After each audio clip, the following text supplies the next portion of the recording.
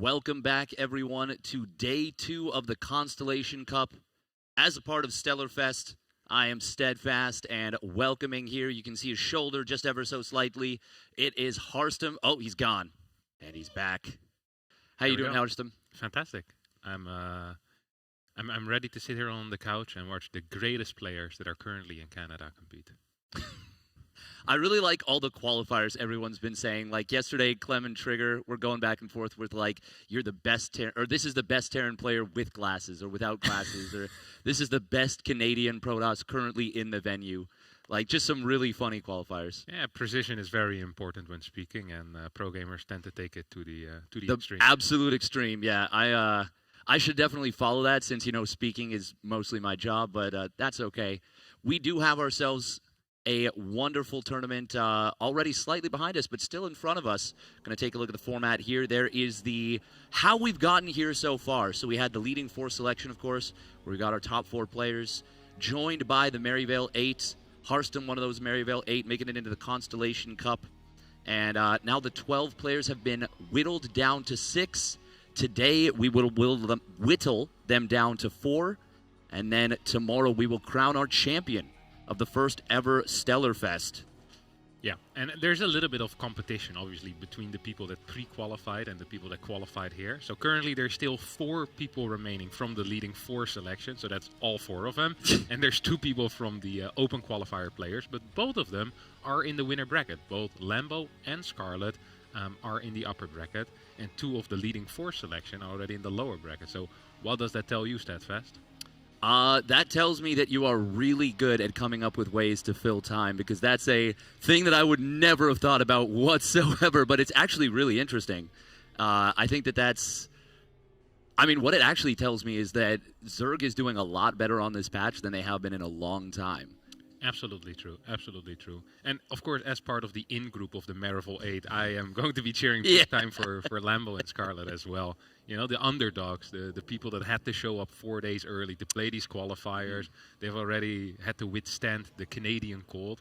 Because, good Lord, it's been 2-3 degrees Celsius. We come from, sunny Germany, and me from sunny Netherlands. It was 7-8 degrees over there, so that's a big difference. Yeah, it's actually been really interesting because we've had a very, very long summer in Toronto and even in Ottawa. And, it was kind of summer-type weather all the way up until the middle of October. And then very suddenly it was like, actually, now it's wintertime. And so it dropped about 15, 20 degrees Celsius, which is, a lot in Fahrenheit. It's a lot in Fahrenheit. Maybe like 35. But, yeah, regardless of that, obviously we saw the prize pool there earlier, $4,250, I believe, or $4,200 for first place. But you saw it. Lots of money. Lots of money. Lots of money on the line. Buy a lot of poutine with that. But that would be a mistake, because poutine is not that great. Ooh. Oh, man. Like 3 people really upset right now. And the rest is good taste. Bjorn came in. He knocked it out of the park with every, answer. He was like, Vladdy Guerrero Jr. is my favorite player. He's like, Blue Jays are awesome. Harstem comes in. He's like, I hate poutine. Yeah, no one likes to suck up. You just say it how it is. It's a straight shooter. Now, I'm sure poutine is very nice. I just haven't had a good poutine yet. That's the real problem. Oh, well, that opens up a very interesting can of worms. But we'll get to that later, because we are actually, as a part of the Stellarfest, this is going to be a situation where we're looking to support Rainbow Railroad. And if you use !donate in the chat, that'll have the link for that. But the whole situation behind that is that Rainbow Railroad is an organization that is based in the United States and Canada. They help with LGBTQI plus people facing persecution based on their sexual orientation, gender identity, and sex characteristics. Since the founding, Rainbow Railroad has helped tens of thousands of individuals find safety through emergency relocation, crisis response, cash assistance, and more. Ursa TV's namesake is the Ursa Minor constellation, which features the bright North Star in the sky and helped people find Canada while on the Underground Railroad centuries ago. We hope to continue that legacy with Rainbow Railroad. You can help support by donating over at tiltify.com/@UrsaTVCanada. Yeah, so do that. !donate. It's like... yeah, just do that. Very simple. We will take a look at the bracket. Also, we'll get to this later, but there's some very cool stuff associated with some of the donations. Regardless, Pretty crazy bracket. Not necessarily the most upsets, but a couple to talk about here. I know we kind of went over it yesterday, but obviously for anyone tuning in, a lot of matches. Looking at it, I mean, like I was saying, we had some pretty good showings from specifically the Shopify Rebellion Zergs. But what stands out to you here as the most exciting stuff? What stands out to me is that there's only been a single game where it wasn't a straight sweep. And it was, It was with a cannon rush. My cannon rush made sure that there was a 2-1 on this board. Well, I was going to say it was one of the greatest Protoss players from the Netherlands of all time. That is actually crazy, though. I have not seen something like this before. It's all 2-0s, all 3-0s. And you know what they say? If you have a poor day one, the second day can go anywhere, but most likely it's going to be significantly better. Yeah, you know what they say about statistics. Yeah. Lots of things. Lots of things, indeed. No, I mean, we've had a couple of big upsets yesterday. I mean, Lambo taking out Zaun by some would be considered an upset. Scarlett taking out Beyond for sure. Now we got Scarlett Trigger in the winner bracket final. I don't think that's a match that a lot of people had expected pre-tournament. Lambo Clem. Now, I do believe that it has been a while since Lambo beat Clem, but we're in a new patch, new strategies. Lambo had a lot of time to prepare. Clem stayed out late. I don't think he stayed out late. He went home with us yesterday, which was kind of late. Came home at 11 p.m. Ridiculous times. I mean, he did show up to the venue only about 20, 30 minutes ago, and Lambo's been here 2-3 hours preparing. Yeah, now that's warmed up. Exactly, yeah. I mean, Clem, obviously, he's a player that is extremely comfortable. He's a machine. He'll ladder play 3 tournaments in a day, win all of them, and drop like 2 maps against, absolutely top-tier players. But there is something to be said for, getting here early, really putting in the grind and getting yourself comfortable. Yeah, Lambo is a diesel as well. Once he gets going, he's difficult to stop. Ooh. And he's been going for a couple of days already because he won the 2v2 tournament. He won the Marvel Open 8. He won the FFA on top of that. And I think so far he's only dropped 3 maps in this over the course of like 4 days or so. That's crazy, actually. That is wild. And that's maybe 4 if you include the 2v2. Did you guys? Oh no, we dropped some maps in 2v2. Yeah, but like he was being held down. Exactly. Yeah. We wouldn't count that, but like that's still incredibly impressive. And it feels like to me he's the most locked in I've seen of him. He's very locked in. In like maybe since that tournament where he beat Rogue, I believe, and then pushed Cyril to Game 7. Dark. He beat Dark. I think. Dark. Okay. What was it? Dark and Rogue, or was it just Dark? I don't know. He beat a lot of people. He beat a lot of really good players. But taking a look at the vetoes, Last Fantasy, no surprise there. Means you can't veto Ultra Love, so obviously Clem's going to pick that. Yeah. We do get Maganatha as the first map. I mean, mutas are tough to get to, especially against Clem. Do you think there's a chance maybe we see mutas? I definitely think there's a chance we might see some mutas. I'm not sure if it's going to be on Maganatha, but... Yeah, we're going to have to wait and see. I think Lambo will definitely have a good plan prepared for every single map. As you said, he's been here early. He's ready to go. But let's get to the introduction. Steadfast is in the bottom right of Maganatha, playing for Team Liquid. In the yellow colors, it is Clem. Clem. And his opponent spawning up in the top left in the teal from the Shopify Rebellion. Looking to perform a massive upset, it is Lambo. Crowd really showing support for both players there. You love to see it. Oh, what's the timing on the hatchery here? Ooh. 45. Okay. That is no good. 45 is no good. Lambo would be upset by this. For the people that don't know, Lambo is very big on timings in the early game. Yes. And a while ago, he released a video, which has to be one of the most niche videos in the entire world. Yep. Which is the world record of the fastest 16 hatch. Yep. In which he got it down, I think it was at 43 seconds? 43 seconds. So this was a full 2 seconds slower. And he's going to be upset about this for at least another minute or so. Meanwhile, me thinking to myself, always aiming for the 43. Realistically, 44 is like a really good thing, and 45 is like absolutely my average. Just crying inside as you're like, oh, Lambo's gonna be destroyed by this, and I'm just like, haha, that's a good day for me. That's a good day. I'm just happy if I remember what order the buildings go into. Yeah, exactly. Oh, SCV scout from Clem. I mean, he is a player that obviously loves ZBT a lot because a lot of it is very much by rote. There's still a ton of strategic options, but execution is king in this matchup. Yeah, absolutely. And Clem is someone that he just wants to respond to whatever the Zerg is doing in the first 6-7 minutes, and then once the first 2 medevacts is out, the time for him to take the initiative is there. He's going to start dropping. He's going to have medevacts on the map. Clem is one of these players that often wins games with just the first 16 Marines, and it feels very weird because it's going to be the same builder that has been doing for 3 years, but it still works because his control is so good, his early game harass is so powerful, and here we get a first taste of that as the Reaper shows up. He's going to try and damage some of these drones, might try to dive on top of one of them, as the links are falling a little bit lower. Queen is about to pop out. If Lambo can get away with the drone without having to build a spore, that's going to be a minor win.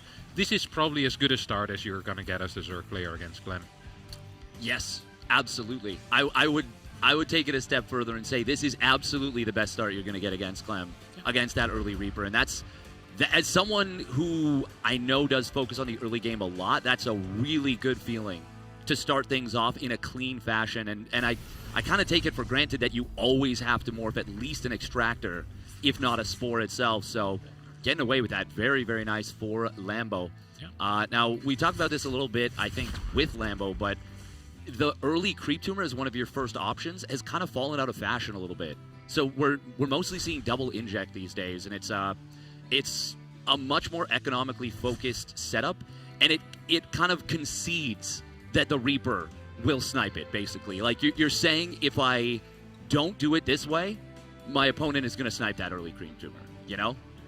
So I think it's kind of a good strategy to say, yeah, Clem is the best micro player in all time. Let's not pretend like he's just going to miss micro suddenly. Yeah, absolutely. We saw a bit of a supply block earlier out of Lambo, by the way, but that's completely intentional. Yes. The 45 out of 44 yes, yeah. Is how he always plays it. It's the most optimal way of playing this particular opener, so do not worry. He is locked in despite the poor hatchery timing in the first 40 seconds. Yeah. Now, yeah, no, I know he has his Patreon, and that's his new tech. Oh, can he say? Oh, wow, saving that drone. And did you save that one too? Yeah. Holy moly, Lambo on point so far. Look at this early game, already at 50 drones, like 4:23 into the game. This is nutty. Yeah, he played pretty greedy, not a whole lot of links. I hope there are some links here to stop these Hellions from running by. Good triple Evo wall, Lambo. What is happening right now? Is the Cyril Rayner, hello? This is absolutely insane. Like, I know it's weird to get excited about this, but this is truly phenomenal. Now, one small slip up here, that supply block in 74, I don't believe that's a part of his plan. The 5 overlords are not part of the plan. The 5 overlords are telling me the fact that it's not, yeah. But that Evo chamber block still far better. I would rather get supply block there than have 4 Hellions of Clem running into my natural with not enough lings to deal with it. Absolutely. And it's not close either. Every day of the week. Yeah. 100%. Lair's about to finish up, will be in time for cloaks. Spores are in time as well. A little bit of a supply block, but as you said, Lambo was very greedy early on, skipping links for a long time. That double Evo block stopped the Hellions from driving in there, and I think Lambo pretty much got the early game that he wanted. He has the quick lair, he has the bailing nest down, and now I kind of want to see what the follow-up is going to be. Will we go into double Evo chamber? I think so. I don't think we're still going to see a Spire at this point. Clem went for 8 Hellions here, is that correct? Yeah, this is a big commitment to cars right here. Queen pops out at the 3rd base. We are going to see a rotation of those Hellions. Nice transfuse, but it's not going to be enough to keep that Queen alive. Ling's actually getting an amazing surround. He actually pulled back. I think he would have killed 3 or 4, maybe all 4 of the remaining Hellions, but that's still so good. These benchmarks from Lambo are insane right now. 75 drones. I know he just lost a couple, but at the 6-minute mark, I cannot overstate how phenomenal that is. Ooh, Clem gonna dive in here.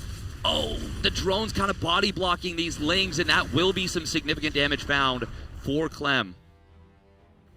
Yeah, 8 drones end up going down, but 70 workers against 60 is still completely fine for Lambo. He goes back up to 75. If one of these Banshees dies, that would be a huge deal, but Clem is going to be quick enough over there. Hellions dying means that's a bit tougher to move out. Usually you can use the Hellions defensively, or you can use them with a Hellbat push later on, maybe with a double tank. Well, we're seeing a mine style, and I think this is what Lambo expected. He spoke about it yesterday while we were casting already, that Clem really likes playing the mine style on this map. Heavy on the multitasking rather than these big tank pushes, and that is indeed what Clem seems to be locking into.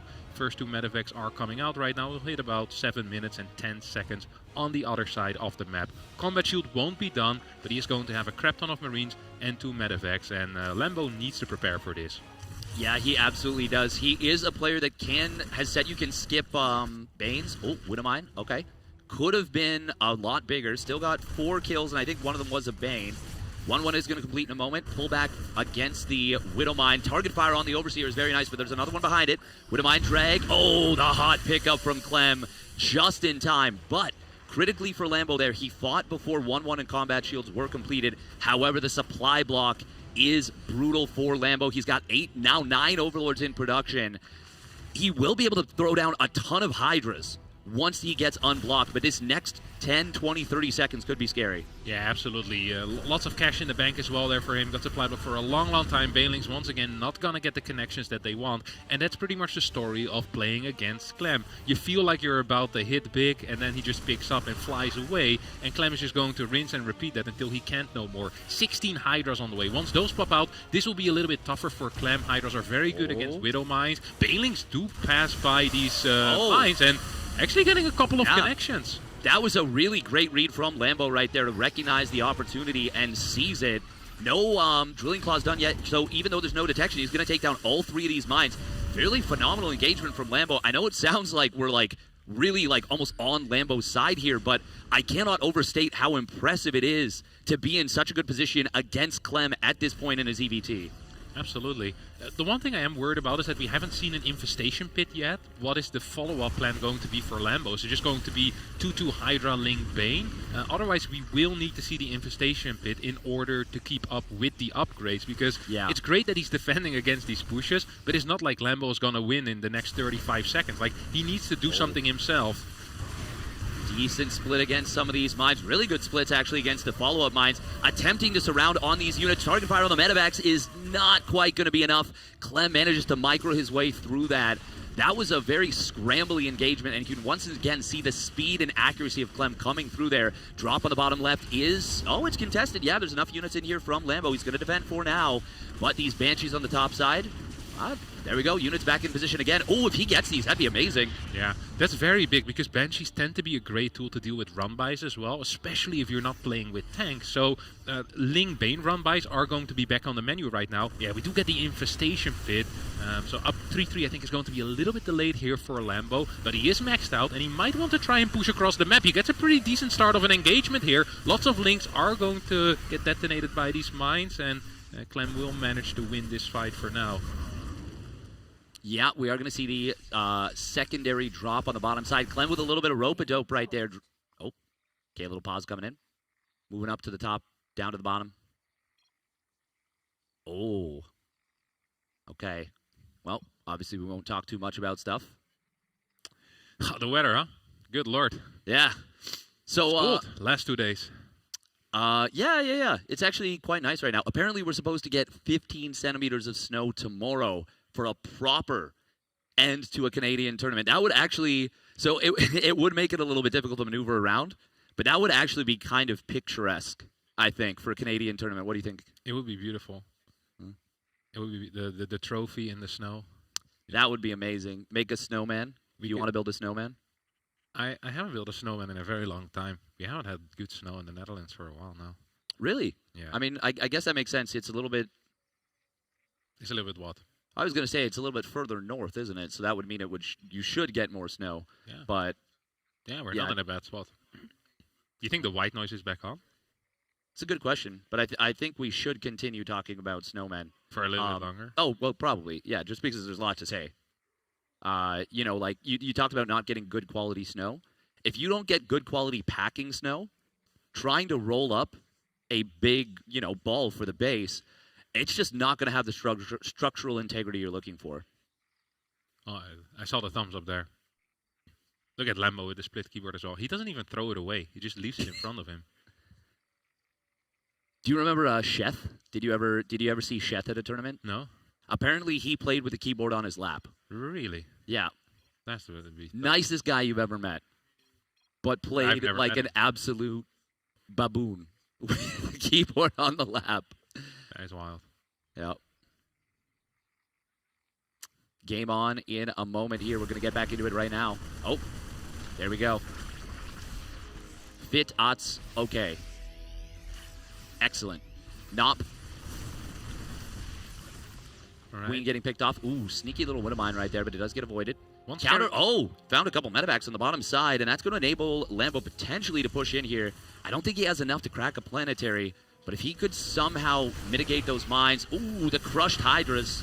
This is a good battle here as well. The problem is that his 2-2 isn't quite done yet. I really think he wants to wait before going for a major engagement. He's going to try and jump onto this planetary. Does not get it here. At the same time, the bottom fight is going quite well. Can we get target fire on these medevacs? Yes. Lots of medevacs are going down, and the supplies are in favor of Lambo. Big bank in favor of Lambo. Is there a 50C yet for Clem? I don't think so, right? Look at the trades. He's only 400 resources lost behind. Against Clem at this point, that is Dark-esque. That is the only player I can remember trading cost efficiently at this point in the game. We're going to see Marauders on the front line. They will get driven back here, but there's enough medevacs. No Widow Mines, though, does make this a little scary for Clem. Yeah, this actually is kind of scary for Clem. If Lambo can find a good engagement, this could potentially be game-ending over here. Hive is still coming up to see on the way for Clem. Love that he took down those rocks. So smart. Oh, did they get... Oh, no. Did they get broken again? Either way, we're going to see Lambo kind of readjusting here, using the Hydras on the right side to knock down the depot wall. That'll open up the mineral line. Marauders tanking at the front. Good pullbacks here, but Clem is doing a phenomenal job of defending. Lambo might be overcommitting here. Once the front line goes down, the Hydras are going to have to get out of here, and the resources lost has started to take a big leap into Clem's favor. Widowmine, did it burrow on top? Did it recharge? What just happened there? Absolutely ridiculous fight out of Clem. The way that he microed his bio there as if he's an AI. It reminds me of these old splitting videos.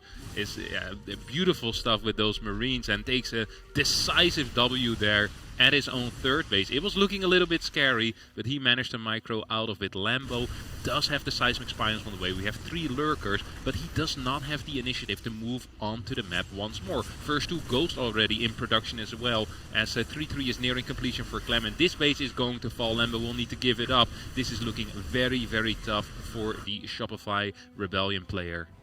Yeah, I feel like I feel a little responsible there, because I was talking about the cost efficiency, and then about 30, 45 seconds later, it goes from almost dead even to now, what is it, a 4,000, 5,000, 6,000 resources lost difference. Ghosts are out. That is going to be a great counter to the lurkers, especially with the lack of creep spread to make this a secure position. Nice job from Clem, kind of baiting out the lurker spines with some of his bio. And with the concave, he's going to jump in on top of this. Only 2 lurkers remaining, I believe. Widowmine's getting some big connections. This was looking so good for so long. There is a counterattack on the other side of the map. This is a desperation maneuver, though, out of Lambo at this point. Yeah, it just wants to make sure that not all reinforcements can straight away move towards the main army. That's going to make it a little bit harder. Perhaps try to buy a bit of time. If Clem knew about that high ground base, I feel like he would have gone there. I don't think he's aware of the fact that it's there, because he's trying to deny these outside bases, and he's doing a good job of that. He really needs to try and clear this 5th. It is important for him.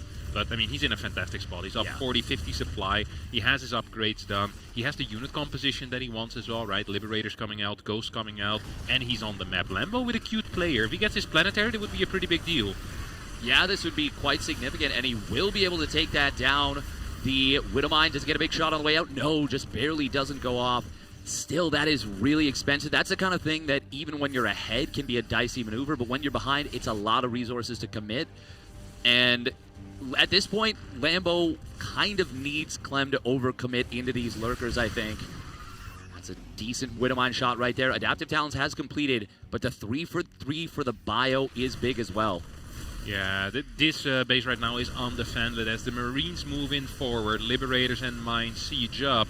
And I think this base is going to go down. At the same time, Clem is still poking into this fourth as well. Oh, Lurkers actually come in and save it. Decent surround with the links as well. Lambo might try to get a hold here, but no, the Ghosts with the snipes are too strong. Liberator will fall, but Clem in a very dominant position as he jumps into the main base. GG gets called as the Terran will win game number 1 here on Maganata. Lambo's first map pick.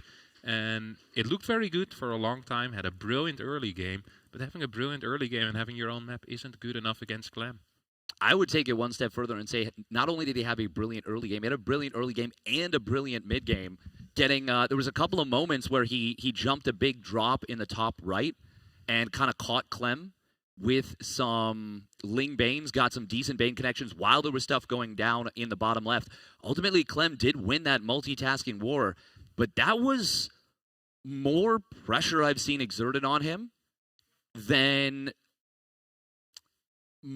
most by anyone that's not named Raynor or Cyril or on his best day Dark.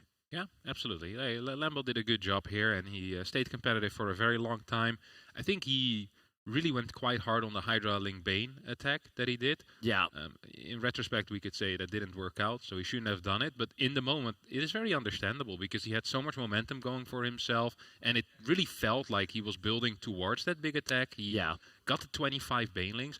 I wonder if there is a case to be made to coming from the area between the natural and the third as well. So you have like a 3-sided surround. The problem with that is that maybe one of the 3 sides then is too weak that Clem can just move through. So it's really difficult often to set up these types of attack against Terran.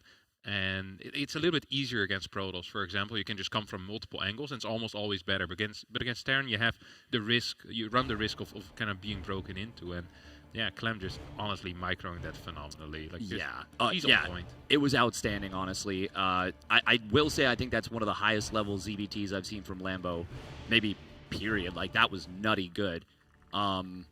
But even just to extend onto your point, specifically against Terran, if there's a single Widow Mine on one of those fronts, you can lose 20, 30, 40 units. Usually not 40, but let's say 40 might be pushing it. Yeah, even if we say 20 units, 10 Lings, 10 Banes, that is the entire flank dissolved.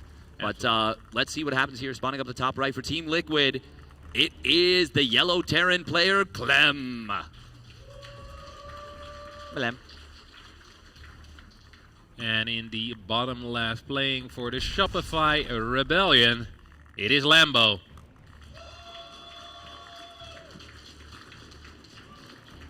Yeah, me mentioning 40 Lings is having PTSD going back to the old Widow Mine, back before they nerfed the splash damage, when it would legitimately take out your whole army if you weren't looking, or in the case of 4GG, your own army. Lambo's playing gasless here, I think. Ooh. This was a 15 hatch before Overlord. So this is there's 2 kind of main schools of thought in CVT. So we either see the fast link speed like we saw in the previous game, and then you attack into your layer, maybe get Baneling speed, whatever. But your early game is gas based, so and link based as well. Most of the time you're gonna get a higher queen count. What Lambo's playing here, I was gonna say is gasless, and then he takes his gas. So this is something I'm absolutely not familiar with. This is the 3rd school of thought that he just invented this morning. This is still developing. Well, this is actually started to become a little bit more common here. There's a few ways even to go out of this, and that is potentially you can still take a very normal 3rd base. He's looking to avoid this SCV specifically. Now, there's no guarantee that he'll go for this. Oh, he tries for the double juke. Okay, I think he does actually intend to take this base. He did actually cancel the gas in the main base, by the way. Okay, there we go. All right, I wonder if this was dependent on the timing of the SCV a little bit. To be like, okay, I don't want to get blocked. Kind of weird, honestly. Because there is actually a style of play where you do take the gas a little bit later. You still go for the extractor trick 15 hatch. Now, I don't think Lambo plays that, but I've seen other top-level Zergs do it. Don't necessarily know if it's the most optimized, but it's better against, like, let's say a proxy 2 racks, because your hatchery finishes, you get the armor. More creep means later bunkers or bunkers farther away. Right. Yeah. But Clem never proxy 2 Raxes, so it's kind of an irrelevant point. So to get back to my point of what this build now actually is this most likely is going to be a more roach-based defense, lower initial queen count, and very, very high on the drones. You go into the lair, and from there you can still walk any path you want. You can go into a fast infestation pit. We've seen people go into Roach, Hydra, Lurker from there on out. We've seen ultra rushes as well. This is kind of nice to play in general on a map like Ultralove, where it feels like 8-Rex is very common, to have a bunch of Roaches out, have those Ravagers for the tanks, because honestly, whenever I see Ultralove in a Terran versus Zerg, 8 out of 10 times, it just is going to be that 8-Rex, 3 base, very big commitment with the Marines and the tanks, and, you know, Clem doesn't mind playing that either. Yeah, I think the other 2 out of 10 times the Terran is just wrong. Yeah. So, you know, like, this is the ultimate 8-Rax map. If Cure, if Ryung, if Maru could design a map, they would make it just one long bridge across the map. And I mean, obviously we got that bridge in the middle here on Ultralove. It's a dream for this kind of play. Clem is going to be playing the same Cloak Banshee opening. I will say specifically this setup from Lambo is so good on Ultralove because of the high ground ramp and because it's a relatively tight ramp. It's not common anymore. It used to be a given that we'd have a ramp at the natural, but I want to say there's, only 2 maps in this pool that have that now? Yeah, Torches and Ultralove. I think so. Yeah. That sounds right. I put you right on the spot. You actually had the names. Look at this guy. He knows his stuff. A little bit of a misstep there from Clem. Very rare. Misrallying his Hellion. And that's a nice freebie for Lambo. Absolutely. So we get that fast lair attack here. We get the extra gases coming in as well right now. This is all very standard. So these Roaches are just practically pure defensively, and they're trying to chase these Hellions around. It feels kind of risky if they move towards your 3rd base. That is the only area you really need to pay attention to, because there's a drone in the natural waiting for that full wall. Here we go. Lambo out of position, loses 2 drones. If you sleep for 1 second, Clem is going to take your drones away. Like a reverse Santa, you know? It doesn't put anything in your socks. It steals your drones. Oh, that would have... Oh, my God. That would have been the sickest play if he snipes that drone and then runs in with the Hellions. Very quick reaction time from Lambo there to prevent an utter disaster. Because... And that's... Oh, man, that's a really, really heads-up play from Clem there. Even though it didn't work out, Lambo has been doing this for a while when he plays this style. So I really, really like the move with the Banshee. Basically, the first move being to go after that drone. I wonder now if there's 2 units left, if he'll go for that. But it looks like Lambo thinking 1 step ahead, or 2 or 3 even steps ahead. Very well done. But the Banshee's in the natural. Oh, so close to killing that Queen. Yeah, this is something that can be very tough here for the Zerg player, because your queen count is a little bit lower. Hellions coming by as well. Roaches are going to start chasing these Hellions, but this is not the defense that Lambo was hoping for. The Hellions are getting a lot of damage done. Losing those Hellions is completely fine for Clem, as the Banshees continue dealing damage as well. This is not what the Zerg player wanted whatsoever.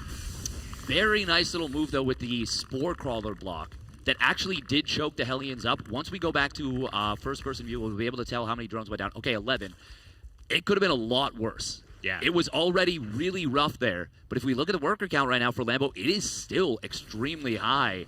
Very decent start, relatively speaking. It could have been better, but it could have been so much worse. Yeah, it could have been significantly worse. It's just frustrating to lose a lot of drones there, because you're also losing the larvae in order to rebuild those, and you might want to have a couple of extra Roaches out. That being said, if we take a look at the supply, 122 to 111 or so, there's a bit of cash in the bank here for Lambo, who's already teching into Hive 6 minutes and 50 seconds into the game. We have the melee upgrades, so this is somewhat of an Ultralisk rush, I would say here. And the next minute and a half, we will see Clem trying to do as much damage as possible with these Marine drops until then. Has Clem done the thing this time? I don't think he's got combat shields. Ooh. That has become something that has been weirdly common for Terran players to keep forgetting combat shields in recent history, and big misstep if he doesn't start that up very soon. Now, sometimes Terran players are starting 2-2 before that. We'll see if he remembers the combat shields right after. It's actually 2-2-1, and it is going to be a 4th CC. So, no, this is not some kind of 8 racks timing. He has just straight up forgotten combat shields. Yeah, there's no shot he gets a sensor tower before combat. Like that is a, that is a prioritization that I do not agree with. He starts it up now, but that is going to be really late, and it's going to make it a lot more difficult to take good trades against roaches specifically. Yeah, and especially because it always feels like this kind of is the time where you want to at least try and clear some creep, maybe deal some damage as well. Yeah. Like, once the infestors might come out or the spore wall is set up in the main base, it becomes much tougher. So not having the combat shield here is actually really going to suck for him. If you have these 1-1 Marines, you want to be capable of doing stuff. And, I mean, even without the combat shield, he is still doing stuff. He gets a couple of drone kills, gets another queen down as well. The army splits for Lambo were not good enough. We get the pickup, and he just flies into the main base. No, never mind. Goes back to the 3rd. We have a drop over here at the 4th base as well. We get a fungal, and that should shut this area down for a little bit, but we still have 2 manufacturers kind of going in between the natural and the 3rd base here. This is the really, really difficult side of playing Roach style. You have the very, very difficult task of, if you're not in position, trying to get there with roaches is so much more difficult than that speedy Ling style. Now, we do see something very interesting here, yet you pointed out, Microbial Shroud coming in before starting up the Ultras or Chitinous Plating. Snipe on an Infestor would be huge right here. Can he get the kill? Yeah. No, he switches targets. He gets it anyways, though. Oh, this is a large freaking army. What the hell? Lambo is not ready for this whatsoever. He's going to need to give up this base at least for now. But then he goes down to 3 bases. Against 4. Yeah. Oh, man. Clem is playing so well right here. Big siege up on this high ground. And once these tanks encroach on this position, they can start actually getting close to shutting down the ramp. Lambo cannot let this go any further. 2-2 is going to complete very shortly. And of course, that combat shield has completed. The very fast double factory tank is going to be so good against this. No chitinous plating. And also, there's just a ton of tanks, so these Ultras are not going to be the most amazing. Microbial Shroud is necessary to be able to take an engagement here. +2 Carapace. Oh, it just barely completes. There comes the attack. We will see a nice fungal growth coming in. Ultralist, if they can close on top of these tanks, this could actually be an okay engagement for Lambo. Yeah, Lambo manages to shut this push down a little bit. There's still a Benji in the sky, though. Ultras have now disappeared, and the Liberators are still there. Reinforcements coming in as well. Clem on 4 bases, on 78 workers. Gets Lambo to GG once more as he takes a 2-0 lead here. This first best of 5 of the day. Clem is looking once more absolutely flawless. Truly, and it's what we expect, but it still is always just dazzling to watch. Lambo was really close to having all the tools he needed to deal with that push, but he just didn't have it in time, and he wasn't able to prevent those tanks from getting set up on the 4th base. And then the follow-up, the cascading result of that is now the tanks are set up in this amazing high ground spot. You know, if Lambo finds even if he loses that base, if he finds a good enough engagement where the Microbial Shrouds nullify a ton of damage, he wipes out an entire Marine Marauder tank army, and then as the Liberators show up, they get biled down. Sure, it's 3 base to 4, but if Clem loses everything, has no ghosts, all his tanks are dead, maybe 2 or 3 are at home, there's a chance that Lambo can actually get across the map and get massive damage done, but because those tanks and the bio get set up in such a good position, Clem is able to get a good enough trade that Lambo has no choice but to tap out. Yeah, it's tough. It also always feels when you're playing against Clem that you're playing a mini game of like trying to stay alive, and then like you succeed. You're like you live for the first 3.5 minutes without taking major damage. Then the next mini game starts. You need to survive till minute 5, and then you survive till minute 7, and then the real game starts, and he starts killing you anyway. It's like, yeah. It's like the worst mini game to engage in. It's absolutely awful. I feel like that's TBZ in a bit of a nutshell. Not completely, but when you start playing against those really good bio players, it feels like that. And I feel like that's the kind of thing that a lot of Zerg players feel kind of all the way up. But for Clem, it's on a different level. And spawning down in the bottom left, can he put one on the board? He needs your energy now for the Shopify Rebellion. It is Lambo.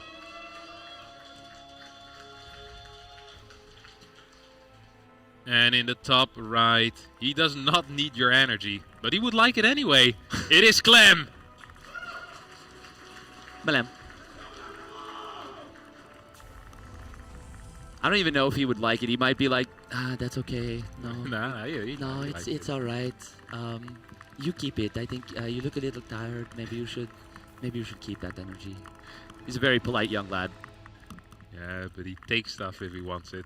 Oh well, yeah. Like He will take your drones. Yeah. He will take your hatchery. He will take your creep, your zerglings, and he will take that first prize so often. So frequently. All right, we're here on Tokamak. So far, for the people that are not super, locked into the professional scene, the first map that we played was really quite good for Zerg. Yes. And if we were going to see a Lambo in, I would say Maganata would have been quite likely. Then the second map, Ultralove, is one of the most disliked maps for Zerg. So it's not a huge surprise to see Clem win that. However, we're now in the awkward situation that Lambo needs to win 3 maps in a row, and that's going to be quite tough with the remaining maps. It's not going to be impossible, but it's going to be very tough. Yeah, and especially to just underline that, we were talking about the early game and how much Lambo makes an effort to optimize that. And he had an amazing early game on Maganatha, and it still wasn't quite enough, despite playing a truly magnificent first portion of that game. But, it's Clem. It's Clem, and he is just so good. Sorry? There's no drone on the third base, is there? No, he's doing the double feint. Yeah. So you send the drone sometimes to the left, and then you fake it to the right. Oh. Yeah, so in order to get this down, you have to delay ling speed. Sometimes you delay lings. In fact, that's what he's done here, and it means he's going to only have 2 lings. Ooh, almost getting a drone right there. That would have been quite nasty. Oh, and he will still get one. Very nice job from Clem. I love the adjustment to go into the main base after the kind of dance with that SCV. Really nice job. Oh, he's going to get another drone. That's an amazing start for Clem. Really well done with that Reaper. And the minigame of... Oh, God. I've been here before. Yeah. Clem oils those up every morning. They slip right through, man. Yeah. Those... Yeah, that's the greasiest Reaper. Yeah, absolutely. Yeah. Bacon grease, anything. Yeah. Vaseline. Oh yeah, oil suppliers worldwide were sad when Diddy got arrested, but then Clem stepped in for his Reapers. He's like, oh my God. It's all good. Oh, pushing right through on that one. We are going to be seeing basically the same build from Clem, because if you are as good as he is, as confident as he is, 3cc Cloak Banshee is just so safe. Now, you started playing Zerg. He quite a bit. misplaced his Starport. He needs to lift it again. Oh, he misplaced it? Yeah. Oh. It's going to delay his back. I like back that little 4 seconds. chuckle that this kid makes mistakes too. They're so rare, we actually do have to point them out when they happen once every 200 games. Yeah. Ooh, Hyperflight Rotors. This could lead to mech then, couldn't it? Could also lead into Bio. Hyperflight Rotors has the same research time as Cloak, but still is slightly more expensive than Cloak. 25 resources more. No? Nope, same. It's the same? Yep. That is a lie. Maybe. You can't call me out. I'm not certain. What the hell? No, it's a classic tactic called gaslighting. Yeah. Really? Yeah. No, I'm pretty sure it is 100 though. Okay. I'm pretty sure they made them the same now. Okay. At one point it was 150, but they changed the cost and they brought the upgrade to be the same time. We could just see this though, as a part of Bio. Yeah, because I don't think against Zerg it's better, but I think it has potential. But I think against Protoss, unless they're opening Stargate in Phoenix, I think Hyperflight Rotors is the better upgrade these days, personally. But time will tell. It's the more fun one, I think. Yeah. Yeah, it's definitely more fun. And the thing is, you're still forcing out spores anyway, just by existing as a Banshee. Yeah. There's going to be an Overseer, because Lambo does not know whether he needs it or not. So the cost of investment is pretty much the same. Yeah. The only difference is that usually what we see Terrans do a lot these days is they pre-cloak before they go in. So before they go into vision, they cloak already, which makes it really difficult for the Zerg to know where they're going to come from. You cannot do that. However, your speed is like 4 times as high as usual, so it's still going to be tough for the Zerg to prepare. Ooh. We are going to be seeing a Spire coming down from Lambo. I talked about it. Will we see mutas on this map? And it is going to be the methodology here on Tokamak. And that's kind of cool. It's a really fast Spire. I'm excited. Yeah, Ooh, Lambo is going to get a little bit supply blocked here at 90. That's a painful one. Banshees are going to be a problem, and there was no transfuse, so that one queen does get taken down. The speed of those Banshees, man, it's so fast. Yeah, but the Banshees, I mean, just one queen. I think Lambo can absolutely live with that. I wonder how many more drones he wants to build. Oh, here we go. Big run by into the natural. We get a grenade, Evo chamber as well. No links in the main base. This could get very, very nasty. And it might nice also job. get the scout. That would be quite nice for Clem. It will get that scout, but so far Lambo's doing a really good job of keeping this from becoming catastrophic damage. Now I love the Banshees rotating over to the 4th base there. Into the main base, the Lings are going to get the grab on these Hellions. Very nice little surround. The Hellions, man, it looks like maybe Clem didn't invest into quite enough grease for those Hellions, quite enough oil. But Lambo prevents an utter disaster. And he's still on a really phenomenal economy, already up to 83 drones. That is what you want when you're going for this Mutiling Bane style. Yeah, I am afraid of dying for Lambo here. Because he has a lot of drones, which is, good news. Does he have centrifugal hooks with it? I think he already researched Bane speed, yeah. Can we check that? Yes. Okay. Yeah. No, it finished up just before he started the upgrades, just before the Spire came online. Okay, that's cool. Yeah, but it's still going to be scary. There's not a lot of creep out here. Still no combat shields, though. It is on the way, but it's not going to be done in time for this push. The 1-1, though, is still so good.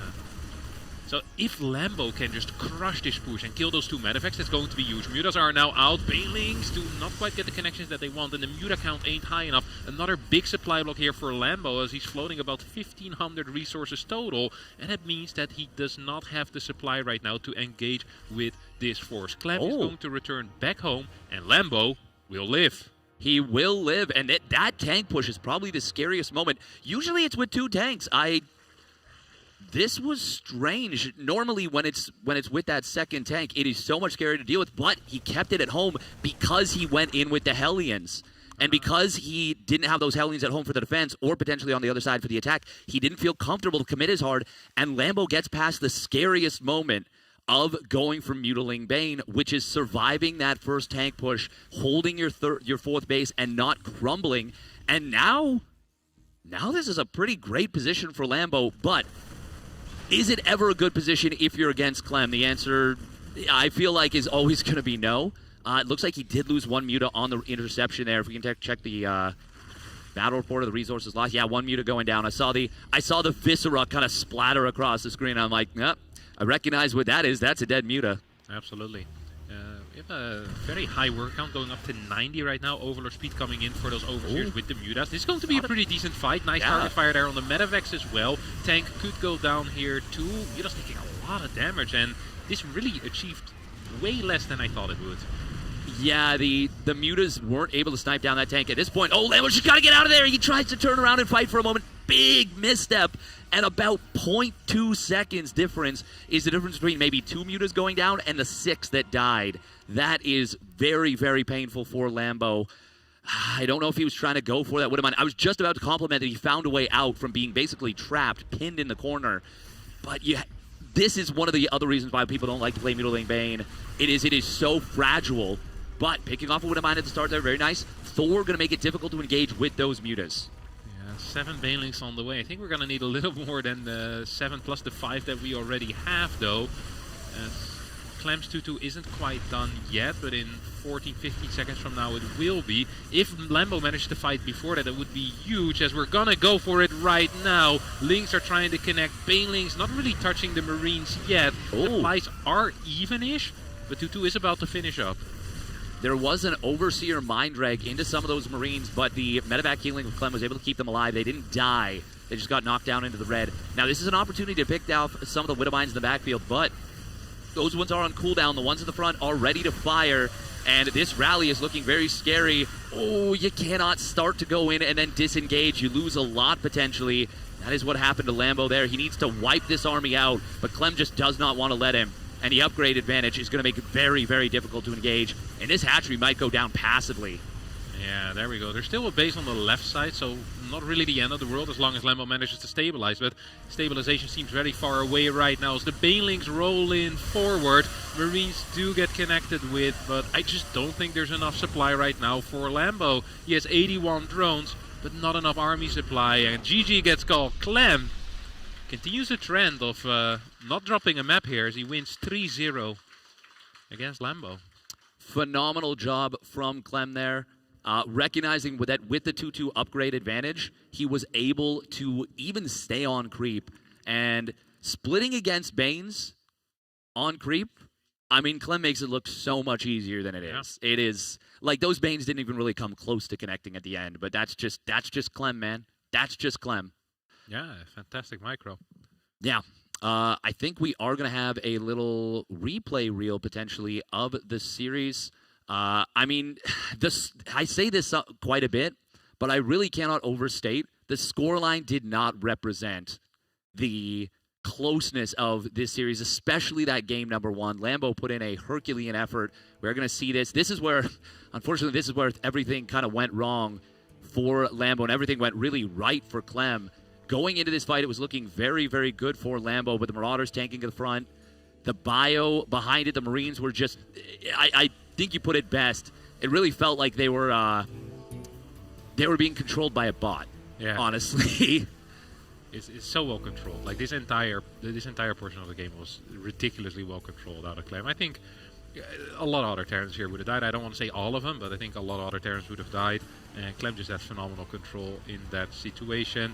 He had a couple of decent fights for Lambo. This wasn't one of them. I remember we had one fight on the top right on this map as well, where the medevacts flew away, where there was no target fire on those medevacts. It felt like that was the missed moment. Opportunity. Yeah. Where maybe he could have pushed his lead a little bit more. And Ultra Lava stuff. Like it's such a hard map for Zerg, and Clem knows how to play this map. He didn't even risk all of it. Like there was a fort behind this, and I think that really was the story of this series as well. Is that yes, the game felt fairly close in the early stages of the mid game, but then Clem just he kind of made it look easy a lot of the time. Like he went there and then he killed his opponent. Behind it, he has 4 or 5 bases as well.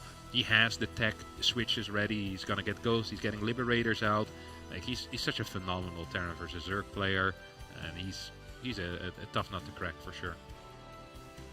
That little, so you can see, yeah, he tried to click the Widowmine right there. And it's so easy to think to yourself, like, oh man, I've got this in the bag. I can grab this little unit, and it's just the smallest little misstep, and it costs you so dearly. But we are going to be joined on the couch by the winner of that last series. Just going to wrap up this this highlight reel from Clem. And yeah. Here he is, Team Liquid's Clem. Welcome, welcome. Thank you. Hello. That was, first of all, business as usual for you, looking like an absolute machine out there, just ridiculously good. Game 1, though, not necessarily the best start that you were used to, and he was really, really close to. Is it fair to say really close to killing you at one point? Yeah, I think so. Did it feel that way? It felt like it. I think game 1 was definitely the shakiest game by me, and yeah, not the best start and not the best mid game either. I was getting caught left and right by Hydras and Linkbane when my medivacs didn't really quite pick up. So quite a few slip ups there game 1, which made the whole rep pretty scary. But I think the way he attacked on kind of like one front at my third base at that point with Linkbane and Hydra kind of made it easier for me to defend against it. And I think at that point I was fine after the defense, but it was looking quite scary. Yeah, I mean, I think you were. I wouldn't even call them slip-ups because it didn't look like you made any egregious errors. It was just, I think Lambo was playing really, really well, particularly in that game number 1. He got an insane early game, and the fact that you were able to not crumble against that attack was really impressive. But yeah, you got anything for? I mean, second game felt fairly easy. No, Ultra Love. Well, the early game. Yeah. When the early game is good, then all the rest of the game is good. And also, yeah, that game was fun. Also, he goes roaches, and when you go roaches, if you lose any kind of drones, let's say even 4 or 5, 6, it gets really rough. Because you kind of make more units and spend more gas and stuff making roaches that are good to defend, but then if you lose drones still. You really felt like it was that good for you? Because we were looking at the situation, I think it was 76 drones to 66. His supply is a little bit higher, he's very fast hive. Yeah, it just felt good. Sometimes when I look at the situation, I'm like, oh, it doesn't look that good, but when I play the game, it feels really good. Okay. And sometimes it's kind of the opposite. Yeah, because it felt like the entire game we were looking at, it felt kind of even, and then you just kind of shoved your stuff across the map and he died. Yeah. I guess it's a good call. What? And also, I saw the Ultra Cavern with like Halion, or no, it was like a Banshee or something, making, and I was like, okay, he's making it now, and he's not gonna be having his Ultras out quite yet, and even if he has some Ultras out, he's not gonna have the upgrade that makes them good. So I was like, okay, time to go. Yeah, he went for Microbial Shroud. It didn't come into play in that game, but it was. Oh, really? Yeah. I didn't know So that. I think you were about maybe 30 or 40 seconds away from that push being a very different scenario because chitinous plating comes online, all the upgrades are done. You don't have that high ground, but it's cool to hear your thoughts. Like, oh, you saw the Ultras Cavern, and you're just like, go. Like, I know. Yeah, exactly. Yeah. I think without a fifth base, it's kind of fine for you anyway, right? Because he doesn't have a fifth. Yeah. Because he plays pretty low eco, but very high tech, like Infestor, Ultra, Ravager, whatever he has. He's just not many drones, not many bases, but just very high tech. Does it feel comfortable to play like this? Because there's very little pressure on you in that case, so you really get to decide what happens. Yeah, but I don't really like playing against it that much because it's often a bit scary because if you push and it's not quite the right timing, you don't take quite the right fight, he can counter attack, and the ultras are just really good in counter attack and just in attack. So I don't feel, and also he has Infestor and Roaches pretty early, so I can't really drop damage, or if I do, it's kind of scary because I can get caught very easily by the fungo. So yeah, just I guess the big push was the key that game. Okay. Yeah, sorry, go ahead. Oh well, you committed to tanks pretty heavily on that map too. Is that like your go-to? Yeah, it's also because that map, like third to fourth distance is really short, so I think tanks are just really good on that map. So and also, I'm not sure if Widow Mines are better against this style in general. Sometimes I go Widow Mines, sometimes I go tanks against like Ultra Roaches, but I'm not sure. I don't really like tanks in general, but maybe against this style is good. That makes sense. Yeah, for the final game, it felt like. First of all, why would you go speed over cloak? Just to mix it up, you know. If I go through Sea Banshee every game anyways, I might as well do the little mix-up I can do. Sure. But I think both are good. Like sometimes I like cloak more, sometimes I like speed more. I think cloak is a bit better to like once you have two benches, once they have cloak instantly, you can just go and cloak, and usually they don't have no overseer quite yet, so you can do some damage.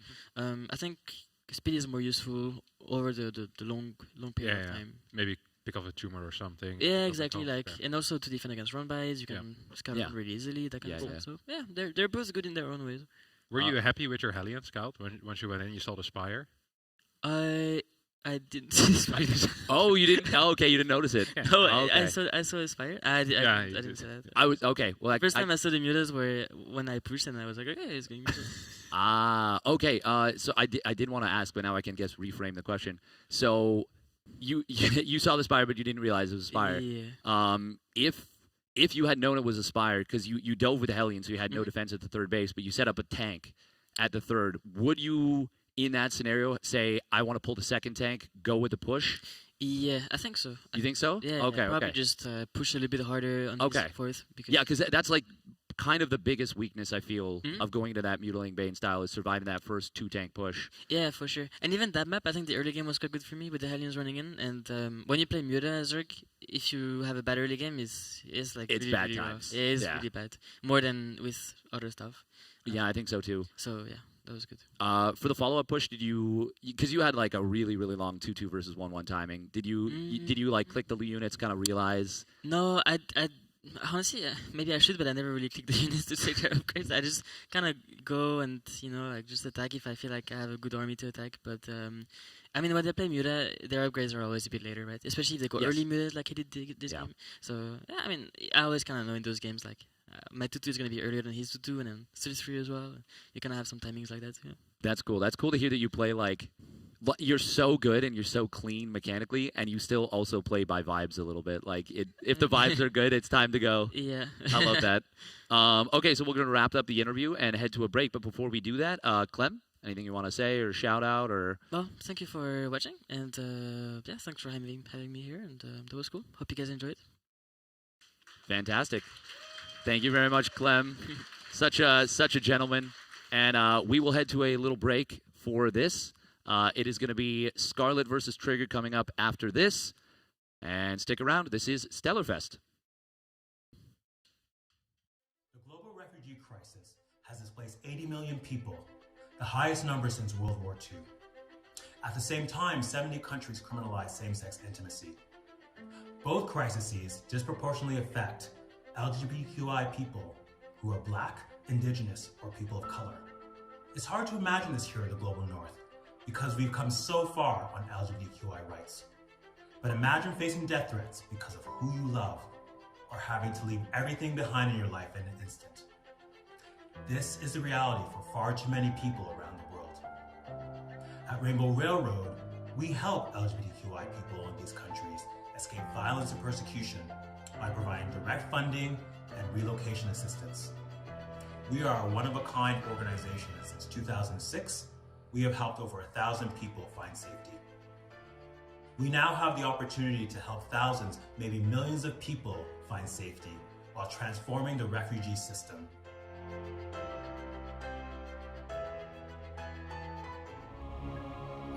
It's locked in. All right, let's get into it.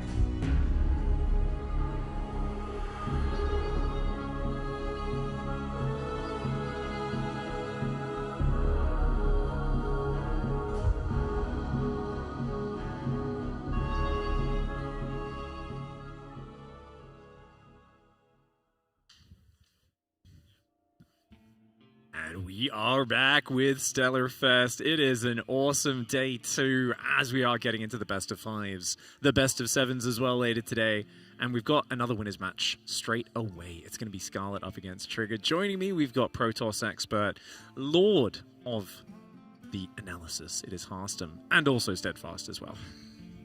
How are we doing? Fantastic. Yeah? Yeah. I do hope that this series we're going to see some more back and forth. So far we've had like 10 series. One of them wasn't a clean sweep. Yeah. Which one? That was, involved the cannon rush, didn't it? Yeah. Just gonna keep mentioning it, making sure that people know. Yeah. And I mean, it was a banger cannon rush. I saw you upstairs before the match fiddling around in the corner of, was it Pylon or was it? No, Incorporeal. Corporeal. Yeah. I was confused those two maps just because but I remember seeing you you were like putting a pylon up there, and I'm like, oh, that's interesting. He's like making some YouTube content right now. And then sure enough, it was the exact same setup going into it. And I was like, oh, that's cool. That's cool behind the scenes. And here we have, of course, a replay of Scarlett's previous match where she ravaged Beyond. Tried to get cheeky with his 2 barracks proxy. And not just 2 barracks, no gas. I mean, normally you take a gas on 18, you have a quick factory. He was super greedy. She managed to take him out with a counterattack. And in game 2, it was a 17 proxy hatch at the third against a 2 racks Reaper. A build where it took her so long to break the bunkers out front, but once she did, both those barracks had to lift. One of them got taken down. And that moment there was pivotal, right? Only letting 1 Marine in the bunker. If there was 3 Marines in that bunker, he's got 2 orbitals dropping mules. He's gonna take her down, but she managed to finish it. She had a cheeky grin on her face. That was a really fun match. It's very reminiscent of them. They like the classic kind of teammate duo, right? Where it's always cheeses and just proxies and madness.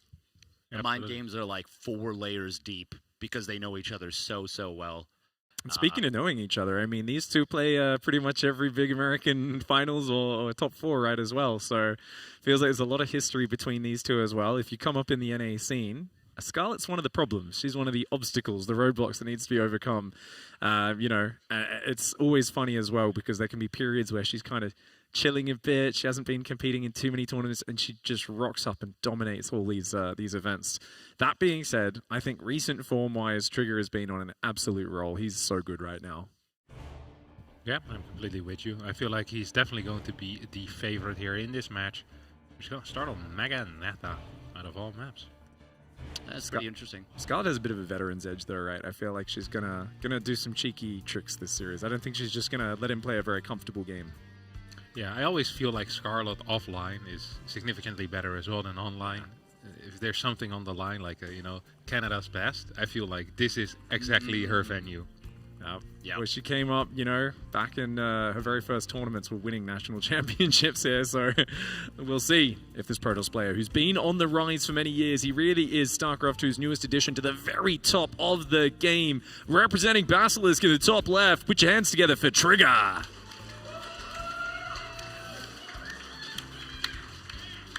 And his opponent, spawning down in the bottom right. You know her as the Queen of Blades for the Shopify Rebellion. It is Scarlett. And I've always thought of her as Canada's champion in StarCraft 2 ever since WCS Canada, way back in 2012, back when Huck was in the finals of NASL 3. He got swept by, I believe, Alicia in a PvP, and he got knocked out. There was a ton of pressure. He wore the Canadian flag walking up the aisle. It was kind of a big moment because that was a huge LAN, 5,000 people in person in Canada for that one. And everyone was kind of like, oh man, it was a dark moment a little bit. But then Scarlett came in out of nowhere. That was, I think, her second LAN ever she attended, and she just dominated. And from that point on, to me, she's always been the Queen of Canada, as it were. Yeah, she had such a sick rise. It's very rare for people to come out and perform at LAN their first time. Normally there's like the learning period where you just get wrecked over and over again, but... Oh. like the drone chasing the probe. Get away from my minerals. Was this a gate scout? I think so. I'm not sure. It's odd to see these days. It's not very common at all. Zoun and Classic love it. They do it every single game. It seems very conservative. I'm in your school of thought, Harstam. It's like gas first, or you scout at the start and you block the hatchery. Yeah. One or the other. I like the extremes. Yeah. This is like because I always wonder what is the point of a gate scout, and it really is just if you're playing a very cheeky, cheesy Zerg who might proxy hatch 12 pool, do a drone drill like Lambo did, or one of these filthy builds. That's one of the things you got to look out for. I think like against someone like Cyril, just never going to do those builds. It's almost worthless. But against Scarlett here, we know she's a bit tricky. Maybe Trigger just wants that little bit of extra safety. Yeah, I think so. Well, I will say, Cyril did bust out a 12-pool drone pull versus Hero specifically at Maestros of the game. Yeah, because it was Hero just doesn't scout for like 50 games in a row against Cyril. Finally gets punished one game. And I believe that series ended 4-3. Yes. Yeah. Yeah, that was a very close one. And it was, that's the kind of stuff that makes Cyril who he is. But it just goes to show that if you don't do this kind of thing, if you do get a little too predictable, people will notice and they will make you hurt. He's worried about a drone drill. Yeah. I was wondering what the hell this pro was doing there. It's like, this is way too early for a second gateway, but he's afraid of something. I mean, I said Scarlett wasn't gonna let him play a comfortable series, but it seems like she's just playing standard, and he's already expecting what I thought she would be doing as well, which is open with some crazy, spine crawler rush or something like that, and put Trigger on the back foot. But he's starting out ultra safe. Yeah, double gate before third base. We get the extra pylons in as well. This is a fairly late Nexus by today's standards, I would say. 337 is a late next. You're absolutely correct, but it's kind of funny when you think about it in the history of StarCraft, how fast that seems. I would say specifically for Trigger in particular, because he really loves to get that down at 320. Sometimes we've even seen approaching 3 minutes. It's getting to a truly ridiculous place. So it's funny that to rewind it back to what is already a very fast Nexus, you're still cutting that third unit. It's just kind of nutty. Oracle dancing around, looking for the drone transfer, and he finds it. Well done. Does manage to get 2-3. Oh. Well done. That was really well done. Yeah, absolutely. That is the kind of thing that is the kind of thing where we talk about the speed of players, and that's where it shows through right there. Just the ability to find an angle. Trigger's Oracle control is fantastic when he's on his game. And there's that little, I think the Creep Tumor sees it now, but I think before she didn't have an Overlord or anything with the vision, so the Oracle, when it doubled back, it's hard to notice straight away as the Zerg and kind of move. And then you just 2 seconds late to move those queens down. The drones could have pulled to the left as well, away a bit, but Roach Warren on the way, +1 melee as well. The Adepts just hanging out here. Plenty of Zerglings, and bad shade. Yeah, that was right into a straight-up surround. 2 drones go down, but I think for 3 Adepts, you're more than happy with that as Scarlett. I think that's a very hefty loss. Drones will get pulled back very quickly there. Scarlett doing a great job. When she sees the Oracles coming, she is absolutely capable of matching her opponent's speed. But Trigger still, I don't know. What do you make of any opportunities with those Adepts getting picked off? Is there anything you can do as a Zerg, or is it just kind of good trade? Good trade, I think. Do you think she's going to use the Roach Horn or go straight Hydro? I feel like it's just for safety. Safety Roach Horn. Trigger's going to play 6 gate here. Does take a 5th gas as well. And goes for the straight Templar Archives. This is such a favorites build right now. He is super confident in his ability to win games as long as he survives. Pre-patch, I think this was the absolute one of the best ways to play in general. Right now, I think it's still fine if you're better. However, things like Hydra Bane can be quite tricky to fight against. All of these medium-high drone counts, 75 to 82, 83 drones. You can struggle holding a fort base when you play like this, and you don't have a great early game.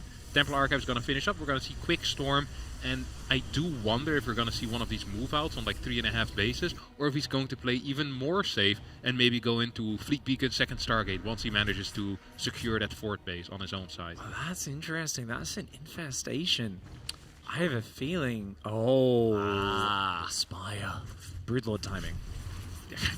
That sounds crazy, right? But it is a Broodlord timing, yeah? I've got a theory on this. I think, but depending on what gets scouted, she will go the other direction. Yeah. That's what I think we're going to see here. But flexible, this is like Rogue style. The flexible Zerg versus Protoss has not really been in vogue for a long time. This is very rare that people play this.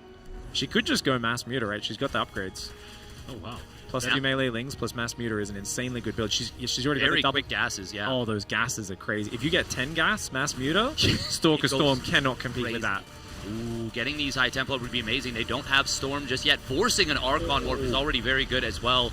It's a scramble defense from Trigger, and it's pretty darn good using the wall right there, Adept in the wall. But that is still, I would say, very useful for Scarlett because it's going to make Trigger very uncomfortable to move out. Yeah, Lings are basically free units as well, right? Like, you always, like, how many Lings go down? The units lost is probably still in her favor after that sort of trade, I would feel like, but... Did she cancel the Infestation Pit? It's a pretty cheap building. She let it finish, but it's just hanging out for now. Yeah. Does look like she's got her eyes on that Mutalisk prize. Baneliness coming in as well. A fantastic addition, especially defensively, if there is like a storm push at some point in the game. I actually think that if Scarlett would have played anything but this, she would have already won. If this was a Hydra Link Bane game, and she's on like 85 workers right now, like this push is going to get blasted. There's going to be 160, 170 supply of Hydra Link Bane. There's no fourth base behind it. Trigger is actually all-inning off of 3 bases into 94 drones right now. Oh, like, wow. this should not be holdable at all. Yeah, she's going to go for a big surround. The stasis trap's going to be big, as will the Psy Storms. Ling's coming in with the Mutas from multiple sides, but the Archons morph, the Stalkers blink. Scarlett forces the High Templar to morph, but doesn't do anything else with her first wave. No Ravagers out and ready. She tried to play super greedy here, and she's getting punished. Trigger just going for a 3-base shove. Seeing no 4th base, she should have realized this was a threat, whether it be Spine Crawlers, earlier Roaches, I think is really the main thing. If she had a set of Ravagers, she could have boiled it down, but hats off to Trigger for committing to this. This is such an oddball play. You don't see it very often, but it's perfect against the sort of greed that Scarlett loves to go with. Yeah, still does have +2 on the melee and has a few drones. She just wants to buy time. There's not going to be any reinforcements for Trigger anytime soon, as all of that is being picked off.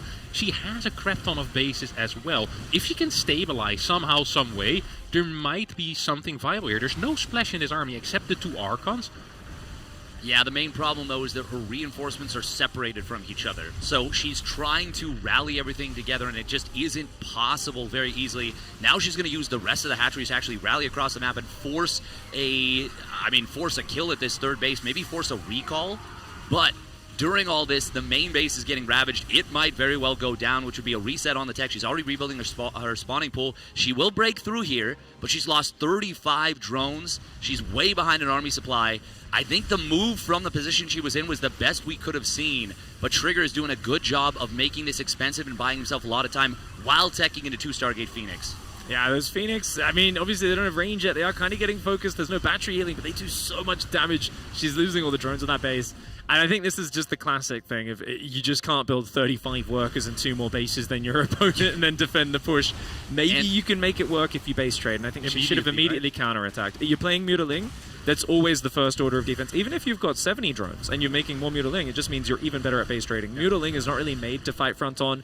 If there were no Archons, maybe, but there was already an Archon in like 5 Storms. It was just too much anti-Ling, anti-Muta. Those units just can't perform against that. You've got to fly around and just try to win the base trade. And it feels like Trigger really soul-read Scarlett in that one, because that was the kind of thing where if your opponent's going for that Muta play, especially that super high eco style, a 3-base all-in like that where you power pretty hard on tech and you just go really straight to the for the throat. That's where that comes out the best. She kind of has like this habit, right, of droning more than anybody else would. Like we saw this. Do you guys remember the game against Future in the Maryvale Open leading into this? Yes. Where she cancelled his 3rd command center, killed his wall off with 4 Ravages, right? Just arrive at his base super randomly. He's in a terrible spot. He's like, I guess I 2-base all in, but his stim's really late because he was going 3 Cs. This is the latest 2-base all in of all time, and she's on like almost, I think it was 100 drones. I want to say 94 was the number of drones she was on. Something insane. The army's halfway across ley lines. She's still building 6 more drones, you know. She somehow won this game, but it was like just such an unnecessary level of greed. And I think sometimes, you know, she wants to get beyond further ahead, just get a little bit too far. I think if you're on 80, 85 drones here, if you've got 8 gases, when your first mutas are coming out, you're already so far ahead of a 3-base Protoss player who's on Stalker Storm. These aren't Phoenixes with range or anything like that. I think you're in an amazing spot, so I think that's just pushing the greed a bit too much. That being said, if she base traded into the natural or the 3rd with her whole army and just avoided fighting and gave up bases, I think that's the best play. Yeah. Tricky part of that, I think she did get a little bit supply blocked when she was building the mutas as well. She didn't even have much of a standing army. Feels like she was just not expecting the attack coming from this gentleman spawning up in the top left for Basilisk.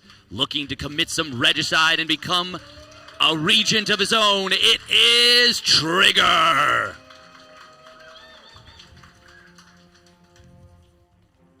And in the bottom right, she's got a massive history of StarCraft. One of the most viral moments of all time is her detonating borrowed banelings to destroy a very big match on stage. We'll always remember that clip. But she's had so many big wins since then, including winning the first ever Olympic StarCraft tournament. Down here in the bottom right side of the map, put your hands together for Scarlett.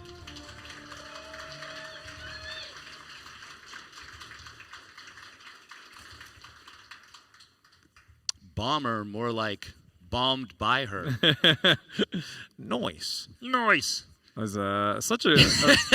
Harstom's, he just put his head in his hands like, what clown am I working with right here? You guys remember how long ago that was, right? Hab Station, Heart of the Swarm. What was so hype about watching tournaments back then is the graphics were so low on the streams, you couldn't even see the banelings burrow. Yeah, not even the commentators. They didn't even know. I mean, you rewatch it now, you can barely see them burrowing in the army, and then she turns and runs away, and he chases over with the Marines, and they all get detonated, and you're like, where did that come from? That's awesome.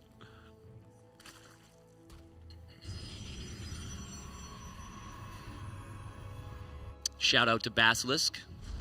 We've got some of the Basilisk folks in the crowd. Very cool to see cheering on their youngest edition. I didn't even realize they were here. That's awesome. Good to have some home continent StarCraft for once, isn't it? Big wave. So what do we think? Mutas again from Scarlett would be insane, but that would also mean Trigger would never expect them. Yeah. I'm not sure. I don't think he expected him last game either, and it ended up pretty okay for him. I mean, I doubt we're going to see that. Incorporeal is more of a Hydra Link Bane map. The fort can be pretty tricky to hold. It's what we've been seeing for the past 4 or 5 weeks or so. Whenever we see this map, we just see Hydra Link Bane. Yeah, pretty much every time. And we do actually have a few people out there watching online who've been very generous supporting the Rainbow Railroad. They have actually got a few new perks today that we've added, and 2 supporters getting a shout out on stream. So big thanks to, I like this name, Big Harstom Fan, I believe was the name of the first one there. Loud Harstom Fan supporting. And then also Gnoy. So big thanks to both of you supporting the Rainbow Railroad. You can see that bar at the bottom. If you guys want to support at home, !, donate in the chat. And already been such an awesome round of support for that. So thank you very much for keeping it up. It's very cool. It's very cool. I think every big Harstom fan should be a loud Harstom fan. Should be loud noise. I think so too, Statfast. I think so too. I like this. You guys are like evolving a sort of like Fear Dragon dynamic from the old days. You know, it's. Yeah, the one I think of is Zombie Grub and In Control, where they had like a 45-second standoff or something, and then the producer afterwards was like, "Don't ever do that again." This was a really good start for Scarlett. Yeah, only losing a single drone, a little bit of mining time for 2 adepts. This is one of the situations where you wish you built like 12 links so you could run across the map. Then you can cancel the 3rd base potentially, because that's one of the main risks that you have when you're sacking these adepts like that. And now you don't really get to capitalize on it. I mean, it's still nice because you know you're going to be a bit safer. So we get our Oracle coming in right here. Catches the transfer. Gets both. That's very nice. I will say when you kill 4 lings, even though it's not killing... Look at his mouse cursor. Yeah, he's got a very funny little mouse cursor. He loves playing Osu. I didn't know he's doing that in tournaments as well. Okay. It's so funny because I always look at my like Steam friends and I see like constantly Trigger always has his mouse app open as if because it's like a game on Steam, and then you go to his stream and sometimes he'll play with it where the cursor is like 50% of the screen. It's just this giant. It'll be like a giant cat or something, and I'm like, and he's still playing like top tier StarCraft, focus firing units. I don't know exactly why, but I think he just enjoys the challenge and mixing it up. I mean, there is something to be said for muscle confusion. When it comes to working out, maybe he's like, well, if I... Well, you like you vary the exercise and it like stresses your body and forces more muscle growth, right? Yeah. Okay. Yeah. I like that. Amy's more like, adaptable. What if I damage my brain? When it grows back, it'll be that much stronger. Ooh, okay. Oh, Oracle, it's still surviving. Damn, the Oracle control in this game is on point from Trigger so far. Yeah, Already picking off, I believe, 5 drones with that. Yeah, but I feel like this is all reasonable damage. He's also lost 2 adepts, and he's playing once again extremely passive over here. Templar Archives. If Scarlett gets the scout on these gases, she has a free pass to like 86 drones or so. Yeah. Like the moment you see the timing of these gases at 520, that is insane. But she really does need to try and get a scout on that. So you see a couple of links moving across. We get the split off towards the 4th bases. And she's now moving in. She's going to scout that. And I think this is enough information. You throw down that Hydra, then maybe you throw in an Overseer for safety, but it's not really necessary. That's funny. I remember I was complaining once about how hard it is to read what Protoss is doing, and I made the mistake of doing this in Cyril's presence. And he just looked at me and he's like, you just check the gas on the 3rd. And I was like, well, no, you got to check this. He's like, no, I only scout one thing every game. Yeah. They take the gas on the 3rd, you drone up your 4th, otherwise you make army off 66 drones every game. This is all you need to do in this matchup. And I was like, very binary. You make this sound very simple, but it's really hard when you're as bad as I am. Well, fun fact about that, he did that exact thing. And in Maestros of the Game, once again, versus Hero, Hero did the exact gas timings that Cyril scouts for, didn't use them at all, and then killed him with charge lots. Because Cyril went up to like 80 drones. So that's the thing. You can play like this, but 75 minerals, 100 minerals, 200 minerals here or there, if your opponent drones up, spends 1,500, 2,000 resources on the wrong things, you can get caught. I'm loving this position for Scarlett, but she has been very low drone count. We were saying, she can drone up to whatever she wants, and then she built units on 67, now adds 12 more drones for whatever reason. So I'm still expecting a bit of a push, but maybe more of a fort-based killer. Maybe she wanted to add those drones because she got scouted. Because there was a revelation on the fort base a couple of times, and it was completely empty, so didn't want to commit to her play. I feel like Trigger is kind of creating the army that he wants. He's adding in cannons. Now he's moving out. He's pushing again. Okay. That's a pretty early push. I don't think this one's as committed, though. Doesn't have that many stalkers. A few more are warping in right now. I think she's already got a good force. So even though there's 12 drones came out recently, I think she's got a good set of Hydras. And usually, if you've got Banes, this sort of push is trivial to deal with. You attack from 2 sides. There's no way those High Templar are getting protected, especially if they're on creep. I love this poke forward, pull back, secure the 4th. She scouted it, though. She's got a Ling in the top right, so she knows what's happening. Yeah, I mean, Trigger, you say it wasn't that committed, but the +2 weapons wasn't the fastest. I mean, he stayed on 66 probes for a long time. He's still not probing up despite taking that 4th base.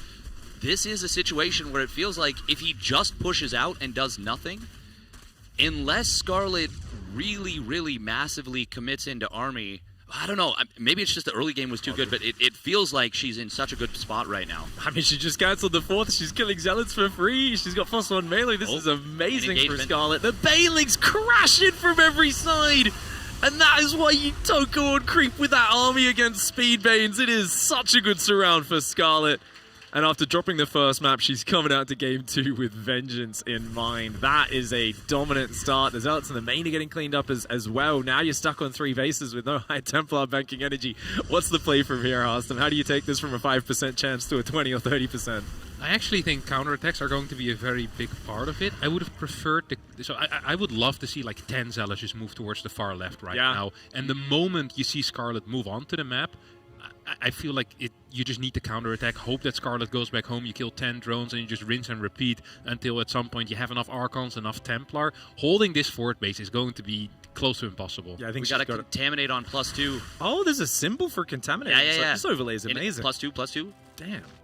Guys, hey, there it is. Are fantastic. Look at that. We got the chrono boost, and then we got it X'd out like that. Like Bjorn was doing yesterday with the X. That's beautiful. Well, there's a lot of Hydra Bane. Not much Zergling there, but of course they'll be rallying in. Oh my gosh. Oh, man. Oh, get out of there, Scarlett. She loses a lot of Banes to the double storm. Oh, you got to be careful. That double storm, I mean, it's got a big radius. It's quite powerful. Stasis traps here as well. Trigger's got cannons up on the right. He's doing it. Oh, what a massive stasis as well. He's doing an excellent job, but he's having to use a lot of storms. Once they run out, he doesn't have a lot of other material. Yeah, but I really like the decision to go heavy on the tech defense, rely on those stasis traps. You asked what was the best way to make this happen. It seems like Trigger is following that very, very nicely. Very good storm on the units. If they commit in, they're committing into Archons. If they leave, they are going through the longest passable storm. Very good storm on the right side. Trigger's doing an amazing job from such a terrible position.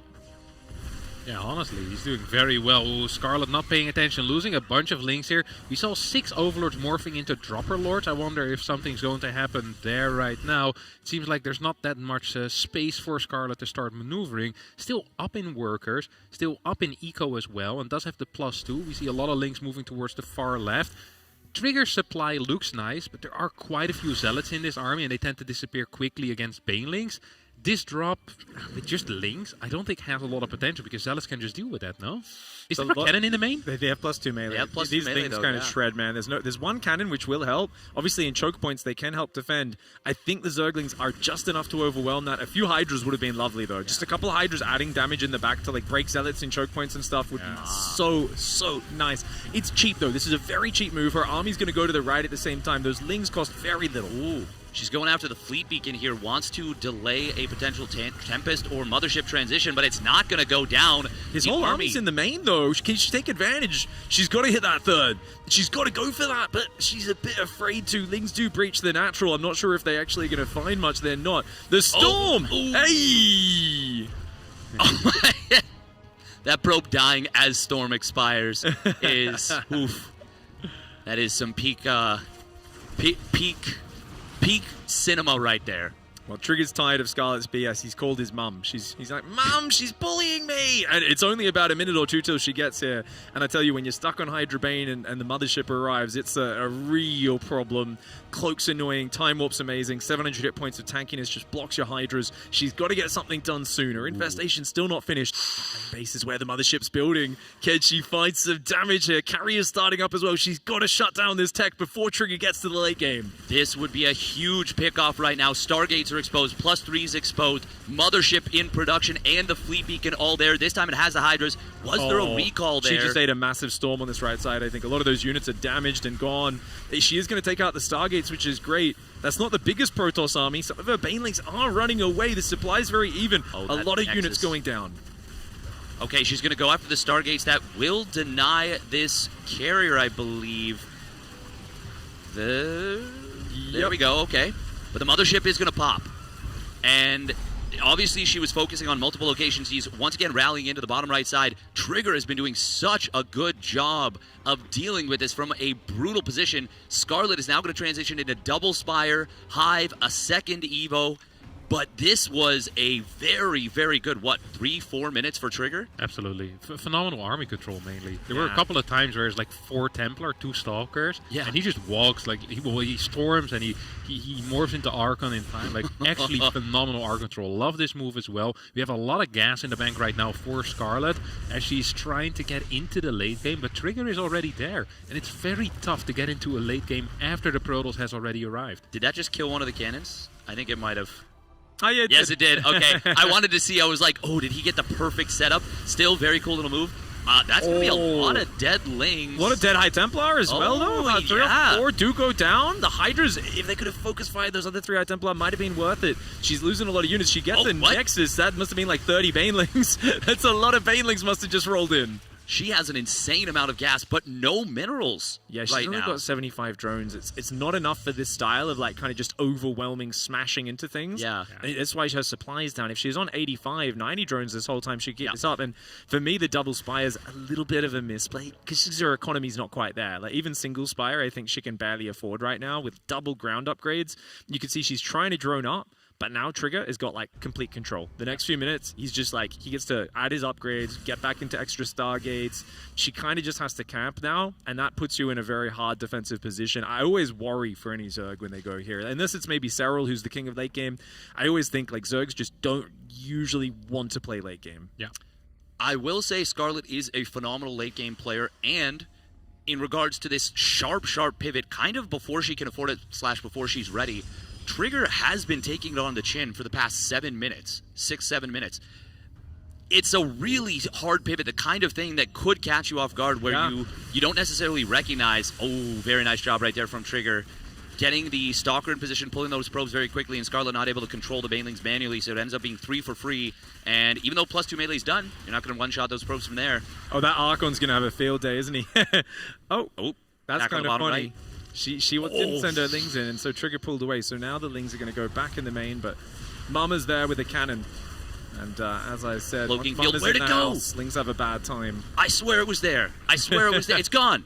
Where'd the kid? Okay, I guess It's I like, must have killed the whole base. Just bite the same spot you were already biting. Gosh, Zerglings, why are you so stupid? They just look at you with a sad, confused look. That's all my units when I tell them to run into 6 Archons in a storm. Speaking of which, ooh, Stasis Trap actually protecting those units. This is going to be... I mean, there's not a lot of Archons here. Storm energy isn't the highest. We do see the High Templar trying to cast it. There we go. There's the last couple of storms coming out. That will secure Trigger's escape, which he kind of needs to do because this is a big portion of his army. Oh my but gosh, half his army is still on the left side. That was only half. Oh gosh, Trigger's in a scary spot right now. This is really hard for Scarlett just to hang on. She's going to abandon the middle base, run back here. Corruptors are chasing the Oracles into the Tempest. She's got so many Hydras, but they don't have lunge just yet. No, they do not. And now that second army that was a little bit disjointed is going to join up and start attacking. And this is where things go from bad to worse here for Scarlett. Trigger will lose one High Templar without casting a storm. Another one going down. Finally going to cast some of these storms on the ramp. But this is going to be a very good fight for Scarlett if she can get out of the storms. But it's the other army on the other side that has already dealt a ton of damage. Trigger's just been playing phenomenally. His army movement, his game sense of when to move on the map, the Zealot run bys coming in at the right moment. This was such a tough game for him to get back into, and he's made every correct play. It feels right, army composition wise, and yeah, Scarlett, she's not happy with the spot she's in. Even workers, even bases, but god awful army and no supply. Yeah, and at this point, it's so funny to look like the supplies. If we didn't have coverage of the supplies, if we didn't see it, it would feel like up to this point it was not as dire as it has been for Scarlett. But we can see on that resources lost, a massive advantage for Trigger. And I think you put it best, the early defense when everything was so terrible, so dire, is what has enabled this amazing comeback from Trigger. And I really don't know at this point what Scarlett can do. You know, yeah, I mean, at this point, she's pretty gone. But I keep thinking about what Harstam said about pure Lings in the main, and as a Zerg, like, I always think what Scarlett did, that's correct, because it's cheap, it's free, it doesn't matter what happens. But in hindsight, I'm like, what if there were 6 Hydras in that first drop in the main, you know, mixed in with the Lings? Like, that would have been such a bigger problem than her main army could have maybe taken out the top right base. But I think there was like a few fights where Trigger was going out, like Harstam was saying, with like 2 Archons and 2 Templars. He was storming big chunks of her army and then retreating to the cannons. Trigger just did an amazing job in that early hold. So I think showing he's not just got, you know, good build orders or good timings, but he's supremely confident in this matchup. We saw it with how he's playing. He's rushing Storm every game. He's making Blink. There's no real cheekiness from him. He just feels like, I can outplay you the longer this game goes. Yeah, this is just showing complete confidence in this matchup, at least against this particular player. Just saying, hey, as long as we get into a 15-minute game, I'm going to be better. And honestly, can we blame him? He's looked much, much better than Scarlett so far in this series, and in particular in this game, just better when it mattered. As now he just continues expanding, perhaps letting Scarlett live a little bit too long, but, you know, better be safe than sorry, I guess. And I mean, if we rewind the clock, think about what Scarlett could have done differently. If instead of committing on layer tech for as long as she does, if she, after getting the big advantage, immediately goes into Infestation Pit, Hive, does go for that Greater Spire, I think I think there's no chance Trigger gets enough money to defend everything. We are going to see GG called. Trigger takes the 2-0 lead. Well, what do you think about a faster transition to Broodlords there in the mid game? I think it's just a different game plan. I don't mind this game plan. The drops might have been a bit of a distraction, though. Is the one thing I'm worried about, is that it's quite expensive gas-wise.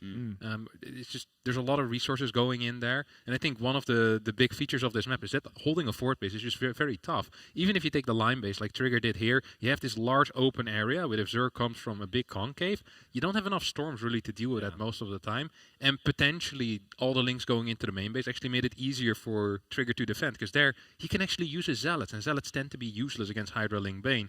Like, very often we see fights with 150 supply against 170.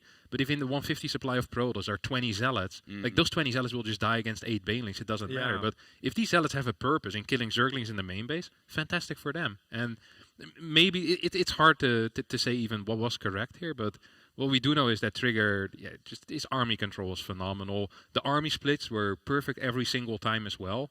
And it's very difficult to have perfect army splits if you're so far down in supply. Like, it's super impressive to me. I mean, he's a strategic genius. I mean, sometimes the room's a bit too cold, it's a bit too hot. You don't know, jacket on, jacket off. He's going for the half jacket. This is 300 IQ problem solving right there. Yeah, and all the sponsor logos still on as well. Like, this is the optimal thing. way of staying warm and representing what you need to represent. Is phenomenal. Really the perfect. That's some high-level analysis right there from Biggie. That's how you guys brought me to Canada. Yep. I spot the real plays. That's it. No, that's amazing. That's awesome. He's looking great. I would love to see this player mix in something a little bit nasty in this series, just to keep doing it. But I think he doesn't want to really show any of his secret builds. I was going to say later in the tournament. You think in cannons? You want to see a cannon rush? I don't think Trigger cannon rushes. Yeah, I don't. But I anyway. always want to see a cannon rush, but Arston is the only guy who will make my dreams come true. What can I say? Top right side of the map, he is up 2-0. Is he going to get a dominant win and establish himself as the front-running Canadian player here at Stellarfest? In the top right side of the map, it's Basilisk's Trigger.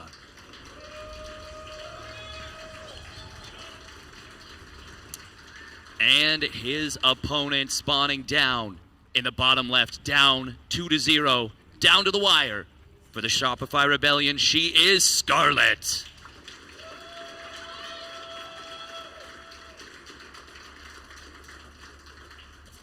I like the ideas that Scarlett's gone for both games in this series. Like, I think Mutas was actually a good idea. Game one, just too greedy and trying to fight front on, I think, was a mistake.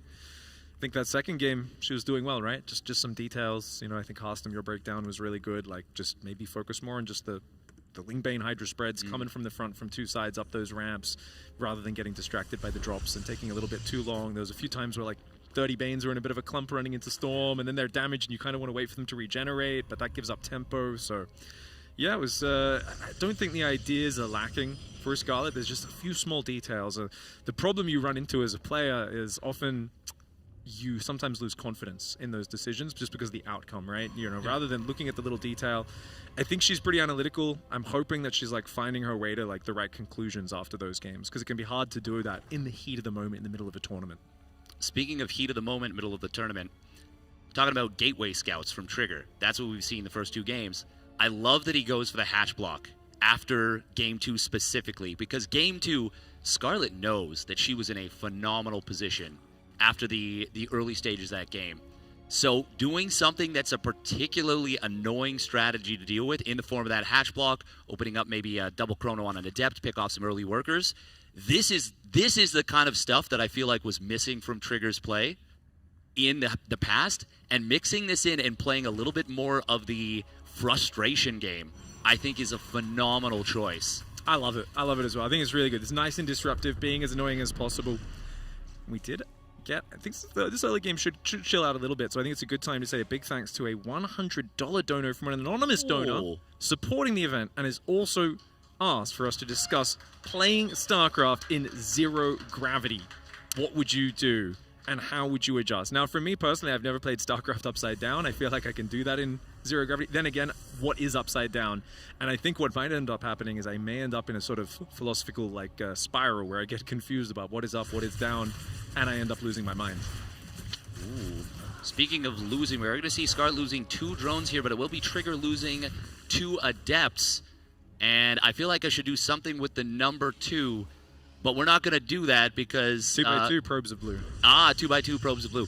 Yeah, except in that case drones. So yes. Oh well. Well, for me, doing something in zero gravity would already be a challenge, but I think the best way to go about it is, assuming my opponent is in the same room, I just throw objects at them. Because the way that zero gravity works is that when you are doing something physically, there is a pushback. So if you press down in a certain direction, you will move in another direction, which means that if I throw stuff at my opponents, as long as I'm holding on to something, while I do that, I can control when that happens, and they're thinking they're maybe grasping their mouse, but they're loosely on the keyboard, so they're getting pushed away from their desks. So you got to like buckle yourself in tight and then throw stuff at your opponent. Well, no, in this scenario, because then they can buckle themselves in. Okay. So I don't want that. I need them not secured to their desk. I just need to know when objects are being thrown, and I also need that to be allowed in the rules. All right, I think we got some deep analysis there. I'm sure, of course, Trigger and Scarlett have thought about this a lot. There's an interesting gas on the natural there for Trigger. He's gone 3 gas into Twilight Forge. Not mining from it just yet. His Oracle's That's a fake very gas. active. That's a fake gas. That's a mislead if ever I've seen one. That's a mix-up, and that feels like to me, yeah, charge lot +1. This is what we were talking about with the hero. Now, the coolest thing we could see, drop gases at the 3rd as well. Just build up like 20, 25 zealots in the main base, and then just YOLO in. Scarlett's on 90 drones. I mean, he just walks to a victory. How much is he committing? He's building a battery. That It's sells the 4 story gate, as though. well. 4 gate only? He only has 4 gate total, no? For now. Yeah, that's Yeah, but I mean, if he wants to go 6 gate, they had to start already. Yeah, it's going to be late. It's going to be late. So it's going to be like a very minor kind of push out. It's going to hit quite... Oh, this is... Is there a Rose Ward? Is this Queen Ling?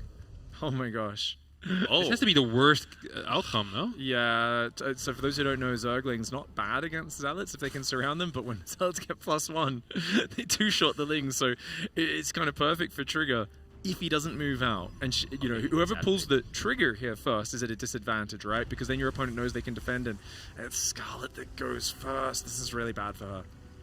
Absolutely. Overlord's already pooping creep as well. Lings showing up right now. These Lings do not have upgrades, and the Zealots are about to finish their charge. +1 is on the way as well. She sees the Zealots come out. She's got to feel her heart sinking. There's so many Zealots. That's a lot of losses getting pinned against the wall there. The Queens are out of this, but I mean, I don't think Trigger needs to fight here, but he might feel like he just can.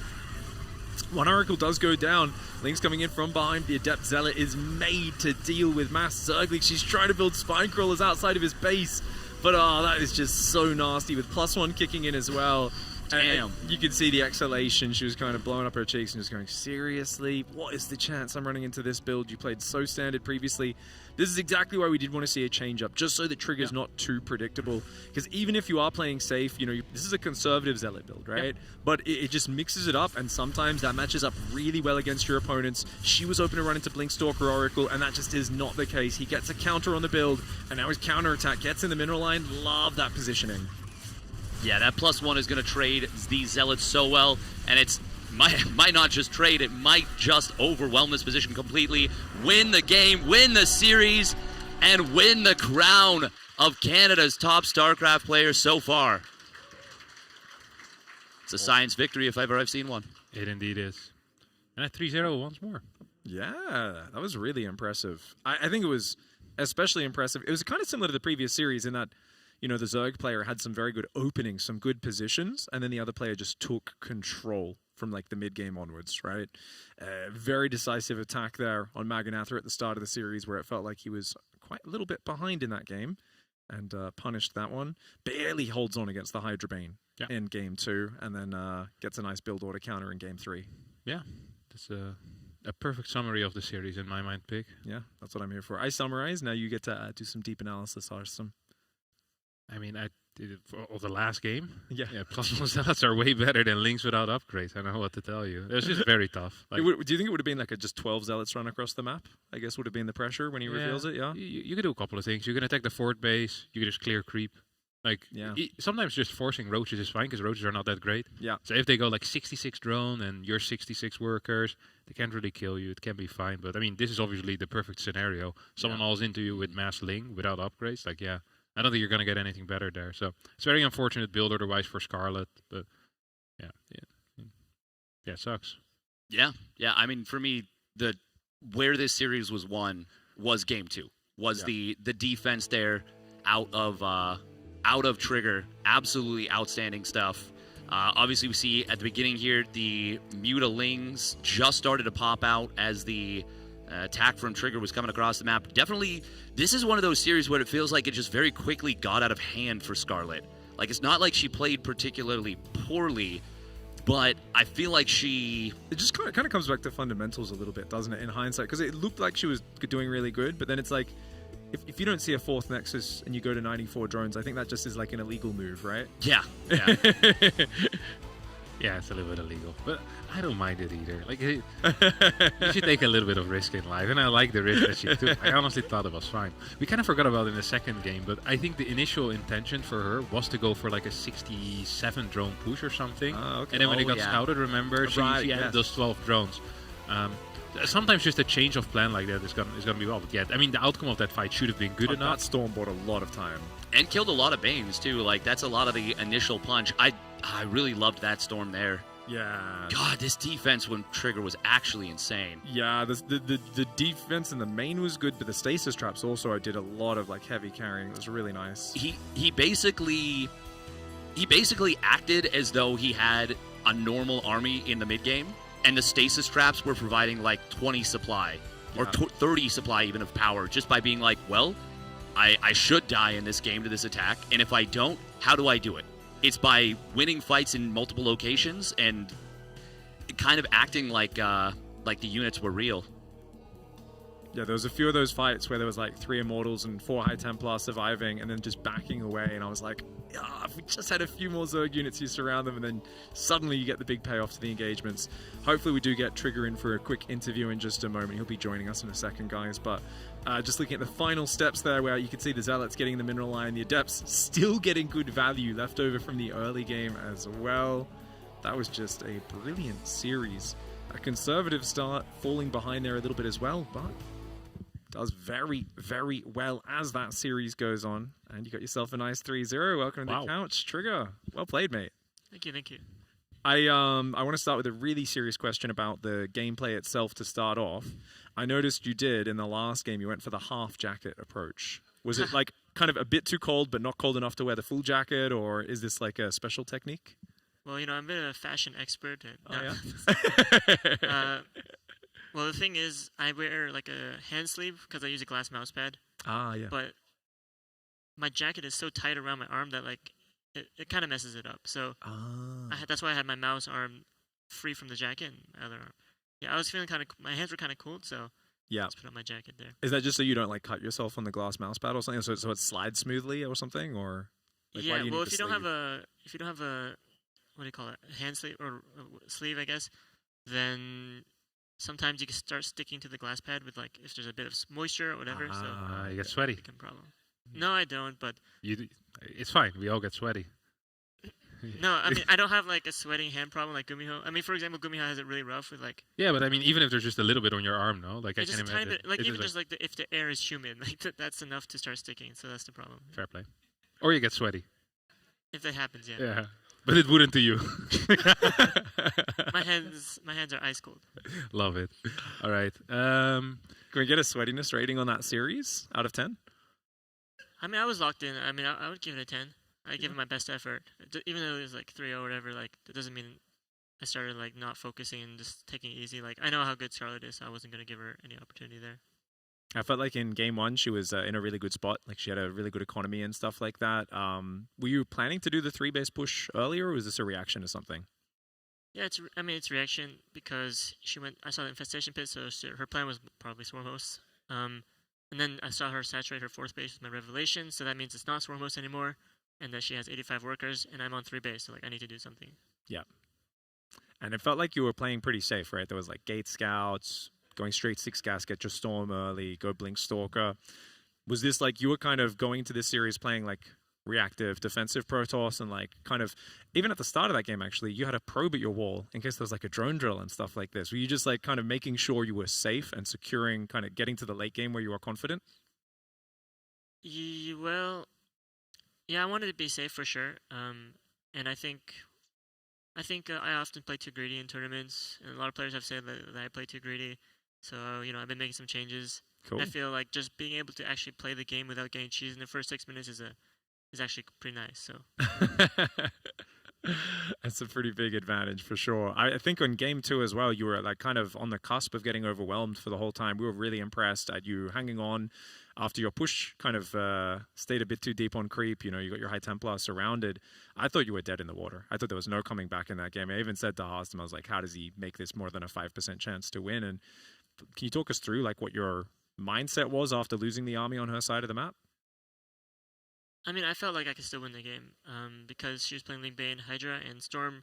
Storm has high potential, obviously. So, if she plays perfect, obviously, I'm sure I would lose. But if she continues making Link Bane and attacks and just takes one bad fight, like I take a bad fight, she can always take a bad fight, Yeah. I mean, it was good play with like the stasis traps, the storms. You split your army nicely. I feel like the mothership came in as well and just kind of like was the final cherry, but you'd already, I think, done the most important part of the hold in that game. So, yeah, was there anything that that kind of drove you to go Zealots in the final game? It wasn't like an 8-gate Zealot all in or something like this. You did do like the fake gas. Did you think she was going to do like a Nidus Queen Ling, or was this just a mix up the build order, try something different? I mean, I got lucky with the build orders. I didn't scout the Nidus or anything, but I know that she tends to play pretty greedy, like late Roach Warrens and stuff. So no matter what, like I figured that build would be pretty good. I was gonna play at some point in the series. I just wasn't sure when, and I was just like, well, I'm up 2-0 now. I can take some risks, So that's what I went for. I think with that build, it's like still a decent macro build. Do you wait for normally like about 10, 12 Zealots, and then you kind of just run across? If they've got units, you kind of run around, clear creep, and run home. It's kind of chill. Sometimes you commit if they're a bit too greedy. I mean, you can judge the fight because your Oracle should see what they have, and then you can make your decision. And sometimes you can just kill the 4th and run away, for example, because it's still like half building. They can't really defend that at all. Yeah. So, and I only went to 4 gates there. That's just something I came up on the right before the match. Like 6 gates, I feel like a bit too committed, and I need to do damage. 4 gates, perhaps I can just play macro if she went safety roaches or something. Awesome. Any questions asked him here? No, I think we got most of it covered. Pretty dominant, right? It was a good series, You're mate. interested in is my hand sweat. Yeah, he has all the other good questions. You're going into now the big matchup next. So yeah, how are you feeling in that one? I mean, Clem is definitely on another level than anyone in this tournament, is what I feel. But I have beaten him before, just once. But it was kind of recent, so I think I have a chance if I play my best. But obviously, it's going to be tough no matter what. Cool. All right, we look forward to seeing that match. Thanks so much, Trigger. Guys, we're going to take a very quick break. We've got more matches coming up now in the lower bracket to continue the tournament. Thank you very much for your support. We love you all out there. Don't go anywhere. We'll be back in a couple of minutes. The global refugee crisis has displaced 80 million people, the highest number since World War II. At the same time, 70 countries criminalize same-sex intimacy. Both crises disproportionately affect LGBTQI people who are Black, Indigenous, or people of color. It's hard to imagine this here in the global North because we've come so far on LGBTQI rights. But imagine facing death threats because of who you love or having to leave everything behind in your life in an instant. This is the reality for far too many people around the world. At Rainbow Railroad, we help LGBTQI people in these countries escape violence and persecution by providing direct funding and relocation assistance. We are a one-of-a-kind organization, and since 2006, we have helped over 1,000 people find safety.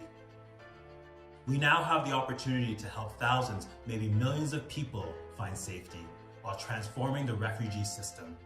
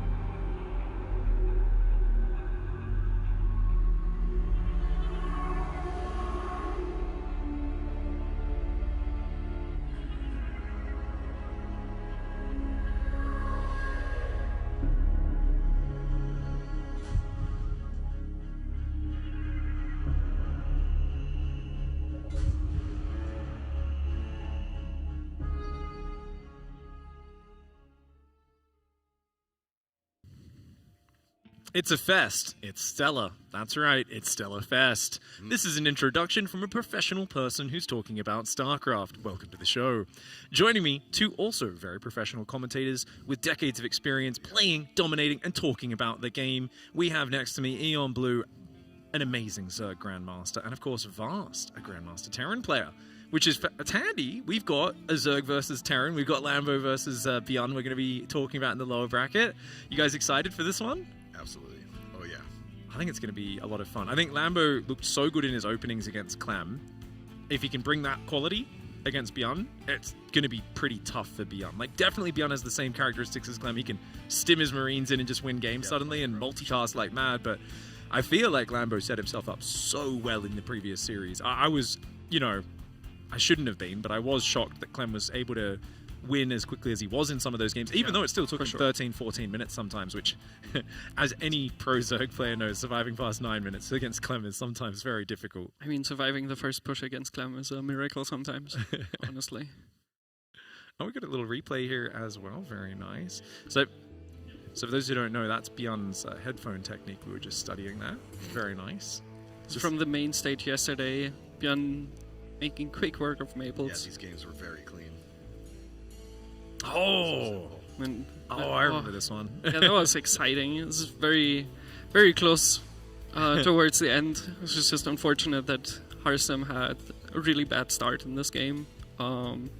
Held on a little bit too long in the mid-game tech, and then the fact was kind of down resources. To the mass lib was pretty cool, though. I was like, is this like good at high level? Is this a meme? I always see people talk about it in team games. We never get to see it, but it was kind of cool that he was experimenting with it. And the fact that Harsem slowed the game down so much to make it like that was awesome. And we are going to see the Lingbane Hydra rallying in there. This was so one-sided. Lambo was so ahead in this series as well. Finished the games off really clinically against Zaun. Didn't really make it look particularly competitive. It was an amazing series from Lambo, and it was shocking because Zaun's really freaking good at StarCraft, and yet Lambo just ran away with these games. Yeah, but I feel like Lambo is really good, and CVP especially. Like, this is the kind of... I feel like especially versus the Korean Protoss players, he really brings the heat. I guess especially because Zaun's pretty clean and organized, right? And he's very predictable there in terms of like, okay, if you're a little predictable, Lambo knows how to take advantage. He will study your build, he'll look for the weaknesses, he knows I can delay this spore 10 seconds, have this queen position just here, knows exactly when to get the creep tumors, and that's the sort of stuff which should serve him very well. Now, funnily enough, a player who used to be, of course, everyone would be like, oh, he's Beyond, he's going to do the same thing every game, it's 2-on-1, and then he has the error where he always does this build or that build. He actually went for a few CC firsts we saw in this tournament already. We've seen Beyond mix up his builds a lot, play a very unpredictable style, so I wonder if he changes it up. Does he feel confident playing straight up against Lambo? Vast, as a Terran player yourself, like what do you sense? If you're in vibes in Beyond's shoes here, what vibes are you feeling? Well, I didn't see the games against Scarlett, but I heard that it was like really aggressive with some cheeses, and then the returns were pretty brutal. So I don't know if he's going to switch it up based on a different player or if he's going to approach it the same way, but whether that's just the vibes he's feeling today. But I am curious to see. There's such a wide variety of what he's capable of. Yeah. As long as he gets to tons of Marines and medevacs, I think it's going to be awesome. There's actually, I feel like it's Beyond the scariest moment, right? Like against Solar, a lot of the time you'll be playing, you'll lose a big fight or two, and you're like, oh, he's out now. He's only got Marines and medevacs, and Beyond like turns on overdrive, and he's like, I am going to drop every base. There's 5 medevacs and Marines unloading in your main. There's 2 in your third, 1 in your fourth, and suddenly he goes insano mode. We'll see, of course, if this man can hang on. It's once again a Shopify Rebellion team kill here in the top left side of the map. In the teal, some call him Lambo. I call him the Bromeister. Put your hands together for Lambo. You enjoy this Bromeister thing way too much. It's a great nickname. And then the bottom right-hand side on Maganatha, we have someone who's trying to go from the lower bracket all the way back up to the finals. It is Beyond. Wahoo. He's been working out recently. Beyond, we've had a few flexes on camera so far this event. The bicep pops, man. He's been lifting. It was kind of funny. All right, 2 racks. Let's go. 2x Reaper. So he did this on this exact same map and spawn against Scarlett, but he got proxy hatched and she dragged him down into the dirt and managed to barely overwhelm him there. This time it's going to be more of a standard setup. Lambo's doing the hatch gas pool, so he will have early Ling speed against the Reapers. Beyond's usually just going to go 3 Reapers these days. It feels like the days of people going 5 4. Reapers off of it and really committing to cancelling the third are kind of, they're just gone. So while we're waiting a little bit for the series warming up, I was already teasing this to Vast a little bit, but what happened this morning is Pig really didn't want to cast with me again. So what he decided was, we sit in the Uber. We're driving out to the woods. Mate, if you get in the car with a strange man, an Australian, and you just go, "Oh yeah, I'll hop in." Like, is it really my fault that I left you in the woods? Like, when the strange man's you, yeah. I mean, he ran away from me, right? You set me out in the woods, and you ran. You sprinted away. I had to walk all the way back. Full context, guys. I may have dropped him 20 kilometers away from the venue in the middle of the woods, across the river in Quebec, and he did walk all the way back. His choice, not mine. I swear, he got in the car with me willingly. I don't know why he chose. Tell us more about getting out of the car. What happened in that point? I mean, he decided to just run. Pig wanted to go for a really long jog. So, yeah, I genuinely, I did decide to join him and walk back and just have a nice stroll through the city and through the park. But, yeah. It was a bit of a disaster. I was like, I've got this really good trail app called Google Maps that's always up to date. We're gonna follow this trail to get back. Make sure you go this way. And it's like instantly trail closed, and I'm like, I'll check it out anyway. I may have walked into a marshland and got a little bit wet before I decided to turn around and walk back on the road. It was a special time. Great morning here in Quebec, getting to experience some of the culture. So far, the Reapers haven't done a lot of damage for Beyond. They've just kind of kept him contained. This is what you expect. And I do wonder how much Lambo commits to the Ling. Some players try to go very light, but I'll never forget the game. I think it was a Raynor-Lambo match where Raynor built I think it was 18 Zerglings, but he kind of just got excited the moment Ling speed finished and went in a few at a time and kept trying to attack. And he lost all 18 Zerglings without killing a single Reaper. And then had to build another 20. I don't think Lambo's going to go that style. It looks like he's just building a couple, and he's going to slowly take that third base when the Reapers choose to retreat. Yeah, what do you think about taking the third base this late? I would be hearing alarm bells in my head as the Terran.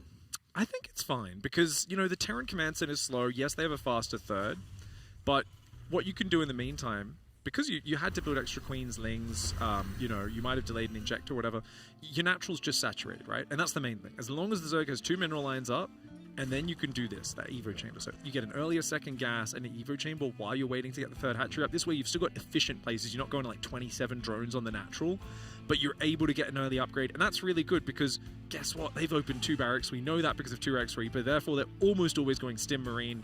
Early Carapace is really good against any 2 barracks build. So I think it works out quite nicely. And my gosh, that's fast follow-up upgrades for Beyond. That is incredibly fast. Really fast. He went for only 2 Hellions and is no longer producing any more extra Hellions. So he's just, he's pumping. I think this is really greedy by Beyond. Imagine if there was any amount of roaches heading across the map, but I think Maganatha is really large, so he's probably just feeling safe. Another creep tumor snipe. That's very cute. Already sniped the very first one. Is really delaying the creep spread. Oh, he's... I always think about 8 Raxes when I see these 1-1 timings, really fast. I always think about a 2-2 8 Rax, 5 minutes in the future, and just how optimized it is. Because that's what Maru does. When Maru goes for a really fast double eBay, he's got a timing in mind, it's mapped out. I think Beyond's almost a bit too free-flowing to be set in stone. He could go for an 8 Rax. He does mix them in a lot more now. He used to never 8 Rax, but it's such a good build. I don't know if Maganath is the map really for an 8 Rax. I think he might just kind of say, let's just keep upgrade tempo, take a 4th, and maybe even just play a biomine multi-prong style. Björn is actually now getting a couple extra Hellions, now producing them only 1 at a time because of the Medivac, but... And also because the armory's wrapping up. This exactly. might be a Hellbat stim timing here. I think so as well. I think he's going to move across the map with the first 2 Medivacs and just morph them into Hellbats. Has the Reaper still alive? So far Björn has not lost any units, right? So this push is gonna hit quite hard, and hopefully Lambo, he has a Baneling Nest hopefully already ready. Yeah, the Banelings are starting to morph. 7 enough, especially when a Reaper grenade lands Sure, bounces them. Bounces it's around. So hard to connect. You've got a big pack of Stim Marines. The Hellbats, if they don't get hit by the Banelings, are a massive problem for Lambo. And his +1 armor won't be finished in time for the 1-1 of Björn. If Björn really hits right now, right this second, I think he's going to hit. It's such a nice time. He's just gonna crush it, actually. Here we go. He sees the Banelings. Going to try and spread back. The Hellbats are a bit at the front. He's trying to run the Marines back. The Hellbats do take the Banelings on the chin. Now it's just Queens and Lings against the Marines, but there's a lot of Marines there. There are 2 Banelings. He focuses down one. The Marines have already double stimmed. They're very low. 1 medevac gets focus fired. The Banelings trying to dance in and out. He needs more Lings, does Lambo. Lambo's waiting for those Lings to pop. The red hit point Marines, all that Beyond has left. But it's enough to do some significant damage, and Lambo needs that overwhelming number of Lings to get on top. Beyond looks stressed in his camera. I always love watching Beyond's camera feed in his first-person point of view because it feels like every single fight he treats as if it's win or die in that moment. Even saving 7 Marines of that, I think that was a really, really good trade. Oh, guess this really guy's good fast. Units lost tab. Give us a rough guess. The difference between the two. Just the difference. Like how ahead is Beyond after that? I couldn't even tell you. You don't I have believe no idea. Thousands. All right, Vask, can you throw one out? Sure. 1,001. 1,001. All right, I'm going to go 1,400. Let's take a look at that units lost tab. Oh my gosh, even more. Wow, this is really... Oh, that is horrendous, honestly. 1,800. 82 units died already for Lambo. There's Zerg's units. Yeah, but the number still. doesn't matter. At some point, the number matters if it's large enough. That is true. Oh, this is also cute. Yeah. Taking down the dogs, keeping the tank a little bit more... This is like setting up for... It's not fully committed just yet, but... Oh, okay, Lambo, he jumps on top. Baneling's trying to spread there, but they're nowhere near the Marines, and that's a real problem. That tank in the back just destroyed all of the Banelings. I don't know if Lambo realized there was another tank. I think he thought it was just the one siege tank at the front, and he just got Omega punished. Yeah, I mean, he has absolutely no units left right now. Bjorn is stimming on top of the last couple of Banelings and Queens, and he's just winning right here, right now. It's like... I don't see how Lambo is actually going to hold, even as... Well, maybe if Bjorn doesn't continue pushing, but... Man, this hit so hard, and Lambo is still only on +1 armor, while Bjorn's 2-2 is just about to finish. Yeah, I mean, this is Beyond in his element. This is why he loves opening 2x Reaper. He gets to just keep the pressure on the opponent from the very start. Doesn't let Lambo do one of those super optimized builds he pulled off against Clem. And from that moment onwards, when Beyond has a feel for where his opponent's at in the game and he's got that pressure on them, he just piles it on more and more. He will not let those Banelings connect. One at a time coming in. No chance of connecting with Beyond. Micro Jackson back at it again. He also had another army moving in on the 4th of Lambo at the same time, so killing all the Banelings is just a completely nail in the coffin there at that point. Yeah, sure, he's about to overwhelm at that moment. I like how simple he makes the game look. It's like just timings, straightforward, crispy, attack and go. He's like the only top Terran that still makes like just a good 2-base Marine tank timing look good against top Zergs, right? Yeah, right. Just full frontal. It's actually really cool. I mean, it's funny. I was like, I don't think it's too bad taking the third that late. We see the end of that game, and now I'm like, so about that late third. I think maybe Lambo needed that to get up a bit earlier. I don't know. It felt like he was a little behind. I mean, obviously, it all comes down to the handling of the first push. Maybe there was we were watching first-person view, the lead up to the push. Maybe there was like 6 overlords in production. He did a supply block or something. Like, it is one of those scenarios where 15 more Lings and 2 more Banes, you shut it down, Zerg goes back to droning. It's an entirely different game, right? Yeah. I think the +1 armor missing, because it definitely was still missing at that point. Right. It was barely... 1-1 was done? Yes. It was like, we were talking like 10, 15 seconds, but Bjorn hit right when it finished. So I am 100% certain for the first part of the fight, there was no +1 armor, which definitely swung the fight even more in Bjorn's favor there. Yeah, I think if you have Carapace, you're kind of okay to play against 1-1, but otherwise the double upgrade timing. With Marines versus Zerglings, right? Like, you look at like unit interactions, you're like, oh, their tanks have +1 and mine don't. It's like, yeah, it doesn't matter that much. But then like a Ling and a Marine, it's like, okay, these guys, it's a big deal. Very fragile, high damage units. You give them that little edge, and it snowballs. Speaking of snowballs, we might get a chance to have a bit of a fight tomorrow here. We're meant to get about 5 inches of snow, so hopefully we can get one of those. The eliminated players maybe will have a match. Snowball fight outside. Up here in the top left side, hopefully he's still in the tournament at that point playing for the big money. It is Shopify Rebellion's Beyond.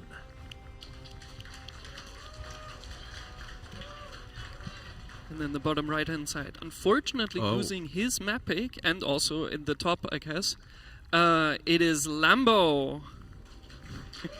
Getting cheeky. I was talking to Lambo this morning. He said, oh, I woke up with a headache. I don't feel so good, but you know what? I don't care. I'm prepared. We're talking about different maps, and he said, I have to play Pylon because I got to use my veto on the 3-player map. I don't like that one, the last fantasy. So, and I was like, oh yeah, this map's really rough. And well, looks like we're finding out what its solution to this map is. It is to not actually have to play a long game. It's going to be the same build that Scarlett used against Beyond successfully on Maganath. I think not quite. I think yesterday when we were watching the Beyond Scarlet game, you said, okay, it is like a 17 hatch. It is a bit later. He's doing the Bly. He's doing the 14, 14, 14. Oh, that's so cool. Yeah. So I think it hits quite a bit harder. Yeah, this is much more earlier. It right? hits much earlier, yeah. So this is exactly... We were talking with Lambo about this yesterday while we were watching the game. You were saying... because we were saying the you Scarlet game with it. Exactly. You were saying exactly that, and here you go. This is your impact on this series. That's right. Influencing things from the sidelines by referencing my favorite cheesy Zerg from Ukraine. Bly, you're a legend out there. We love you very much, and we miss your legacy. Still not seeing that hatchery. The creep tumor. The creep spread is in vision now. But what do you think the ideal response is in this situation from the Terran? To the high ground, maybe? But then you lose 2 deepers. I don't think you have time to get a bunker out front, do you? Yeah, Beyond is doing the response with a bunker in front again. He should have used this SCV. He's got to get it started now. Yeah.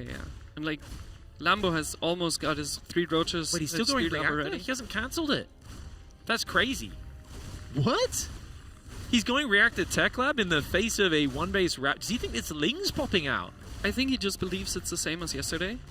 Oh, and is doing the exact same response as yesterday, because yesterday it like barely didn't work, right? It was really close. Oh, he's trying to bounce the roaches. He needs that 3 seconds for that bunker to finish. Actually finishes. Yeah, he doesn't even try to go. He's just going to make the Ravagers straight away. I mean, you are building a Marauder and 2 Marines at a time, trying to make it custom. If you get away with these add-ons, it would be huge. And the bunker, can it buy enough time? It's going to start to get sieged, of course. Oh, he's going to go for the tech lab, actually. He wants to get rid of the concussive shells and limit the Marauder production as well. The Ravager count will be growing up here. Lambo does have double gas mining at home. He does not have a fully mining mineral expansion. He's only got, or main base I should say, he's only got about 10 workers on minerals here with the 17 workers total. 4 Ravagers starting to bile down. It's going to be 7 Ravagers is when you can one-shot a bunker with no chance for repair to defend it. Oh, okay. Yeah, Björn does already have a 3rd barracks. He built it on top of his ramp in the main. Wow. With another tech lab. So he's doing... I mean, I think this looks great for Björn, actually. Like, he's got concussive out already. The bunker didn't even take any damage so far, really. It's interesting. The Ravagers there are going to drop the biles. You can see he can't take it down, not with the mass repair, until there's 7 biles at once. Well, you can do it with 6 if you hit it with the Ravager attacks at the same time. You can see the bunker's taking a fair bit of damage, but it does get repaired back relatively quickly. He's putting Marauders inside. Marauders have 7 range inside the bunker, of course, because it gives +1 range to the units in there, which means it can sometimes land a hit on the Ravagers as they come in for these biles. It's a lot of Ravagers building up. There's so many Marauders, though. So many Marauders. If he's getting stim on the high ground, Beyond's going to have a massive power spike when that hits, but the bunker does go down. The Roach Ravager starting to pick things off. You can see Beyond here. He's got the SCVs there on a separate control group in front of his army. He's bringing more SCVs, which is super smart, because it's the fighting units of the Marines and the Marauders. You've got to protect them. SCVs can body block. Oh, that Ravager exposed. He's really in the corner already, Beyond, that is. Oh. So the Biles do actually manage to connect, and I don't know, I really would have preferred another bunker by Björn, because now he's getting poked at the entire time. I think Lambo has absolutely no need to commit to a complete straight-up fight, so this is great for the Ravagers.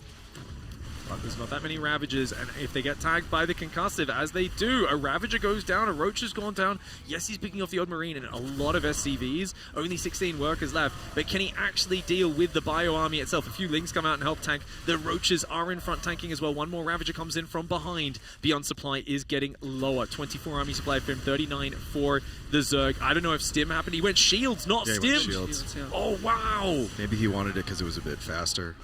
Yeah, it does kick in earlier, but as you can see, those units are starting to go down. The Ravager on the red hit points does fall as well. Great focus fire here by Beyond. He's taking out a lot of Ravagers. Remember, Ravagers are 3 supply, but their stats are actually not that amazing. They got good movement speed and range, but only 120 hit points. That being said, they don't take bonus damage from those Marauders.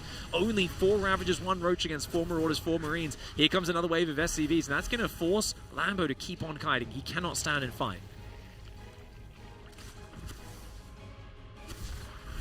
Bit of a Mexican standoff right now, but like really, I really can't tell because I felt like at the point. Oh, losing a roach is huge though. Yeah.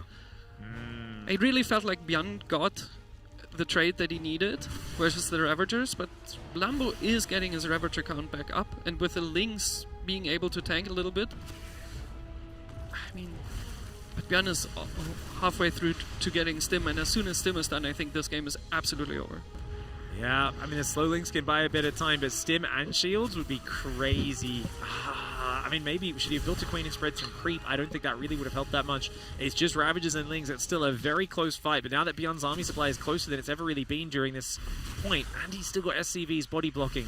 He's protecting his barracks really well, which is the most important thing. Allows him to keep producing. Of course, he lost the reactor and the tech lab, which means it's just 2 Marines and that 1 Marauder building from the high ground. The barracks starts to take damage. Lambo realizing if he can get rid of the barracks, he could outproduce Beyond over the next few minutes of this game, giving him a bit more longevity. Little does he know, the drugs are here. Stimpak kicks in, Beyond's gonna go for it. Diving forwards, he does dodge the biles, but he's able to just get on top of those. Ravagers are getting obliterated. Beautiful play here. Second stim comes down exactly when the first one runs out. And that is Beyond with an excellent hold against the everything on 14 proxy hatch build. 14 hatch, 14 pool, 14 double gas, does not find the mark. Even though it hits earlier, the bunker still gets up. Yeah, that was an impressive defense by Bjorn. Yeah, what a patient dance. It went on forever. When I first saw the build order matchups, I thought that it was going to be just like super intense punches, but it was like this eternal dance of patience. The bunker and the repair buying so much time. So effective. What do you feel like Lambo needed to do to break the position? So when I first saw Scarlett proxy hatching Beyond yesterday, I was like, cool, I love a proxy hatch. But there's already 2 barracks up. So it's a weird position because the Woloff's on the low ground, which is exposed, should be weak to cheese. But also, the Terran's starting with 2 barracks before command center, which means he's got like double the military production. This is already a good setup against a 1-base cheese in that regard. So yeah. I was like literally just going, I don't know what happens here. Like, and I thought he'd held against Scarlett, and then she managed to eventually wear him down and bust through. Like, she very slowly picked it and then overwhelmed with Mass Ravager. This time he went, oh, you know what? I can get the tech lab, I can get the reactor, I can get a few more of these units out early, and it seemed to pay off really big. I didn't think that would be the case. I thought with the earlier hatchery, the earlier roach horn, you'd be able to get in there and disrupt it. But I'm basically just watching and learning when I see these games, and I really feel like it's not super mapped out. But I think if there's 2 barracks already Reaper out, there's just no way to delay that bunker getting up. So do you think the hatch was maybe too close? Because you saw it saw the creep. Right on time, so right? Maybe put it slightly further away, just so maybe because maybe the CC already starts, right? Bjorn is then already committed to at least spending the money on the CC for the time being. I think that's a really good call, actually. Yeah, that's one of those things Lambo would probably check the replay after and come to the same conclusion. Speaking of which, it looks like this man loves his low ground wall off his 2 racks Reaper. He feels like his opponent doesn't have an answer, and he's going to keep on doing it. Everybody put your hands together for Shopify Rebellion's Beyond.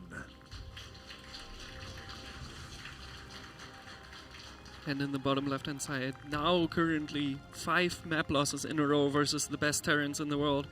He really needs your energy. Give him all your energy. Cheer for him. It is Lambo.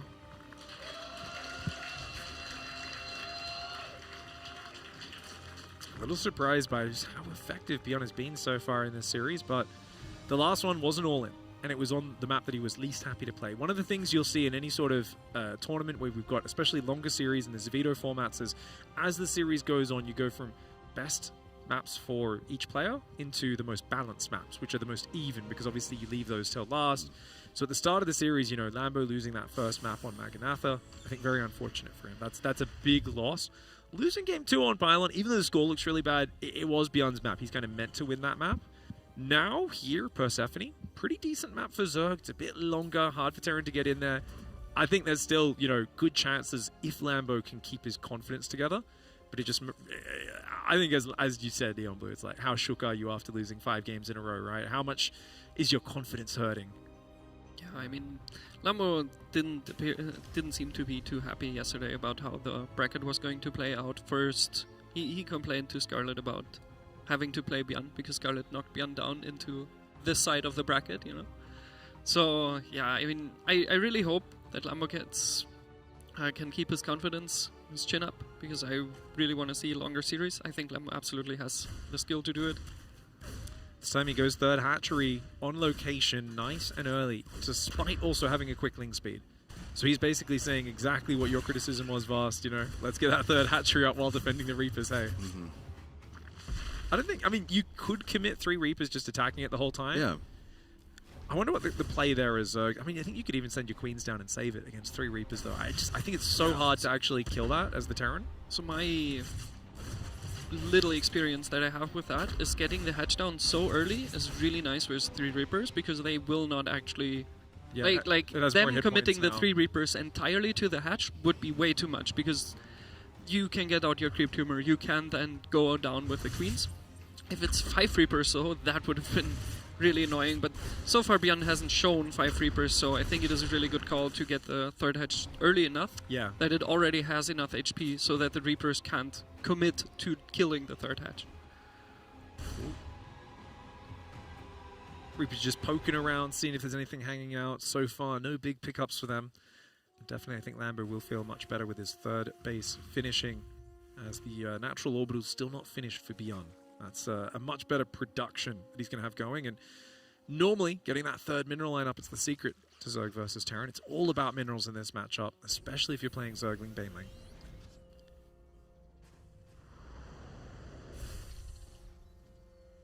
So it's a third command center. It looks like just a 2-1-1 follow-up. This looks pretty generic for Beyond. Nothing too crazy. No super fast engineering bays. I imagine he just pokes... That's a tech left. Oh, the delay. Yeah, I was like a little bit confused there.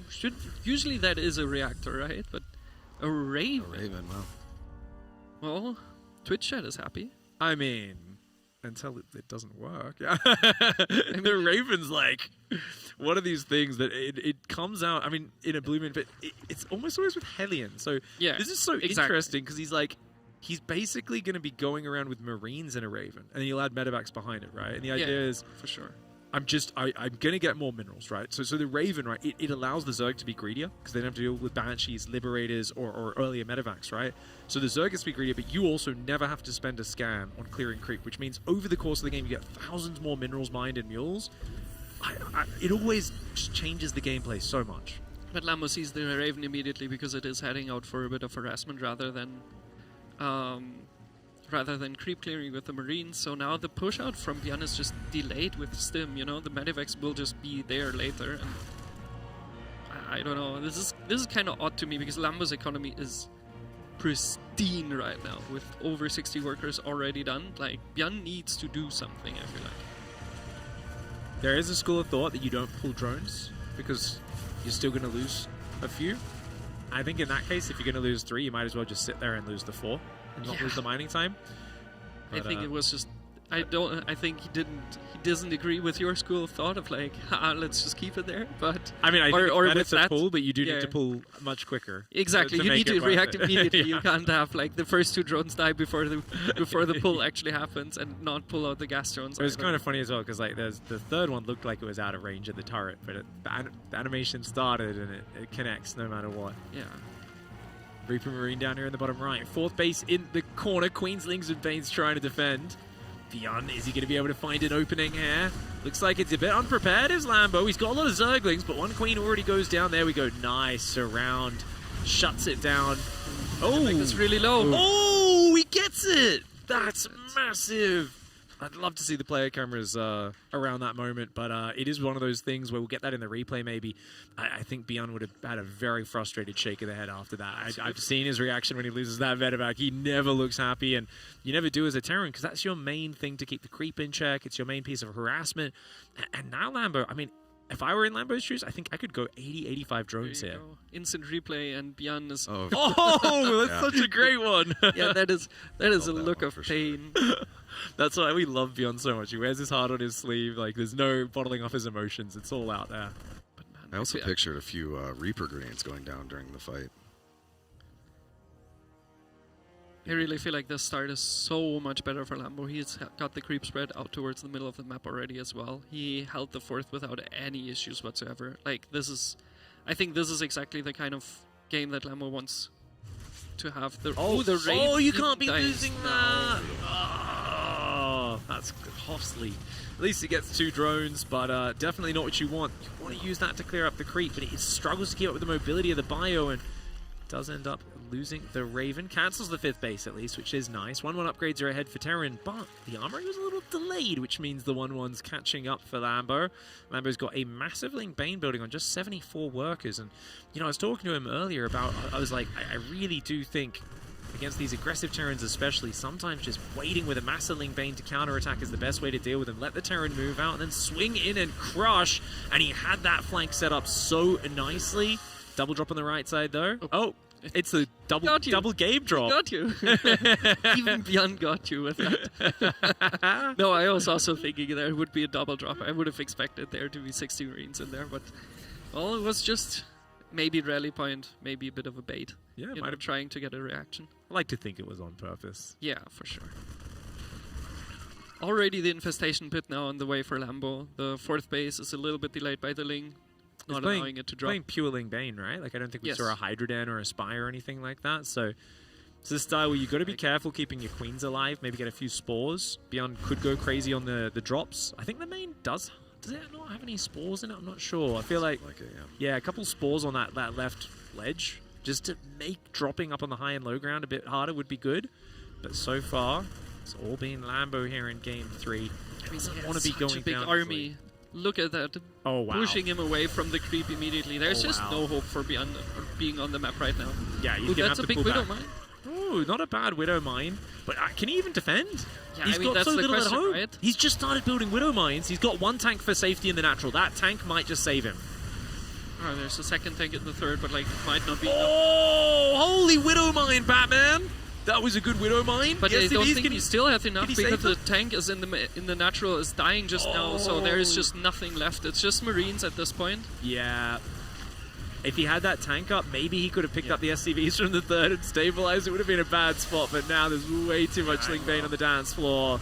The Lambro, Mr. Bromeister himself, not going to be going down with a clean sweep 2nd series in a row. Fighting back, sick opening for him. Really well played. I mean, okay. I was just going to say, like, maybe Beyond stays in the game a little longer, and then I saw at the 3rd there's still Ling Bane there. There's absolutely nothing holding it off, so there we go. Right. It is a much needed hit back to I Beyond. love the hype in the crowd for Lambo. That's sick. I feel like that pumps you up a little bit, you know? Because even though you got the noise cancelling on, you could see people getting animated. You can kind of feel the vibrations when people are cheering like that. So this is a question I would be having. Like, does it really help you? Because I feel like obviously 100%. Lambo is used to this, right? But 100% it helps. Yeah, it's very different playing in front of like a live crowd and people getting excited. Yeah, but it always feels really good. When I know people are like getting excited over stuff, like I'm getting more nervous. But like obviously again, Lambo's used to this stuff, so I hope he knows how to handle this. I don't know if it matters too much for like maybe Cyril, because he's he's good at live events, but I don't know, he just is so good no matter what. But there's certain players who get pumped up and they get momentum, they get the crowd on side. And I think even though Lambo does try to be kind of cool, calm, collected, I think it definitely gives him a little bit of an edge. By the way, shout out to our production, the instant replay of the Beyond reaction. I didn't think they could do that immediately. I was like, we might get it in the replay afterwards or something, but that's on a different screen. Like, that wasn't even kind of cool. Really lovely production team we got here at Stellarfest, and going to be going into the next match momentarily. That was a really good one there. I feel like now you've got a little bit of room back, but on Beyond's side, you got to kind of say, just don't overcommit to the corner. We're doing fine. You lose that first medevac, it's a bit of a problem. Oh, and don't build a Raven. Man, what about the Raven? Come on, Yeah. just don't build a Raven. Too many. He's been reading too many YouTube comments, too many Twitch chat comments from guys in Gold Leagues. Just why don't you Terran players build Ravens? Yeah. As we saw, it's not the most effective. I do think if you play like a Maru mech game and you get value over time, it can work out, but like you got to be very precise. And definitely not Beyond's flavor. Never really see it with Marines. It was a special build for him. Didn't work out. I think he's going to go back to what's tried, tested, and true. We're going on to Torches, the map with the Healing Shrine. Top right side of the map, Shopify Rebellion's hero. It is Beyond.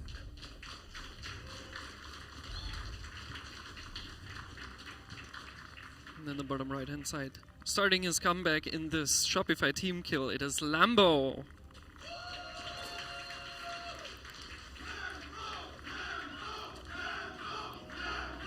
Well, now he definitely he even had a reaction. He definitely heard that. Heck yeah. He's smiling. Look at him. Yeah, you can see the hype. No, that's Heck yeah. yeah, that is awesome. No, that's it, man. That's gonna be nice. If we do make it to that final game 5, you're gonna have to introduce him in German for the next one, okay? You know, Blue? I mean, I can try. But like really hyped as well. The reason is not that I can't speak German, obviously, but it's going to mess with my brain so much to suddenly start talking German. Ooh, what is this? What are we doing there, Björn? Yesterday he mined out the minerals a little bit in Harstem's natural. Yeah, I guess he wants to open up the path maybe to get a few Hellions over there immediately, because the Zergs almost always play gasless, wall off the left side, and they go and take that base. So a lot of players go 66 drone, 1-1 roach timing on this map. Yeah. I've been talking to a few of the Zergs, and I've said, guys, I get this works a lot. Isn't it a little bit predictable? Because every time we see a ZVT on this map, you guys do a 1-1 roach haul, and like the Terrans will catch on. They're going to start having 5 tanks and 2 bunkers at that third base. We'll see. I don't think he goes for the gold base. I think he's just hiding the drone, right? Going straight for the gold would be a little bit. Because Björn has this SEV there. Yeah. He's blocking. He's being a little nuisance there. Reaper going into the main now, going back through the natural. I wonder if because now the Reaper is going to block the drone as well, and yeah, I mean, not getting the triangle base. Hot tip there, because the drone will decelerate as it gets close to the extractor. If you actually click the drone past the gas and then build it as it's in range, you will get that extractor started a fraction of a second faster. I don't know if it would have saved it there, but it's a small thing. Can make all the difference. Yeah. Ooh, and it's the escape path for the SEV now. Yeah, you can see the first-person view here of the block, the Reaper. So whenever a unit's standing next to it, it is like that. And as you could see, he just placed the extractor, looked away, had other things he had to do. Maybe could have saved it, but it would have been very, very tight either way. He's looking calm and cool in response to it, though. Yeah, right. You just go, it's probably going to die. Get another drone ready, build another Overlord, keep droning. Roachhorn and gas on the way. Second gas, I should say, for Lambo. We've got a Medivac, a Hellion, and 2 Marines building. This is kind of Gumiho setup from Beyond. Feels like Beyond played really like standard Beyond builds early on in the series, and now he's kind of doing his interpretive dance, Terran. He's like, I'll make a few Marines. We can do like an 8 Marine drop without stim, and then 3 Hellions are going to run in the natural or something. Like what is this build? Jazz Terran. Jazz Terran. Oh, I like that. Losing the creep tumor there to the Reaper, that is second-hand annoyment you're getting out of me. Losing an active creep tumor this early just hurts so much, because the creep threat is delayed by so much at that point. True that. But we're seeing some early roaches from Lambo, so he's going to be perfectly fine versus the drop, especially if he manages to have the queens on the right side of the hatchery already catching the Medivac.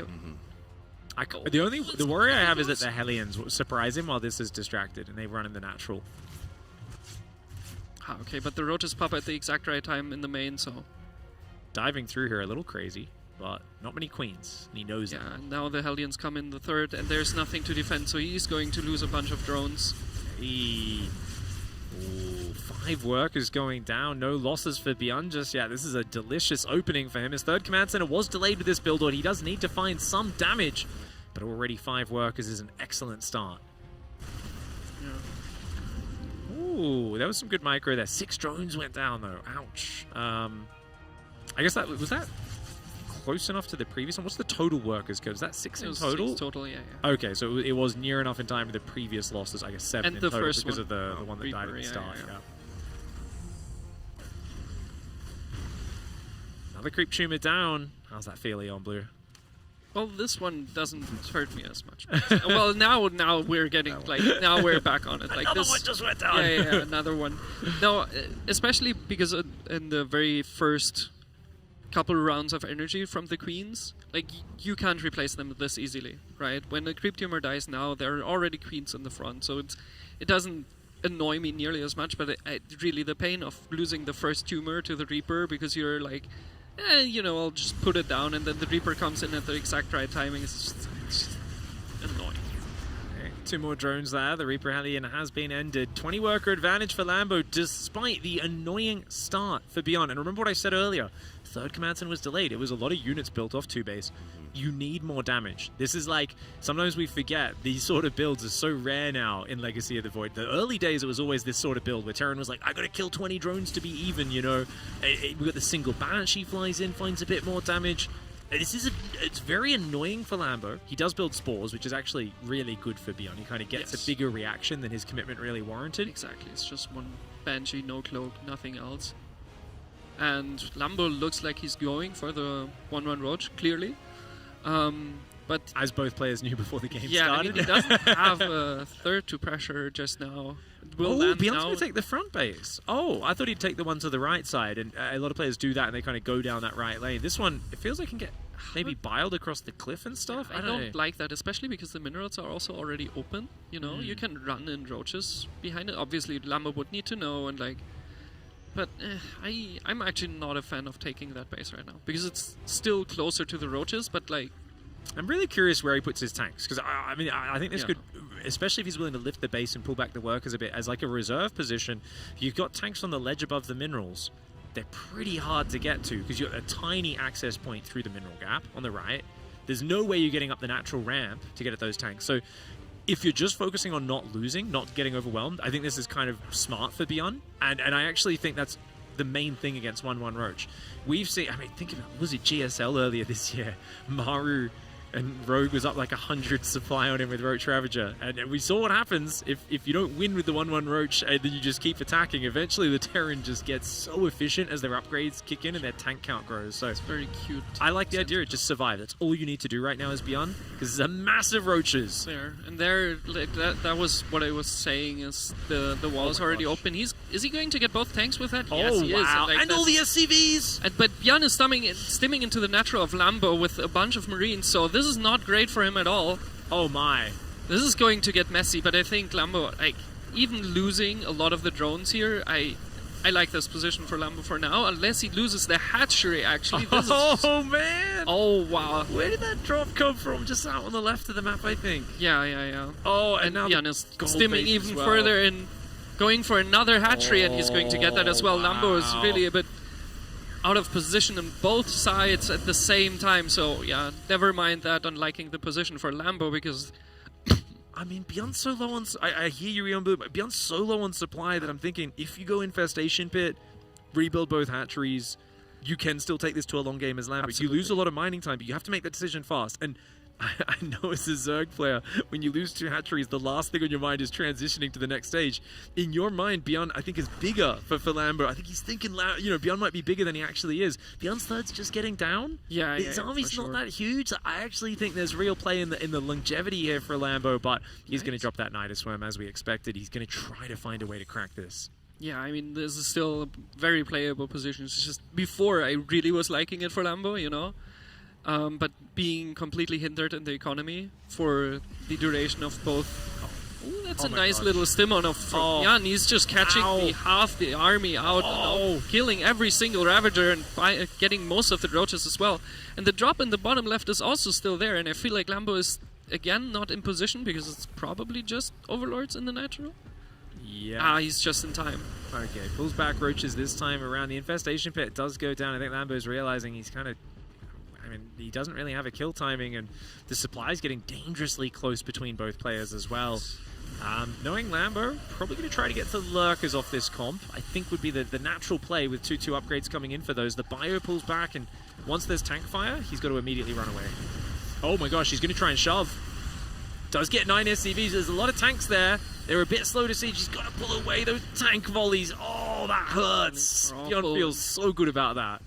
Yeah, he's going in with the Nidus in the main, but the timing was a little bit off, so Björn can stim just back with his bio that he held with in the front, and Lambo doesn't know about the third being taken at the top, which means like he doesn't really deny anything right now. Yeah, even just a few Roaches running in there would have been so nice during that. Or when his army disengaged, run over there, kill another 10-15 workers.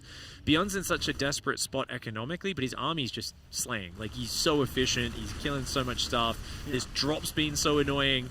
So, he really doesn't care about his economy being bad as long as he keeps taking fights like this. Roach Ravager comes forward. The tanks sieging in the middle of the fight. One of them does go down. Roach Ravager really struggles to stand up to that many Marines and Marauders with medevacs and tanks behind it. The gold base hasn't been mining at all for Lambo, so there's nothing really to attack from beyond. Oh, wow. But now Lambo manages to sneak away a bunch of roaches. I'm not sure. He doesn't know about the third. He's going to go for the natural. He's looking for the natural, which at some bad. point, like, it has to be clear that the CC has to be up there, right? Lambo is going to really be I think he thinks angry it's on at the right himself. side. He hasn't really checked there in a while. I think Yeah. he thinks it's landed on below the main base, and he feels like, hey, the army's there, of course. But he that's must have protected. scouted that when he went in for the Nidus. Potentially. May have just gone along the edge of the map. Not quite sure. This is 52 drones of Roach Ravager. It's desperate times. He's got to fight before the 3-3 of Terran is done. He's going to go in now. Roach is landing some good biles. The Ravager count and Roach count coming in from all sides, but so much more Marine Marauder comes in from the left as well. Bjorn picks up and pulls away for now. The units lost tab must be a thing of horror for the Zerg. I can't imagine it's good. Oh, 6,000 deficit. That's really bad there.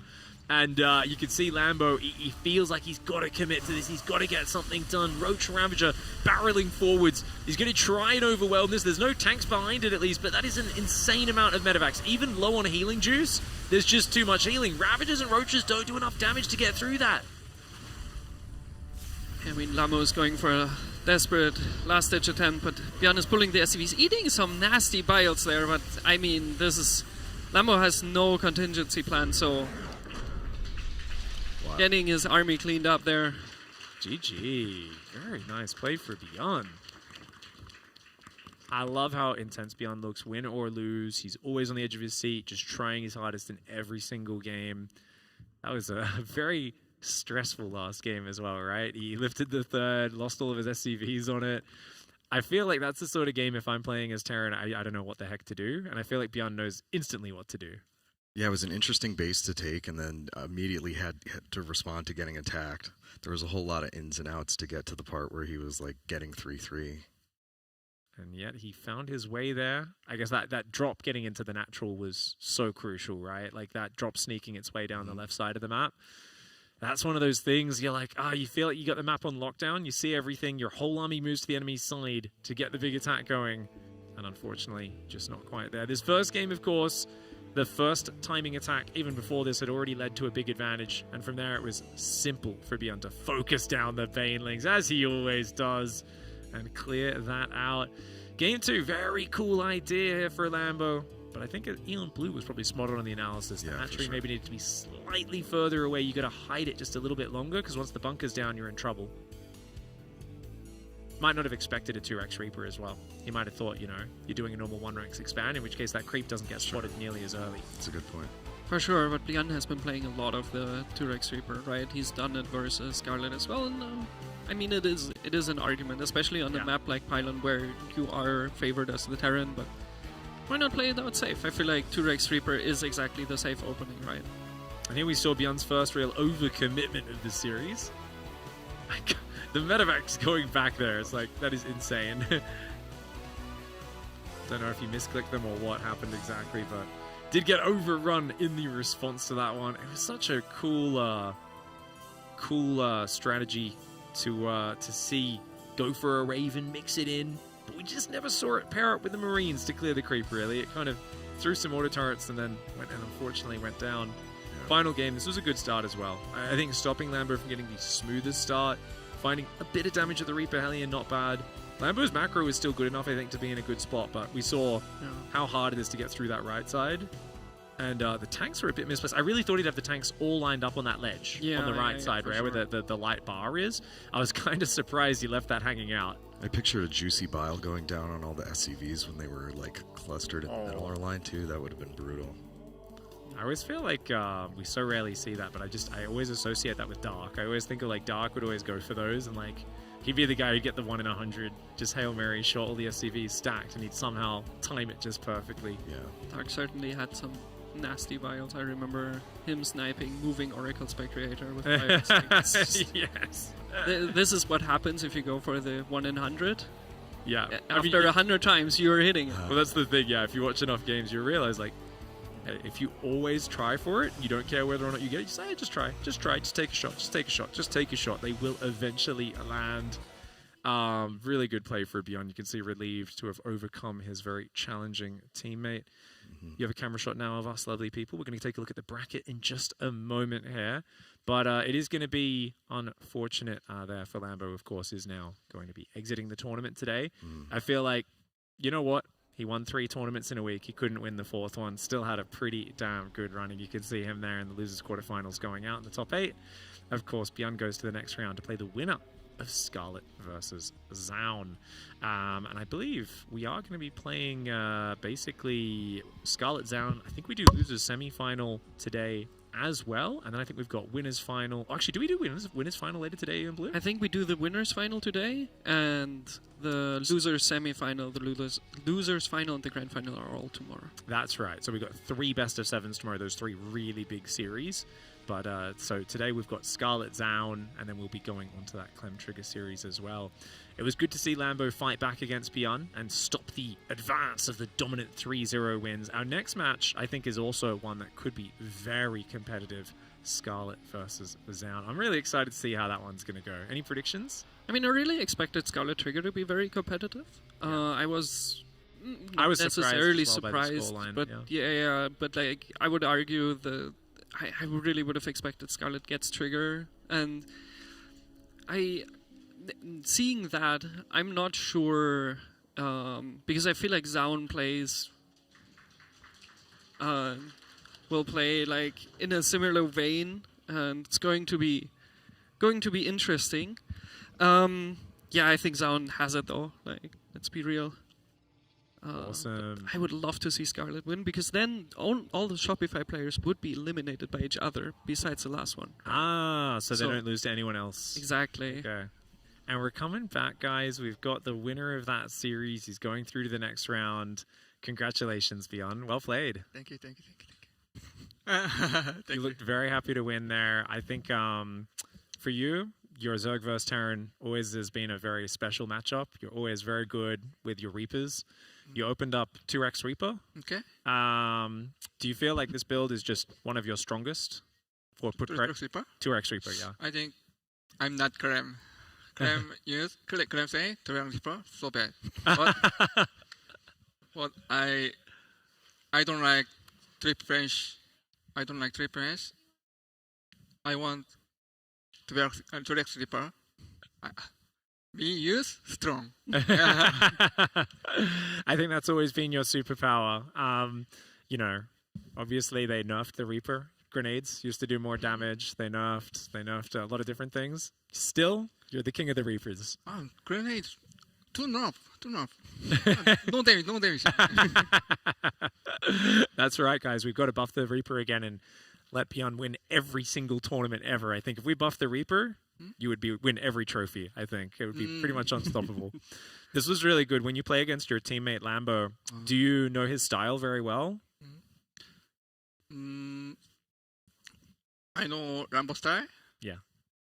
Yesterday, I think Clem and versus Lambo. I think Lambo lose. Lambo lose. So, yesterday, many practice, many mind. Lambo style counter. Yeah. So it was very well done. Yeah, I think definitely countered. We saw him against Clem. It was like greedy starts, getting to like 80 drones, big economy, and it felt like you didn't give him a chance. I can't win late game versus stock. It's so I had no the wrist. Yeah, I'm not Clem. I really liked your build in game 1 with the very fast 1/1 upgrades. Oh with yeah. The Marine Hellbat. This build, Maru build, also greedy build, and if Lambo launch start, we lose. Only one juggling start and banning start, very good. 1/1 so fast. Attack, juggle, 0/0. Yeah. So good. Yeah. He even went very fast Evo chamber for +1 armor. Still not finished. Yeah. So why Raven game 3? me menu bench start. Mind game. Oh, no bench. Raven start. What? So bad. Why you? Yeah, it didn't really work And out. to magic back so fast that Yeah. GG. Yeah. Once the medevac gets shut down. I think Raven not bad. Raven not bad. Oh, magic back so bad. Well, GG, well played. I'm really looking forward to seeing you in the next round as well. You know, you were, I think, unlucky upper bracket. You lost early, but now lower bracket. You've switched on. You've been dominating lots of series. The next one, you'll be playing the winner of the next match. Who do you want to play against? Oh, I hope minimum semi-final. Yeah, what? I want Sasha. Revenge. Okay. Yeah. The revenge That match. Makes sense. He's so crying. 10 minutes to game, lose. Yeah, we wanted to see longer games as well. That's awesome. Well, thank you so much, Bjorn. I mean, this has been so brilliant. We love seeing you here. And we're going to be following up with some more series soon. Just before we do go to that, though, I want to say a big thanks to everyone for supporting the charity, guys, here at Rainbow Railroad. They've just been doing a fantastic job. They are based in the United States and Canada. They're an organization that helps LGBTQIA+ people facing persecution based on their sexual orientation, gender identity, and sex characteristics. Since founding, Rainbow Railroad has helped tens of thousands of individuals find safety through emergency relocation, crisis response, cash assistance, and more. And for those who don't know, basically this event is run by Ursa TV, Stellarfest, and of course the name there is based on the Ursa Minor constellation. It features the bright North Star in the sky, and this is what helped people find Canada back in the day on the Underground Railroad centuries ago. So it's a very special charity for Ursa himself and the organizers of this event, and you guys have been so freaking generous helping us get those goals, supporting them. There are also some cool rewards. If you check out the !donate link, the Tiltify link there, you can force us to talk about dumb things or give you shout outs on the stream. So if you want to get involved with the broadcast and support a good cause, get on after it. And thank you so much, everyone, for supporting. Links down below, guys. It is, of course, tiltify.com/@UrsaTV Canada. All right, let's go to an ad break and come back with more good StarCraft. Thanks for watching, everyone. See you in a few minutes. The refugee crisis has displaced 80 million people, the highest number since World War II. At the same time, 70 countries criminalize same-sex intimacy. Both crises disproportionately affect LGBTQI people who are Black, Indigenous, or people of color. It's hard to imagine this here in the global North because we've come so far on LGBTQI rights. But imagine facing death threats because of who you love or having to leave everything behind in your life in an instant. This is the reality for far too many people around the world. At Rainbow Railroad, we help LGBTQI people in these countries escape violence and persecution by providing direct funding and relocation assistance. We are a one-of-a-kind organization, and since 2006, we have helped over 1,000 people find safety. We now have the opportunity to help thousands, maybe millions of people find safety while transforming the refugee system.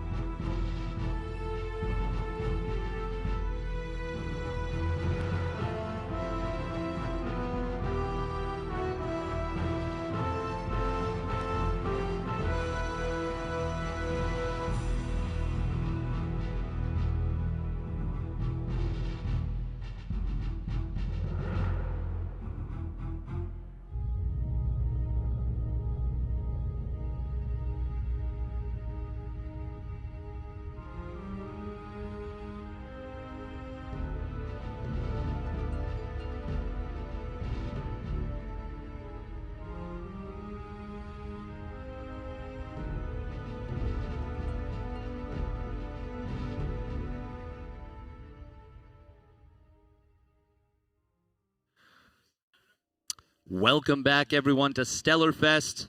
We just concluded one match, and it's on to another. It's going to be Scarlett versus Zaun, and I am joined by two very handsome Harambos. Haram Bros! How's it going, guys? That makes no sense, bro. Harambo is both of us combined. Yeah, but there's two of you, so if it's an Archon and you divide it back in half, you flip a coin 50 times 50 more, that's 50-50. You asked how are we doing? I felt a lot better before the introduction. We're doing great. Yep. How are you? Enjoying the day so far? We had our first series in which someone took a map that wasn't the winner. Yeah, and it wasn't someone doing it with a cannon rush. One of the most handsome, tall Dutch StarCraft 2 personalities that's not named Rotterdam.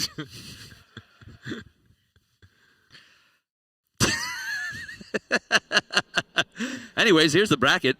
So, yeah, like you said, a lot of 3-0s today. Clem 3-0ing Lambo. Scarlett getting 3-0'd by Trigger. Lambo taking a game off Beyond, but being able to ultimately get that one down. Yeah. And, yeah, then we got a couple of the matches. Yeah, it's true. It's two matches to go. Two matches to go. Yep. Best of 7 upstairs, no? In the winner bracket. Sorry? In the winner bracket, we have a best of 7. We do. Yeah. And important to note that for tomorrow, we will be having the matches starting at 10 a.m. EST, not 1 p.m. So it's 3 hours earlier tomorrow. So you're going to want to make sure to tune in a little bit earlier. I'm going to want to make sure to get up in time. Yeah. You guys too. For the people at home, prepare excuses why you can't go to your family outing. Yeah. I mean, you should already have a bunch of those ready to go, but, like, you might want to get a couple more. Absolutely true. 3 hours earlier. So, and there's going to be some banging matches tomorrow as well, of course. But for now, it's going to be Scarlett versus Zaun. We saw Scarlett already play a ZVP earlier today. Some interesting ideas, I think, sometimes lacking a little bit in the execution. Let's hope that she can fix those against this Korean monster. Interestingly, I think if she were to play almost not the same way, but a similar concept with very wild ideas against a very by-the-book Protoss like Zaun, I think it could potentially work. But I don't know. What do you think about that, Lambo? Do you think she needs to switch it up, or do you think we want to see more of the same? I didn't watch all of her series, but I know she can play anything in the matchup. And yeah, Zaun plays super standard. She also saw some PVZs of Zaun already, since Zaun played against me. He also played a PVZ in the Team League that we've played. I'm sure Sasha watched that one, and we also talked a little bit about it. So she knows what to expect from Zaun, and yeah, we'll see how she approaches this matchup. All right, very cool. It is going to be Persephone to start things off. We have gotten a few more donations. We will get some of them in a little bit, but for now we've got a shout out to Dude 212p, guy from my chat. I'm sure he pops into yours as well, once or twice. Very cool. Thank you very much. And shout out to you. We also have another one that doesn't have anything attached, but it's a $25 dono. It's got a message next to it that says, "Why am I so busy as an adult? I'll be in the crowd soon in like an hour." Hey, very welcome, Cafe Softy. Very cool. Met him the other day. Nice. Very nice. And we're going to be spawning down in the bottom left. I like to mix up my cadence with the intros, the speed, really mess with Mapu. It's by Sally Zaun. He was pretty good on that. Yeah. Not sure how much delay he has, but in the top left-hand side, it is my teammate. It is the Queen of Blades. It is Scarlett. Lambo, a much kinder human than me, not messing with the observer right out the gate. He's my German bro. I got him. That's good. That's good. One of us against him. You're on his side, and Harstem's just in the middle, neutral. We got the whole political spectrum represented here. Yeah, Zaun going for a gateway scout like he always does. What do you think about that, Harstem? I love it. You love it? Can you explain why you love it? No, there's really two things you need to know. Is that either you block the other dude's hatchery, or the other player's hatchery, or you just go for a no-scout altogether and take the money. And I think if you're doing the gate scout, it usually shows a level of confidence that I haven't known for many years in StarCraft 2, but Zaun apparently is very familiar with. So that's good for him, I guess. You know, everyone's got something. He's got a level of confidence because there's really no major upside there except against things like a 12 pool, against a 16 pool, against a proxy hedge. You get a little bit of extra eco and you get that early scout still. So it feels very nice if you feel like you're better. It's a vote of confidence in your own skills, really. Yeah, I would agree. He does it against every Zerg, so maybe he's just generally confident in the matchup. He basically never blocks. He also went for core for the Warp Gate research right away. Didn't cancel it to make an earlier Stargate, so it's a Twilight opener here from Zaun, already mixing it up. Yeah, it looks like he's going to be going for, knowing Zaun pretty well, it's going to be Glaives, you know? If it's not, that would actually really excite me because he's pretty well known for this. Scarlett is going to get the scout in here. It is still 3 on gas. So there's a chance that it could be DT Shrine, but we'll see. This has been scouted very, very early. When it gets scouted this early, is the instinct to switch things up, or do you just say, no, we go for it anyways? No, you have to commit. Is there a case to be made for this from the Zerg perspective, Lambo, to cancel speed here? Speed, yeah, maybe. She scouted it so early, I think it might not be a bad idea, especially since she didn't get blocked, so she can just wall in order to defend. Generally, if you don't block, I think this build is just a lot worse. And he never pulled out of gas, which is curious as well. Yeah.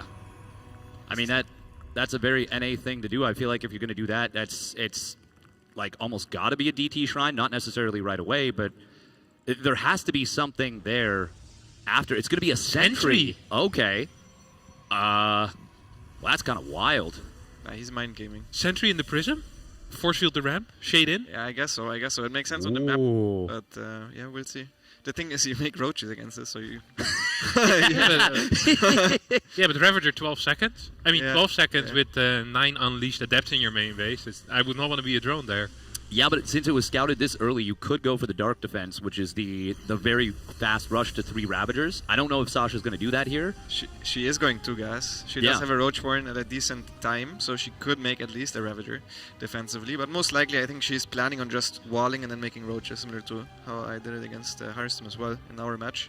Which would actually hold this too. Like just a sentry in the main base does absolutely nothing. You still need the Glaive Adepts. He's going to get 3 Adepts there. He's actually going to drop Force Field and then go. I have not seen this played in a decade or so. Like I just cannot recall a game where someone did this.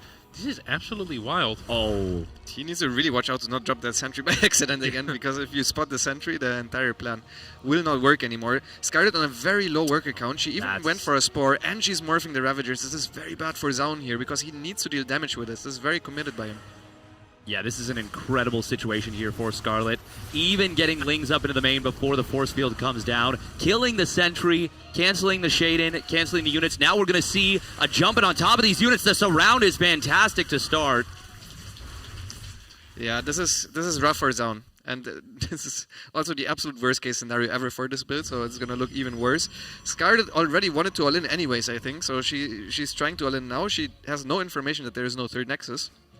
So she's still making units. It would be a lot better for her if she was just making drones, because you don't want to all-in into a 2-base Protoss. But you give Scarlett an excuse to walk across the map on 38 drones. She's going to take that excuse any day of the week. Here we go. Ravager Ling moving across the map after a great early game. Will it be enough to bust a 2-base Protoss? We're about to find out as the batteries start going down. First Immortal is here, and we have a couple of sentries with a force field each. Is there another pylon powering that Robo? Because if not, that could be a big Artosis pylon. Doesn't look like it right now. There's a shield battery coming up. Got to be careful with the path of that prism. That was a little scary. Kind of went through a couple bios, but didn't get hit. Zaun coming out to fight here. Not the kind of dance you want to get into. Corrosive Biles will find a lot of damage on this core. Going to get the breakdown, and Scarlett is in. Does she have the units to break through and win this fight? Yeah, not the greatest pickup there out of Zaun as he loses a couple of Adepts. 2 Immortals still alive, but the battery's running out of juice as Scarlett runs across the map. More Biles raining down on top of this pylon, and I think she might be breaking Zaun here in game number 1. Yeah, she's keeping the extra Corrosive Biles, using them on the last pylon, powering the Robo. The Robo's unpowered, and GG is called! Yeah, phenomenal defense of that initial Glaive Adept push. Scouted early with an Overlord. Little bit of risk there going into the main base, or is it fine on this map? No, I think she just knew that Zaun always likes to go Adept Stalker, and probably she just wanted to confirm what the Stargate unit was. I don't think she even considered Twilight. This could be a Twilight opener. I also think the moment she saw the Twilight, she wanted to do this all-in, to be honest. I really don't think she cared what Zaun was up to. So yeah, and she's still committed, and it worked out nicely. Yeah. I feel like so often I see this committal fall so hard on its face. Even when they take a third base sometimes, it feels like it doesn't work out this well. But for this to have actually just outright won the game, I mean, that's got to be a big confidence booster going into the rest of the series. Absolutely. A cool thing as well, behind this there even was a lair going up, so in case there's a DT defense, which is not super uncommon, she would have been fine, could have morphed an Overseer aggressively, won at home, you just pull back for a second and then you go again. So really preparing for every situation there, very, very clean decision making in my mind. Yeah, no, obviously it's not the most expensive thing to spend that 150, 100, but when you are going for an all-in, the difference of adding an extra Ravager, the difference of, a few extra Zerglings on the Reinforce can make all the difference to whether you break through or not. So knowing when to do that, when to hold them, when to fold them is a valuable skill. And she shows this off perfectly in game number 1, spawning up at the top left. Can she keep the momentum going for the Shopify Rebellion? It is Scarlett.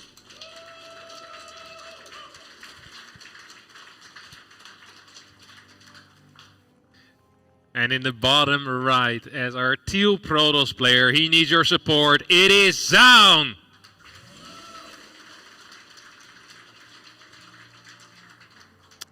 Now, I know we've got to talk about this. There is a hatch block at the natural, and that's a little mix-up from what Zaun's been doing. Oh, I love this from Scarlett. Okay. It's funny, I talk about the dark defense. I also love the way he would always respond to this. He would be like, "Oh, you wanna block my hatch? Okay, well, I'm gonna ruin your life." He would take a hatch on the other side of the map. I think that's such a cool way of just being like, if you want to make my life inconvenient, I will ruin all of yours, all the way to the bottom. And it just makes things so messy and weird. I know that technically speaking, there's a lot of ways to deal with this, but yeah, tell me what we're thinking. Well, I think if you get this hatchery down and you get a hatchery in your own natural, it tends to just be good for Zerg, no matter the response. Zaun is going to opt for the 2-gate and a worker pool, which I think is quite rare, no? Super odd. Usually when you 2-gate, you don't pull the workers. Now he pulled 3 workers down there to deal, 50 damage on the hatchery. now they're going back up. It's not very decisive from Zaun. Yeah. There's a lot of responses that are good against this. 2-gate is one of them, but 2-gate with a pro pull, not one that I like. And now the wall, he obviously wanted to go for a very quick, let's call it a 2.5 building wall, pylon, gates, core. But now the wall is kind of hideous. It's kind of awful. And I don't know if that'll come into play later, but it kind of compounds an already bad situation with now an additionally slightly worse setup. And the fact that he only went for 1 Zealot means that even with this double Adept, the potential of damage on the counterattack is not as high as it would be. We do have a Spine Crawler coming up from Scarlett. This is a very interesting response. Yeah, she always does this when she blocks and it's against 2-gate. Even though it's only 1 Zealot, she respects it a ton. When I talked with her about this, I told her I don't think you need the Spine, but she seems to disagree. And I think it'd be really good if it was 2 Zealots and 2 Adepts, but yeah. I think against 1 Zealot, 2 Adepts, it does feel like a little bit of overkill, but as long as she can defend without taking any damage, okay. And she does cancel the Spine. All right. So maybe this was a... Actually, I have no idea. Nah, I think she just saw the timing at which Zaun's units would hit her side of the map, and she is also trying to take a 3rd base. It makes no sense to make a Spine if you're also making the 3rd, because Spine doesn't help in defending that whatsoever. So yeah, now she either needs to commit a lot into Zerglings if she wants to hold that 3rd base, or she lets the 3rd cancel and then retake it. She's sending Lings across the map right now, so it looks like she does want to go for the... Oh, nothing in the wall. And this is where that very, very interesting wall could end up being a death sentence for Zaun. This is actually so bad. This is so bad. His target just started. This is huge. He's not recalling the Adepts instantly, which means he needs to defend this with just probes. He pulled the probes, he's losing the workers, and Sasha was only producing Zerglings at home, so I can't imagine these Adepts to do anything. He doesn't have energy for the recharge, for the recall. Yeah. And there's no Nexus done at the natural. This is catastrophic right now. The Link could intercept these Adepts if they get the catch on them. This could be game. Yeah, Lynx do get the surround. Adepts get a bit of damage in. 7 probes have already gone down. 44 supply to 30. As the remaining Adepts in the middle of the map do end up falling as well. Is there still some action over here? Okay, probe managed to get the full wall. 2 kills, Yeah, what the got a hell? double kill there at the end. Oh my god. That's Zound right there. If that probe dies, oh man. Well, I think it's still oh man. Yeah, I think it's still oh man. Yeah. Not looking too hot here for Zound. He's already down 11 workers. This Adept barely finished, which is nice, but yeah, Auric is not done yet. Oh, Zound, oh no. He went down. And, I mean, that warp in Adept is not ideal. I love the re-walling right here. He builds a Zealot. That's not going to be the most helpful, I think. Yeah, he didn't have gas. Yeah. He was like 1 second away from having gas, but he chose to warp in the worst unit. Still good probe micro there, does get some kills, but it's 39 drones to 24 probes. I mean, so what are you guys doing for lunch later? Yeah. I've already had it. Some sandwiches. Was nice. That's good. Yeah. Actually, this is a perfect time. We do have a donation, which is a redemption to roar like an Ursa. So all of us are going to do our best Ursa impression, which is, for anyone not familiar, a bear. I don't know what sound a Do you bear do a makes. countdown or what? Yeah. If we do it at the same time. Should we do it at the same time? What does a bear make? Does he roar? I don't think we should tell you. I think we should see what we you should think we a just bear run it sounds and like. we'll see how different Yeah. we sound. All right. On 5? Oh, 5? On 5? 1, 2, Yeah. 3, 4, 5? No. You went 3. Counting down from 5. Okay, so I think chat counts us down from 5. And by chat, I mean the audience. God, I'm currently online. All right. Audience, count us down from 5.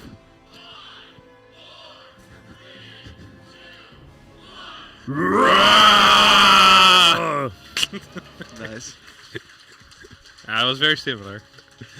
So you know what a bear sounds like. That's wild that you questioned yourself. Yeah, I mean, Yeah. it's just a deep noise. I figured, okay, 2 Adepts actually getting a little bit of damage in here as well, but you're going to need more than a little bit of damage. I think if Scarlett would go AFK for 25 seconds and these Adepts at the time of their life, then perhaps the game would be even. But as it stands right now, I mean, Scarlett is so far ahead, it's actually insane. Yeah. Zaun is Glaive-all-inning. He saw the Hydra then, but there's also a Baneling Nest. I think even the Hydra then is a fine response at this point against the Glaive-all-in, because Scarlett is soon going to be double the supply of Zaun. So yeah, it's this one is going to be a hard one. I think even if she went AFK for 25 seconds, we can test this maybe in a YouTube video for you. I'm pretty sure I would still win quite easily. I think this would be a great video to send in and be like, so this is the kind of thing that where I'm casting. I'd be like, even I could win this game from here, you know? I think this would be a great test to be like, if you had someone take over after the early damage, what level could beat Zound? You know? Because I'm sure you get low enough, and that won't be the case. I think it's pretty far above me, but like I think like a 5-6 player, 5-5 player could probably pretty comfortably win this if they knew the game state. I would go so far as to say you probably could get as low as 5K, and it would be. Do you think you would beat Zaun from this position? After this if I knew 100% what it was from this position, yes. I mean, not from this one. From After the the Stargate. yeah, after the Stargate. Without full knowledge, no, because I would for sure fumble it. And also, if I knew I was playing Zound and it was on stage, also no. And also, none of those conditions as well, probably not either. But, you know, that's more of a confidence issue than anything. And also a skill issue. Do you guys think Scarlett has more Banelings than there are Adepts? We got a yeah from the crowd, and we're about to find out. Splits are beautiful, and they really don't matter, do they? Not even a little bit. It looks so magnificent. Oh, that was very well done from Zaun, honestly. Really nice super well micro. What the hell? That was that was so good. That was actually the sickest split. Oh So my God. I've been thinking about this basically since the lead was established. There's a famous sports call in basketball where a team is getting absolutely blown out, and the commentators are they're just kind of riffing. And one of the players hits a massive 3, and the famous call is, "Oh, Chris Paul hits a massive 3 to cut the lead to 42." And I think that's the same energy we saw right here, where just a beautiful split into instantly GGing. just absolutely no chance, despite really a great strategy choice and phenomenal execution. Yeah. I mean, that was very impressive. It was basically Baneling split challenge. Scarlett didn't even engage with her real army. She just had the Banelings forward. Yeah. She also had like 5 queens behind her. Like 12 Hydras, 15 Lings. She was like, all right, let's see you do your best here, Zaun. That was actually such a great moment, so cinematic. But Zaun is now 0-4 against the Shopify Zergs. Ooh. But he's 1-0 in terms of Baneling split challenge. True. Yeah. I'm sure he's going to sleep real well that tonight. Well, Steadfast was proud of me. That's good. As we have spawning up in the top right, I am proud of him. Can he turn it around here? It's Zaun. And his opponent only a single map away from advancing into the top 4 on home turf. It is Shopify's Scarlett.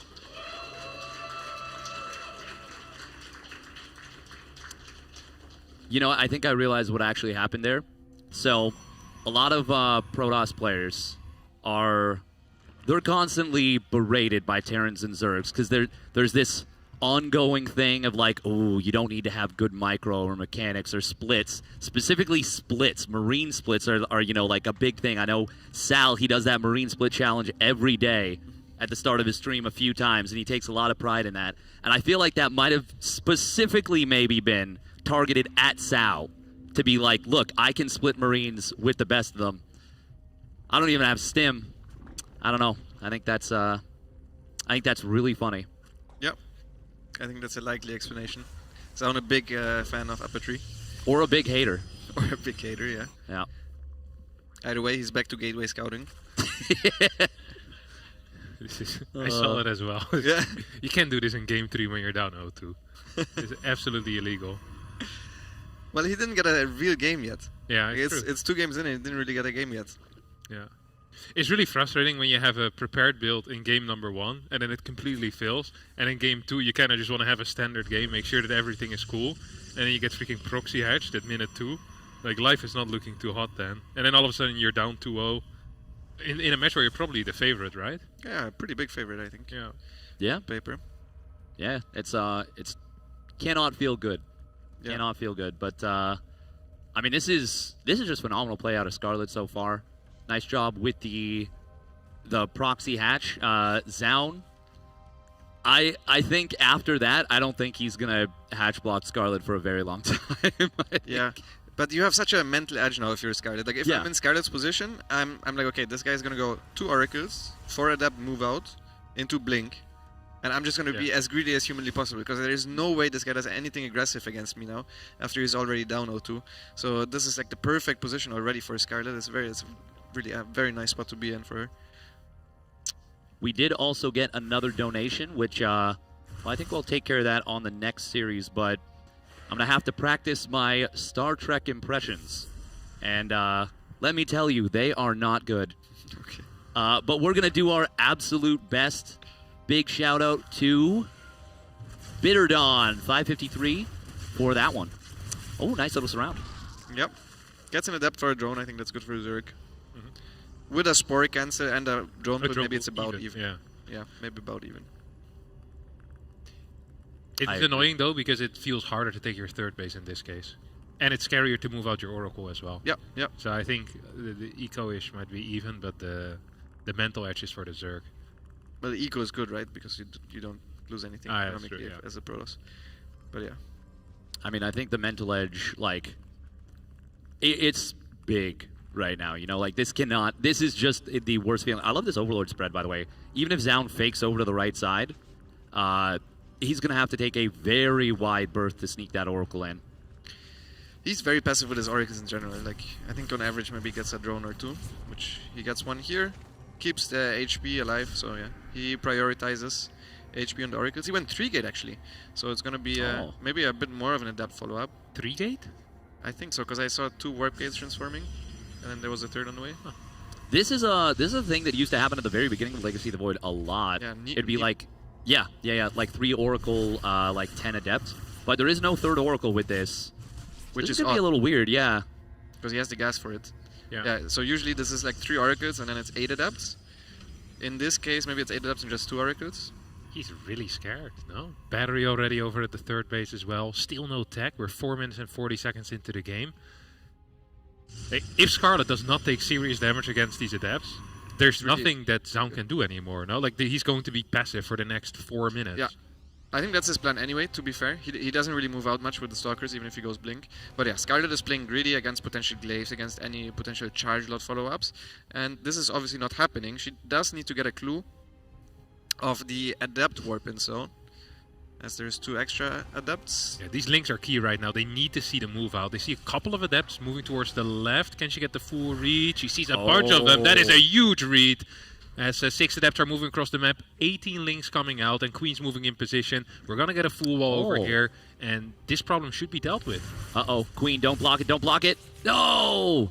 The Adepts do get in here, but is this even going to be a good move? Oh, that's a cute little move. Canceling some of the shades, but no target fire on the drones. Nice little wraparound from Scarlett. No block this time. Ooh, that could be an opening here for Zaun, and I think you do commit in there. Stasis Trap at the third, only getting 2 drones, but Scarlett's handling this pretty well so far, but that's a really nice position on those Adepts. Oh, the Stasis. Not get caught Stasis. Here. No! Oh! 23 drones frozen in time. This is huge. The Adepts by themselves, they're decent damage, maybe to equalize the game, but Zaun is in a really good position. Ooh. Yeah, she's just not mining right now. Yeah. The cash situation isn't great. Yeah. This is this is we got to investigate this one for antitrust right now. Scarlett's getting embezzled on her finances, but they will get back to work, and she will find an economy once again. That was so well done from Zaun, and really, really nice job. Damage. Yep. I think the first trade was actually good for Scarlett. Yes. Because he only finished 3, because those were the only 3 that got past the wall. He should have blocked the wall with the shades. Because the moment the shade is there, you can't wall anymore, and then you keep all the Adepts together. I think Scarlett was ill-prepared for the attack. She didn't have enough Zerglings ready. So I think he could have dealt more damage with Adepts themselves, but that Stasis more than made up for it, for sure. A little bit of mismovement there out of Scarlett, lose a couple of links. More Stalkers being added in feels like Zaun has a certain level of comfort where he feels like he can move across the map with Stalkers, maybe try and cancel a 4th or a 5th base. So we're just re-watching that entire sequence over here. Got the shade in, some extra gates.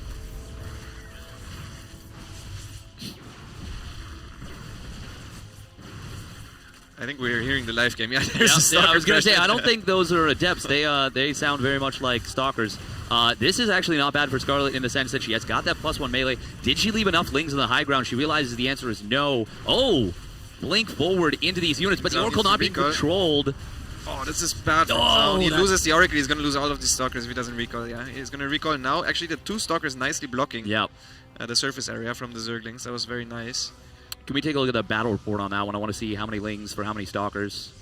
44, 2 queens. Yeah, it's good for Zerg. Yeah. Scarlett is going to go Ling Bane into Ultra, I think, is her game plan here. Ooh. Which could be good against Zaun because he usually stays on a relatively low Stalker count. And he also doesn't really like to make that many Immortals. Did she finish up her Roach speed? Oh, that's a big surround right there. Getting the Sentry, getting some of these Zealots. Storm will come through, but the Ling's able to get on top of these units. However, the Shield Battery is very helpful keeping these units alive. That would have been a massive pickoff on the High Templar, but it's not going to happen. Yeah, Scarlett went up to 85 workers. The moment these Stalkers go down, you can do whatever you want as a Zerg, because that's the entire army of the Protoss at that point. And you know he can't really hit a follow-up timing. Zaun super cautious with probing up his 4th Nexus. He has 0 probes right now for the 4th base. I wonder if he just wants to attack Scarlett. Is this 10 gates or something? He has a lot of gateways right now. He does. And indeed, it's going to be a bunch of charge lots. A couple of Templars out there. Does Scarlett have enough Banelings ready? She did make a ton of Roaches just now after seeing Storm done. The Stasis Trap in the back. I feel like the Stasis Trap and the Storms are going to have to do some pretty hefty lifting here. Preferably you engage right now before the Archons join up with the army, but I don't think that's enough. Oh, big Stasis Ward on the Roaches there as well, which means Scarlett doesn't have enough units right now. Even though she's up 40 supply, it's just Roaches. That was a miskick as well. A lot of Roaches went down without doing anything here. And the biggest damage right now for Zaun was the Storm on his own Zealots there. That's the only thing that has been going well here for Scarlett. However, she does have a massive economy, and she's reinforcing with mass roaches. They're all spawning right here, though, and they're trickling in, little by little.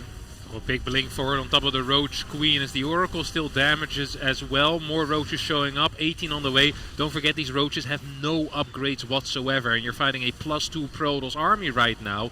12 gateways of gateway units. It's going to be pretty powerful here. Archon with some nice target fire there on the drones as they try and escape. GG is called, and Zaun puts one on the board. We got ourselves a series on our hands. Yeah, that was well done by Zaun. I think he planned that attack beforehand because, as you said, he had that many gateways. He never made probes for his fort base, so that attack really helped him out because he also then noticed, okay, Scarlett lost some units. That means she has less to counterattack, less to catch the reinforcements or trying to catch the High Templars maybe when they're lagging behind a little bit. And she also just didn't have the links on her own side of the map, which would have allowed her to make extra bane links. So yeah, that counterattack with the links, even though you don't think much of it as a Zerg, the moment you commit there, it can go south very quickly. Yeah, it was a situation where it was going to be a dicey engagement regardless, but once the roaches all get caught there by the stasis trap, you're kind of in a very weird situation where you have to commit to defending, and it just... both sides kind of bleed in, or I guess trickle into the fight a little bit, and it just gets really, really ugly really fast. But that is one of those matches where I feel like 2 stasis traps kind of decided the whole game, it feels like. And if you look at it that way as Scarlett, you can totally shake that off. But if you're Zaun, that's a huge confidence builder going into the next one. Absolutely. Do you think you can make a case for just giving up that base? Yeah, for sure, yeah. Assuming the roaches don't get caught. I think she looked at the army, and the army was so small that she was like, okay, I should fight right now, because very often with these types of attacks, like 1 or 2 warpins later, and the Protoss army becomes way better. Yeah. Because when she looked at the army, there were 0 Archons. It was just a bunch of Stalkers with like 4 High Templars. And it's a 12 pool here, which is odd against the guy that always gateway scouts. Well, in the bottom right-hand side, she is from Canada. She's representing the Shopify Rebellion. She's still up a map. It is Scarlett! And her opponent, spawning up in the top left, commanding the USS Enterprise, it is Zaun. Is it Han Solo or something? I have no clue who that was. I didn't watch any Star Trek. I also didn't watch any Star Trek.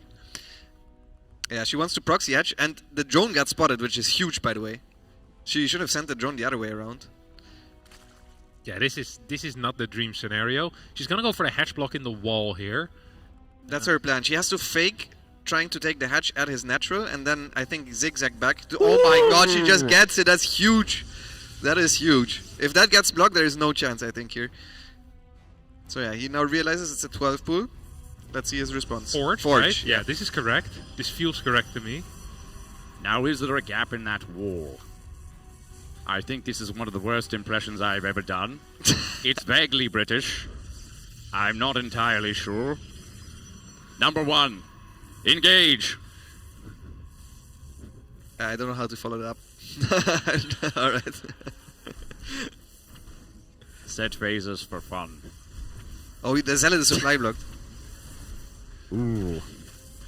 I think he still built a cannon here in the back. Yeah, 100%. That feels correct. Shall we cancel the hatch? Yes, I think the hatch is going to get cancelled. And Zaun needs to not over-defend, because he already went Forge. 3 Zealots now. Double Chrono on the Zealots. He's not mining with a bunch of the probes. I don't think he's mining... yeah, he's already mining gas as well, which doesn't really help him. I think he should focus on having 16 on the mineral line at this point. Yeah, the core feels very late for him. The 3rd Zealot, like a mistake. 4th Zealot, 100% a mistake. Yeah, you cancel that. You have to cancel both of them right now. Yeah. Core Nexus. Like, you cannot let this finish. He's going to counterattack, I guess, with it, right? If he 4 finishes Zealot? that. Yeah, I mean, you have to. This feels very Wings of Liberty to me. It's like a 4 Zealot attack. You force extra Zerglings, right? You at least move out, I think. We call them red shirts. We send them in. They don't live. They achieve nothing. But they advance the plot by dying.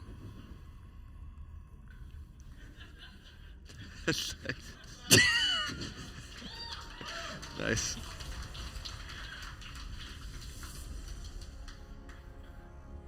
I've never felt this uncomfortable in my life. Like, it's just- What you're feeling is my discomfort and yours. I'm glad to hear we share in the misery. Yes. Okay. Do you have to do this the entire game, or? Apparently. Okay. Okay. Gotcha. I guess we're I taking thought over. I picked a wise map with a 12 pool. Pity me. Well, we'll see what Zaun does as a follow-up. He went for the warp gate right away, which I find odd, especially that he went for a stalker as well, because I was sure that he was going to go for a Stargate. Instead, maybe he wants to do something else. No, it is a Stargate. Just a very, very, very late one. This is against regulations. It really is. Oh, this is going to die. Oh, an excellent catch. Great catch by Well Scarlett. done, number This- one. This feels very uncomfortable now for Zaun because he has no clue what's going on the other side of the map. Like, Scarlett could be no gas, 3 hedge, just mass drones, or she could also be doing a follow-up all in and he has just no idea what's happening. Yeah, it's really noteworthy once more to point out that this theoretically should have just been a build order win for Zaun, because he went gate scout, saw the drone move across, saw that it was a 12 poo as well. Like the response here, or the outcome should have been way better for him. This should have been like a 90-10 game in his favor, in my mind. Yes, 100%. And right now it is Scarlett favored. Yeah. Yeah. Call it. I'm excited for that one as well. But yeah, it's not over yet. Her third base is very late. Her economy is better than what it's usually like for Zerg against Protoss. Usually you overtake the Protoss at around maybe 38, 40 workers. Not that early. We call it the Riker maneuver. She also... I'm just going to completely ignore you. She also, This has now become a 2v1 casting battle. I'll win regardless. She also had no idea what Zaun's follow-up was going to be, because Zaun keeps making gateway units. I think the Roachman makes a lot of sense, expecting this to maybe not be a Stargate since there wasn't an Oracle for that long. But now she sees the Oracle, she's probably not too sad about it, although the Queens are slightly out of position, which means it's going to be 3 workers down. That's a lot of damage for the Oracle. And all of a sudden it doesn't look that bad anymore for Zaun, because Scarlett over-defended in case of something more aggressive, and she wasn't quite ready for the Oracle. Brilliant maneuver from Zaun. Very well done. He's now evened the economic position. Out. Lambo, regretting his decisions. He's here now, but he wishes he wasn't. Say something, please. Alright, well, it's Blink. Zaun's also playing... Zaun's also playing very safe as a follow-up. They both are playing not to lose, I feel like, in this game. Good cancel here from Scarlett. Needs to make sure to not lose all of those Zerglings. Yeah, losing more Zerglings than necessary here for sure. 12 extra workers on the way. I think Zaun has to be more aggressive with the Stalkers. Like, Zaun will have to try to deny a forward base, which is usually not what he does when he goes for Blink. Even though he was somewhat aggressive with the Blink Stalkers last game, but I think that was a bit of a different start. I think he should do that too, because the one advantage that he has over the normal stage of the game is that his Blink is way earlier. There's no +1 melee, there's no early Hydras. His work account is very bad though, so he needs to get value out of the units that he has right now. He also has 4 Zealots, which I think he should bring with the Blink attack to tank for the Stalkers. If you get a cancel here on the fort base, you deny some creep, you force out a bunch of links, and then behind all of that you're probing up to 60, it actually doesn't even feel that bad. Roaches are also probably not quite what you want as Scarlett against this, right? I'd feel pretty comfortable if I'm Zaun here. I would love for my opponent to be building some Roaches. Yeah, Roaches are generally not what you want against Blink. However, if you have a lead, Roaches can be good, and she does have an economic lead, so maybe she can try to go for like an overpowering attack afterwards. Yeah, good diffusions here on the Stasis Ward. That's a lot of energy gone. There's not enough energy for Pulsar Beam anymore. There's about 25 more links coming in as well, and Oracles tend to be the main counter to those links. Fort Base, however, most likely is going to get cancelled here, so that is going to be a minor win for Zaun. Yeah, He is probing up nicely. Yeah, he's going to catch up very well in the work account. Doing fantastic indeed with his extra pro production. I wonder if Scarlett is just going to all in from here, because she saw the Stalkers. She never threw down an Infestation Pit nor a Hydra Den, which would be the 2 options that you have against this. So I think she might just want to try and ship it. And as you said, the Oracles are out of energy. He's trying to kite back towards the Stasis Ward, but I think just a couple of Zerglings will trigger that one.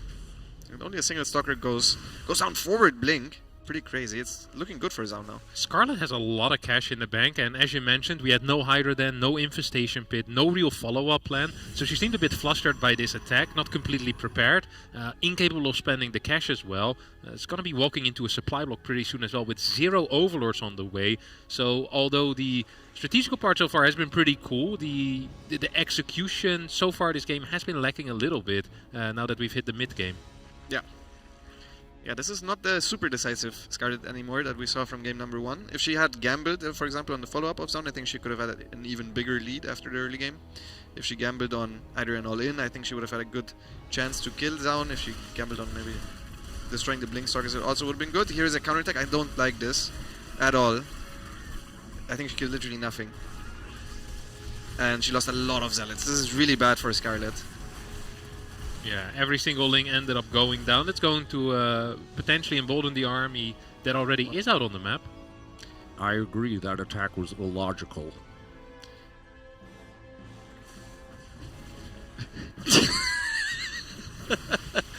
As the attack forms up on the bottom left, I would like to apologize to every fan of Star Trek and StarCraft.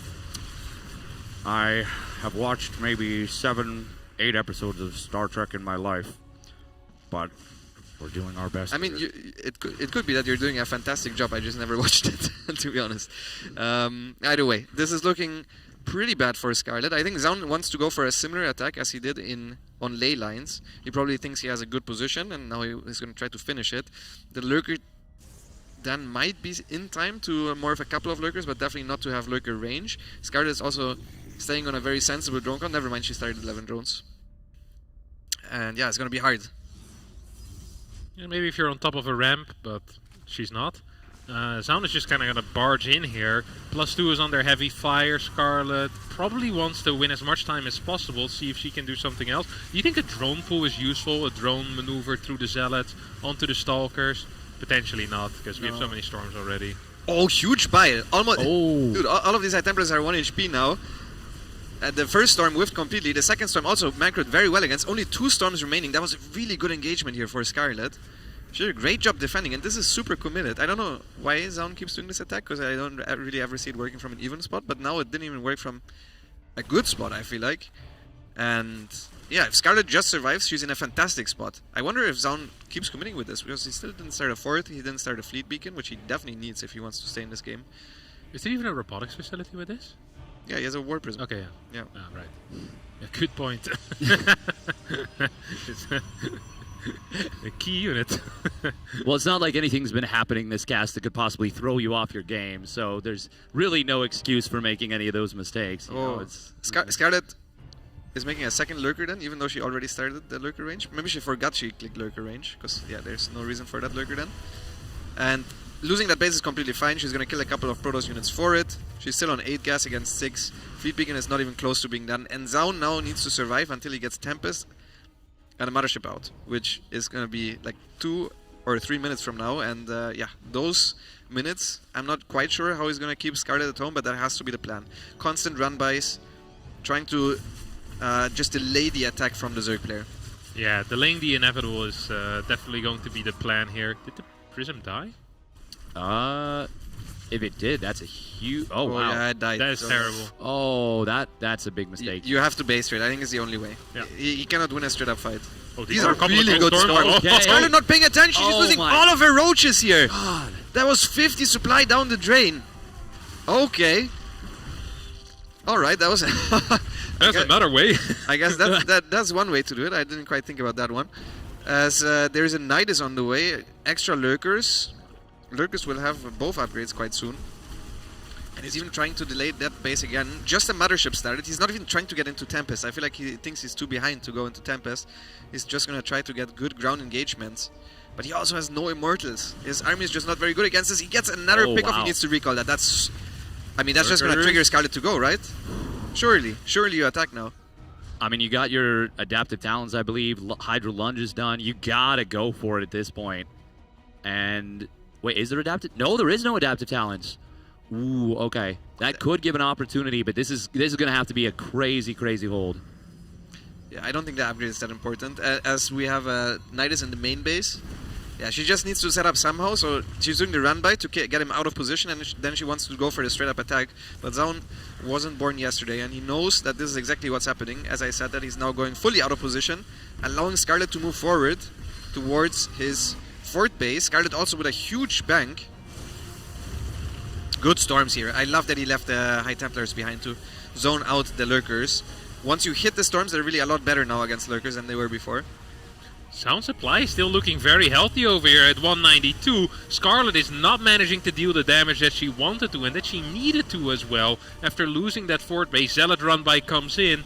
That insult to injury, and it feels like Zaun is kind of doing the impossible here. And for the second... Oh! The lurkers caught on move command. Oh no. Oh, and a big exhalation right there. That's a brutal way to go down. She's also just not spending her money at all.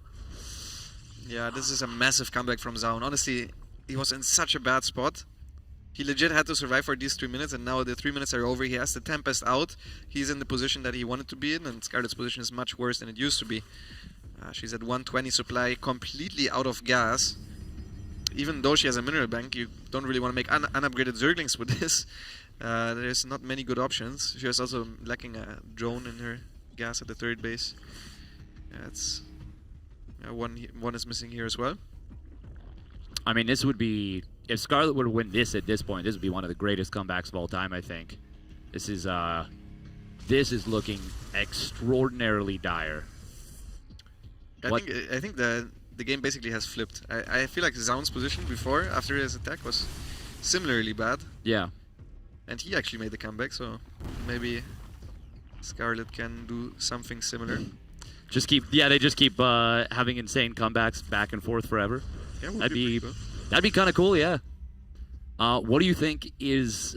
I mean, do you just have to turtle up? And you hope turtle for the up with lurkers and you counterattack the entire time, basically for the next 20 minutes. I don't think you can do anything else. So we're gonna be here for a while, is what you're saying. If Zaun doesn't decide to attack ever, then yeah. Nice. That would be perfect because we do have another donation that came. Oh, actually, hang out. This might be a move out. This might be a move out. Also, you broke character. I mean, the call out on that, like, also you broke character, by the way, like. Yeah, I just had to mention it. I love that. That's perfect.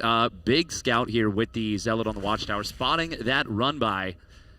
I can get back into character. You may regret your choice of words. Yeah, I do. Yeah. but it's okay. We gotta give the people what they paid for. That's true. Zealots on the bottom side in the main, saying this infestation pit must die.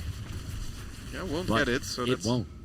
That's just a donation, and Scarlett has the right idea at this point. She's trying to get a Nidus up on both sides, just counterattacking and always engaging wherever the Tempests are not. This is the best way to not have to deal consistently with the Tempest. I'm actually really surprised that Zaun didn't even try a minor poke. He must have thought that he was really, really far behind. If he didn't want to move out here still. Yeah. I mean, Scarlett did have a very big mineral bank, but absolutely zero gas. At this point, Scarlett is maxed again, but the quality of the army is still kind of low. Mm-hmm. Yeah, but if this is Sarah, like at this point, I feel like it's not that bad anymore. Sadly, Cyril is a different beast than literally any other Zerg, so we'll see. Scarlett also pretty decent at late game, though. I have to mention it. Obviously from the same region as Astrea and Neep, which are both really like to go into the game. This is a very good engagement for Scarlett. Only a single storm on that High Templar, no energy recharge being used yet. This is a very good engagement. I feel like Zaun will have to respect this a little bit more. Considering a recall, perhaps. Yeah, Is the this a Zealot good weapon idea? with the double immortal seems to be enough to fight it back, and this is where the Tempests really shine. It's hard to do anything here, Zerg. I think you kind of just gotta give the base up. Feedback, excellent, well executed. Zaun dropping storms, left, right, and in the center. Base going to fall. Concentration waning. A lot of overlords down there as well, which Scarlett's all gonna lose. And yeah, I mean, Scarlett's still improving upon her army. Like, she lost a bunch of bad units with a counterattack, and she's replacing them with pure Lurker Corruptor. I just don't think Lurker Corruptor is really what you want either. you need to kind of distract the opponent in order to ever find an engagement or, get on top of a Protoss base. Otherwise, this army is very bad at engaging the Protoss army. It's kind of painful. Scarlett goes back to 8 gases right now. Main gases should be mining out pretty soon as well, actually. It's another decent run by, but this time Zaun is going to respect it a lot more with that recall.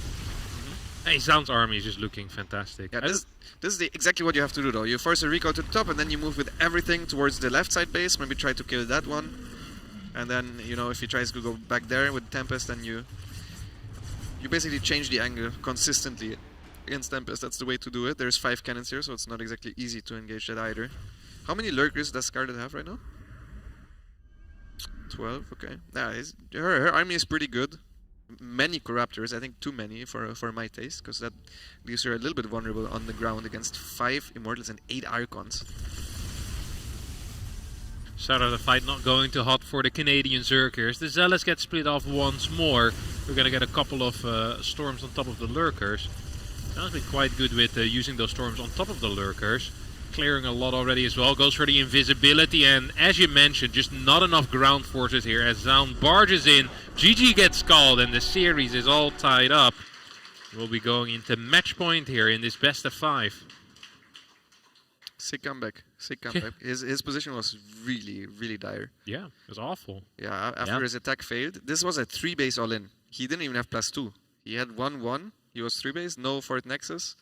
Did have a robo though. In case Did have people a robo. missed it. There was a prism after all. True. I'm going to be honest, I can't remember most of that game. I was very much... I'm impressed that you guys could. I was very distracting. But it was a we're great all, game. We're all, yeah, It was we're phenomenal all game. free now. I mean, I didn't get a chance to, pay attention to it too much. But from what I could tell, very well played from both players. But no, that was such an impressive comeback from Zaun. Yeah. The hold, yeah, good stuff. It is the second time this day, though, that Scarlett gave away a very major lead. She did it earlier against Trigger as well. Yeah. The second map, and now once more. She might be. That might I thought be it in was her the head. first one against Might Trigger. be in her head a little bit. Sorry? I thought it was on the first one against Trigger. Or did she told me? Well, either way. No, Remember it was the on the biggest second one was on the second map. The first one, she had a really good start, but she didn't get like a lead. The second one, she That was crushed the a Hydra Blink bait. Stalker. Yeah. She like completely killed a High Templar Blink Stalker at army. Yeah. Yeah. Actually, fairly similar as in the previous game. Like, just crushed it, like, completely destroyed it. Yeah. And like a dedicated push too. Yeah. All right. Spawning up at the top right. She needs your energy real bad right now for the Shopify Rebellion. It is Scarlett.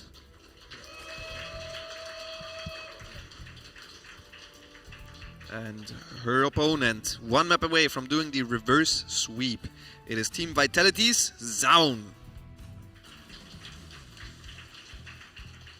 All right. We do have one more donation. It will be easier for you guys for sure.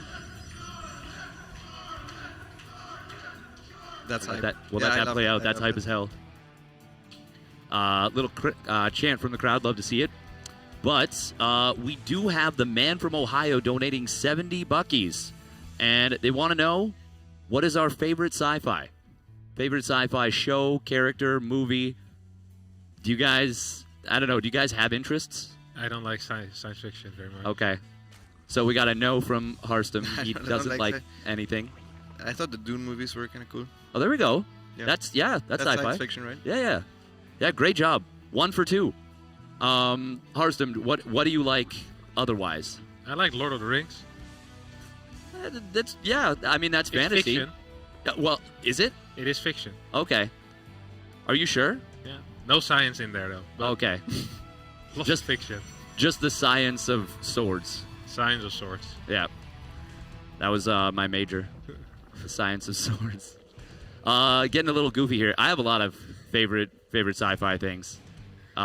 Big fan of Star Wars. I'm wearing my Team Liquid Star Wars shirt. Also big fan of Stargate, SG-1. That's a show I'm a big fan of. It's got Richard Dean Anderson. It's a 10-season thing. I could recount the whole thing, but we'll just do the first 8 seasons. We'll save you guys. So the Gwawuld are this race of parasitic snake beings. They invade the heads of unwilling hosts. And what they do with that is they're able to take over the body of a human host. They grant it glowing eyes, a deep voice, and Do you get off on this stuff? Like, because holy crap! So there's also the Tok'ra, which are the counter to the Gwawuld. I don't they want are any more. I don't the want good any more. guys, and they kind of rebelled against the Gwawuld. They use ancient Egyptian metaphor. No, the pantheon of gods. I only just basically explained the movie. It's got Kurt Russell. But anyways, game 1, number 5. What's going on? I was distracted by you. I'm going to keep it real. I think it was a gateway scout. I think it was super normal from both players so far. Basically the most standard early game. The one thing that is that I find a little peculiar is that Scarlett took the linear third base, not expanding towards her opponent. This might make defending that base later on a little bit harder because she's not going to have creep in front of it. Ooh. If Zaun decides to go for a blink. That was killable, that adaptive she micro the Zerglings. Feels like it. So there's another faction called the Asgard, and they use Norse mythology, and they actually present themselves as the mighty Thor, very much a prehistoric, maybe Viking type of thing. But it's revealed that they're actually small little gray aliens, kind of similar to Roswell Greys. Queen positioning is really good. Yeah, not a single drone went down here. Pretty nice defense from Scarlett. Twilight is fast though. That's a Twilight before start. There's going to be 4-gate glaives. It's going to be glaives, yeah. Yeah. So obvious though, because the Nexus is so late. Yeah. If but you can scout gases here, so it could also be if it's not single oracle. If you play this with single oracle and you do something like this, Zerg can sometimes think that's going to be like some wild 2-base Tempest build, like what Classic used to do. Yeah, true. It's one or the other, but you counter both. Well, you don't counter both the same way, but you always get a Roach Horn and an early lair. So the thing about the Asgard is they're more technologically advanced than the Gwawuld and the Tok'ra. Roach Horn is very safe.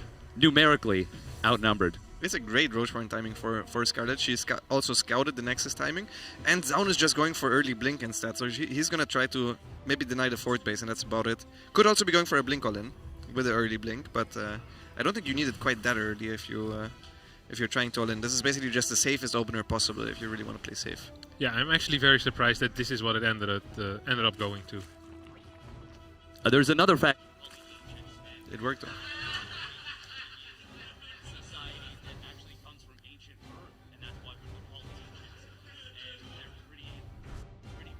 The late 3rd base actually ended up working out quite well for Zaun. Because Scarlett thinks it is glaives, which I also would think at this point. And she's making a lot of roaches, which is really, really, really bad against Blink. Like, I cannot describe how bad it is to make that many roaches against a Blink Stalker opener. When the Ancients came back from Atlantis after, the war with the Wraith, which we don't find out about until later, until Stargate Atlantis. Are you talking about the same show the entire time, or? Actually, I am talking about in-universe lore, but it gets to a second show. Okay, so this hit very fast with quite a few Stalkers. Scarlett with the Roaches now sees this, wants to build a couple of links to make sure she can deal with it. If she doesn't take any major damage here, like as long as you don't really lose the 4th base, I think Scarlett's position is really neat, no? It's fine. I think really neat goes a bit too far. But yeah, it's fine. Regular neat. I'm very surprised he didn't clear the creep here, by the way. Did he miss the revelation, or why is there creep below his Stalkers right now? I don't know. That's usually the first thing you do. It's much more important than Stasis Wards even. One thing that I've noticed with Zaun in general is that he seems to have a very heavy focus on Stasis rather than saving energy for Pulsar Beam, which makes these pushes a little bit more reliant on Stasis hitting big. We saw them hit big, I think it was game number 3, with the on the Roaches and then on the drones as well, so he might just like it against Scarlett, but it feels like it's a little bit less consistent in the output at least. So the Oracles are going to get a scout here over on the 3rd base. You want to see what pops out of those eggs, right? Is it going to be drones or is it going to be more units? And, well, not a whole lot of eggs here, so not going to get that info. Maybe the drones already moved away. Scarlett is aware of the fact that there is no 4th base here right now. Little misclick on the rocks there, but it breaks the acceleration of the Oracles. Fortunately, they do still manage to get away there, fortunately for Zaun. Scarlett, I mean, Zaun's been playing late 4th base for so much of this series. I mean, I'm glad she's teching up. I'm glad she's droning up, but I'm a little bit worried about maybe an overcommittal to an attack. We haven't seen it yet. It's mostly Zerglings so far. What do we... If I'm entirely honest with you, like even if Zaun attacks from this, his attacks hit exactly as hard as other Protoss players when they take an early fort, because he makes like 3 cannons and 2 batteries before he takes the fort base. So Zaun is mainly just playing very safely, but he doesn't really hit harder because of it, because of the delayed fort base. So yeah, I think it's fine for Scarlett to tech up. I even think it's good. No cancel here. That's 400 minerals down the drain, so that's really good for Scarlett. There's a lot of links going down, though. And the Nexus timing doesn't really impact what matters the most, right? Which is going to be this push. Yeah. Feels like Zaun is super committed into this, as about 40 links went down. That is a crazy amount. As we're going to be pushing in further forward. Once again, Stasis Wards coming in. Creep is still here once more. This feels so odd. Yeah, he missed it this time with the Revelation. The High Templars are super exposed. He needs to throw the storms down. Huge storm at the top. The Hydras need to disengage. A lot of these Hydras are exposed at the top. Blink forward from Zaun. Most of the Zealots have disappeared though. Not a lot of storms are left over either. That is a really big storm. The High Templar being controlled very well, kept alive. Scarlett not able to target them down. That's a big problem. Massive storms coming through, but Lings will come in from the back. They do manage to get a wraparound on one of these Archons. High Templar is going to go down. The Archon morph will complete. Are there going to be enough roaches popping out? Scarlett is in a lot of trouble. Yeah, similar pushes before, and Zaun, he is going to be killing this base. Scarlett is rebuilding 10 roaches and 4 Ravagers. Perhaps wants to clear that prism with those Ravagers. Would be a nice start. Fort base is finishing up for Zaun behind all of this. As he gets another big 8 Stalker warp in. And the more Stalkers you warp in, the more all-in you become. And Zaun is okay with that as he gets a big blink in forward. Drones are transferring. Can they help out in this fight? Probably not, as there are Archons. The kiting is actually quite good out of Scarlett here. Still has 81 drones, but the army supply is just so low. I think she really needs to pull these drones in here. I don't know if it's going to be enough. I think you made a great point about the Archons ruining the potential of that. +2 missile going to complete very late. Another blink forward surrounding the Ravagers. Zealots in on top of the mineral line, and Zaun was down 2-0 and in a ton of trouble, is now on the verge of pulling off a huge reverse sweep. Yeah, Zealots are storming into the natural. GG gets called, and Zaun with the reverse sweep here takes out Scarlett with a 3-2 score. After a big comeback in that previous game, and now with a decisive push. Very decisive, yeah. I think it honestly was a micro issue. I think she had enough units, but the Hydras getting stuck on top, walking through the storm, and they had to walk back into the mineral line, and then they weren't shooting throughout this entire time. Because the supplies looked really good there, and she didn't take up too early. She had enough units out, I think. Yeah, I mean, really well done from Zaun to, after 2-0 down, and kind of the way that the games went, being able to maintain the mental focus is really impressive there. Yeah. Almost impressive as you guys, as I was very, very disruptive. You guys did a fantastic job. Can we get a round of applause from the crowd for Harsum and Lambo for putting up with my shenanigans there? Of course, it's all for charity, so, it's all in good fun, but I could see the struggle was coming through. But thanks everybody for putting up with that, especially you all in Twitch chat, everybody in the audience. The players, they have no idea, but I'm sure they could sense it. Yep. Nah, it sounded fantastic. I think what he did was considerably harder than us casting with you. Because, I haven't seen comebacks like that in quite a while. Obviously, it was the not paying attention on the roaches. That was the first part of the turnaround. But 40 supply. Yeah, but even after that, maybe it was there was still a chance. It obviously started off so well here with the Ravagers that were morphing before she ever saw the sentry because she wanted to attack herself. Zaun was getting completely destroyed here, and then, I mean, brilliant start from Scarlett into the series, right? Yeah, it was absolutely perfect. Yeah, I mean, this was a really decisive move, and it obviously worked out fantastic. But with how the rest of the series went, it's kind of painful to look back at it, a little bit. It is painful, yeah. I mean, it's our teammate after all, right? Yeah. Painful for us as well. Yeah, you guys have a really great bond. It's really cool to see. I like it a lot. I think the culture at Shopify Rebellion is fantastic. It's the best. This was the split. This was the split, yeah. It's actually so good. It looks really nice. It's so beautiful, like aesthetically. This is where the comeback started. He gained aura after that one. You know, he got this invincible, unkillable. That game was also really bad for him until the Stasis Sword. And even after, I think it was good for Scarlett. I think so too. And until like she had no Zerglings, I think at hoped to morph Banelings for the attack. Like that attack was very holdable. Very holdable, yeah. And this this was the biggest comeback in the series for sure. Yeah, this one I mean, it was a great showing from Scarlett. She hasn't been playing a ton unless I'm mistaken. I don't know if you're mistaken. Fair enough.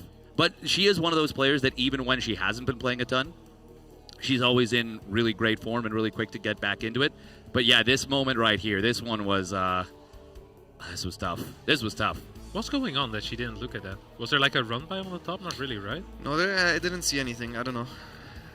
Sometimes you just don't expect the opponent to be there. And yeah, you're maybe like repositioning spores or doing whatever, you know, macroing. It can happen. I actually had a fight like against Bian on torches where I had half my roaches standing AFK next to them. Yeah. And I just had them on the wrong hotkey. I kept trying to... I pressed the hotkey, but it was the hotkey that was supposed to be these roaches were the roaches that I left at home. So the hotkey wasn't empty, which made me believe that I keep A-moving them, but nothing happened. Yeah, that's it's so easy to get kind of tangled up in your own feet. I feel like, especially if you use control group steal often, it is just a brutal, brutal challenge to...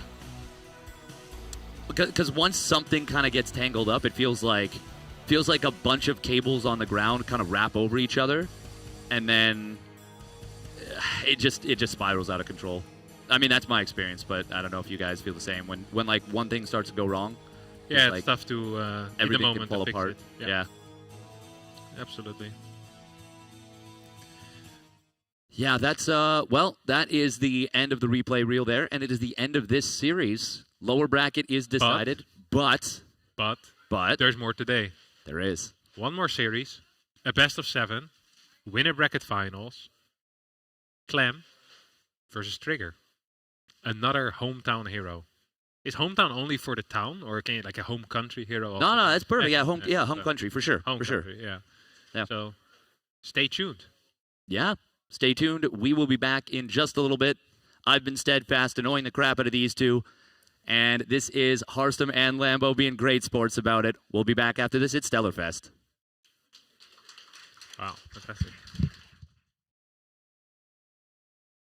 Highest number since World War II. At the same time, 70 countries criminalize same-sex intimacy. Both crises disproportionately affect LGBTQI people who are Black, Indigenous, or people of color. It's hard to imagine this here in the global North, because we've come so far on LGBTQI rights. But imagine facing death threats because of who you love, or having to leave everything behind in your life in an instant. This is the reality for far too many people around the world. At Rainbow Railroad, we help LGBTQI people in these countries escape violence and persecution by providing direct funding and relocation assistance. We are a one-of-a-kind organization, and since 2006, we have helped over 1,000 people find safety. We now have the opportunity to help thousands, maybe millions of people find safety while transforming the refugee system.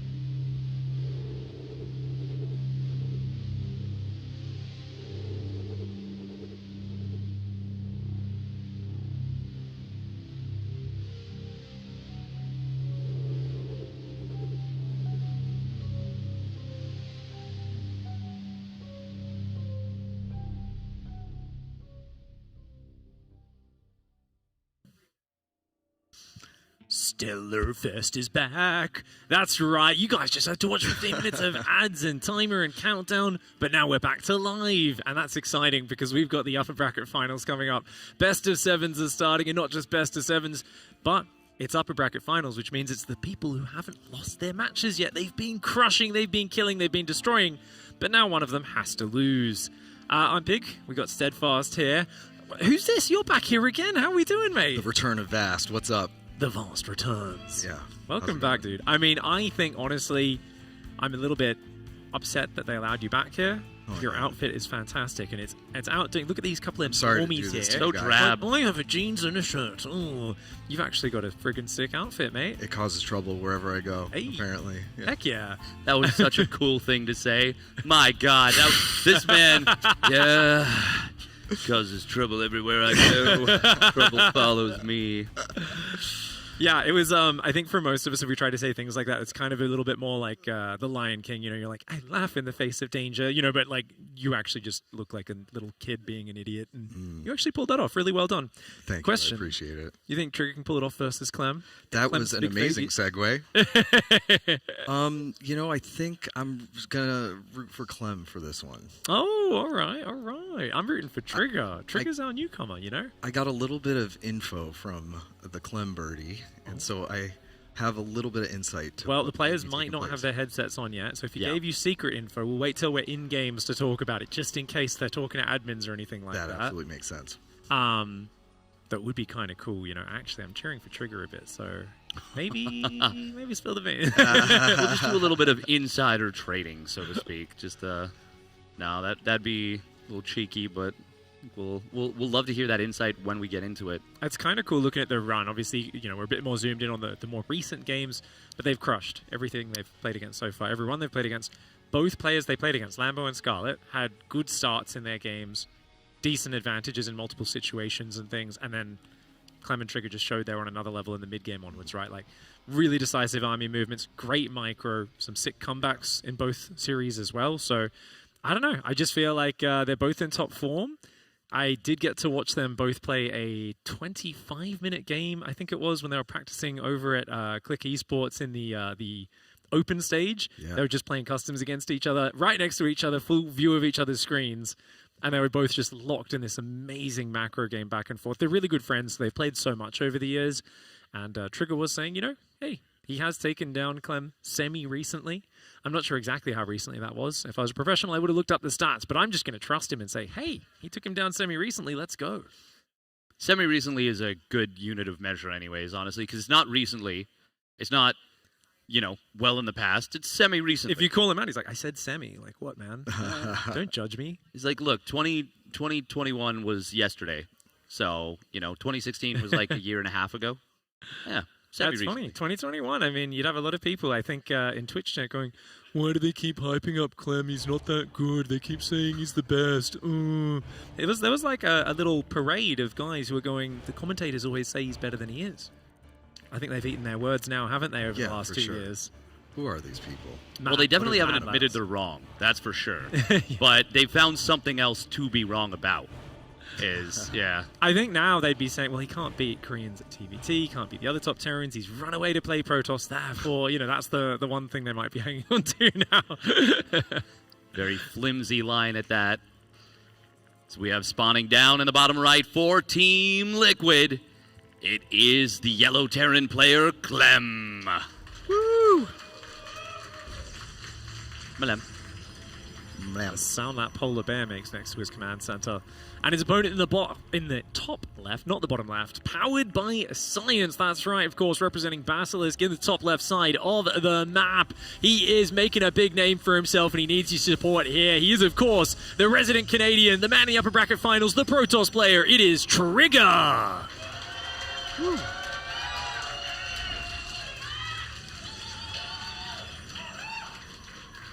Oh, listen to that crowd go wild. That was actually cool as hell. Got I believe it's an older term, but it checks out. Nerd chills. Sweet. I mean, this is actually, can we just use like 2010 terminology to cast this one? That was a baller move. What was the the announcer packs talking about like wow, you're out of Vespian gas. That's a problem, bro. I like I think Estrella might have finally turned off the Diva voice back, by the way. Diva's still my favorite. There's something about that shrill voice in your ears talking about, that's blocked, you can't do that. And it's just fantastic. Wow, you're really stupid. You shouldn't have done that. Supply block for 45 seconds? Oh my god, quit the game.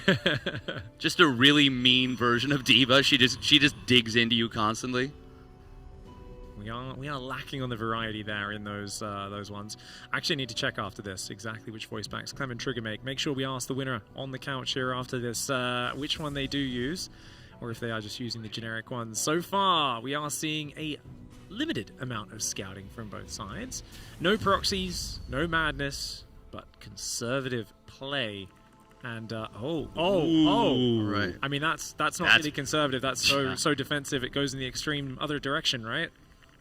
Now, is this, you asked about builds, about tactics. Is this something you had in mind there, Bast? This was a build that he mentioned, but the thing that strikes me is I'm not sure how the vetoes went because it's best of 7. And this was one that I know is on the veto ideas because there's no Reaper jump up.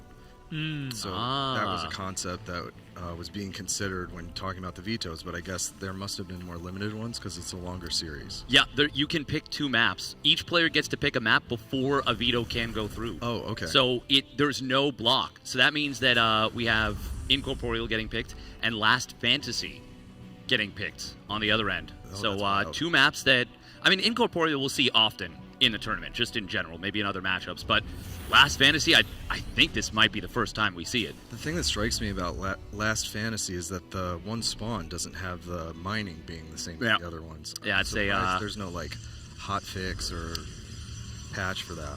Oh wow, okay.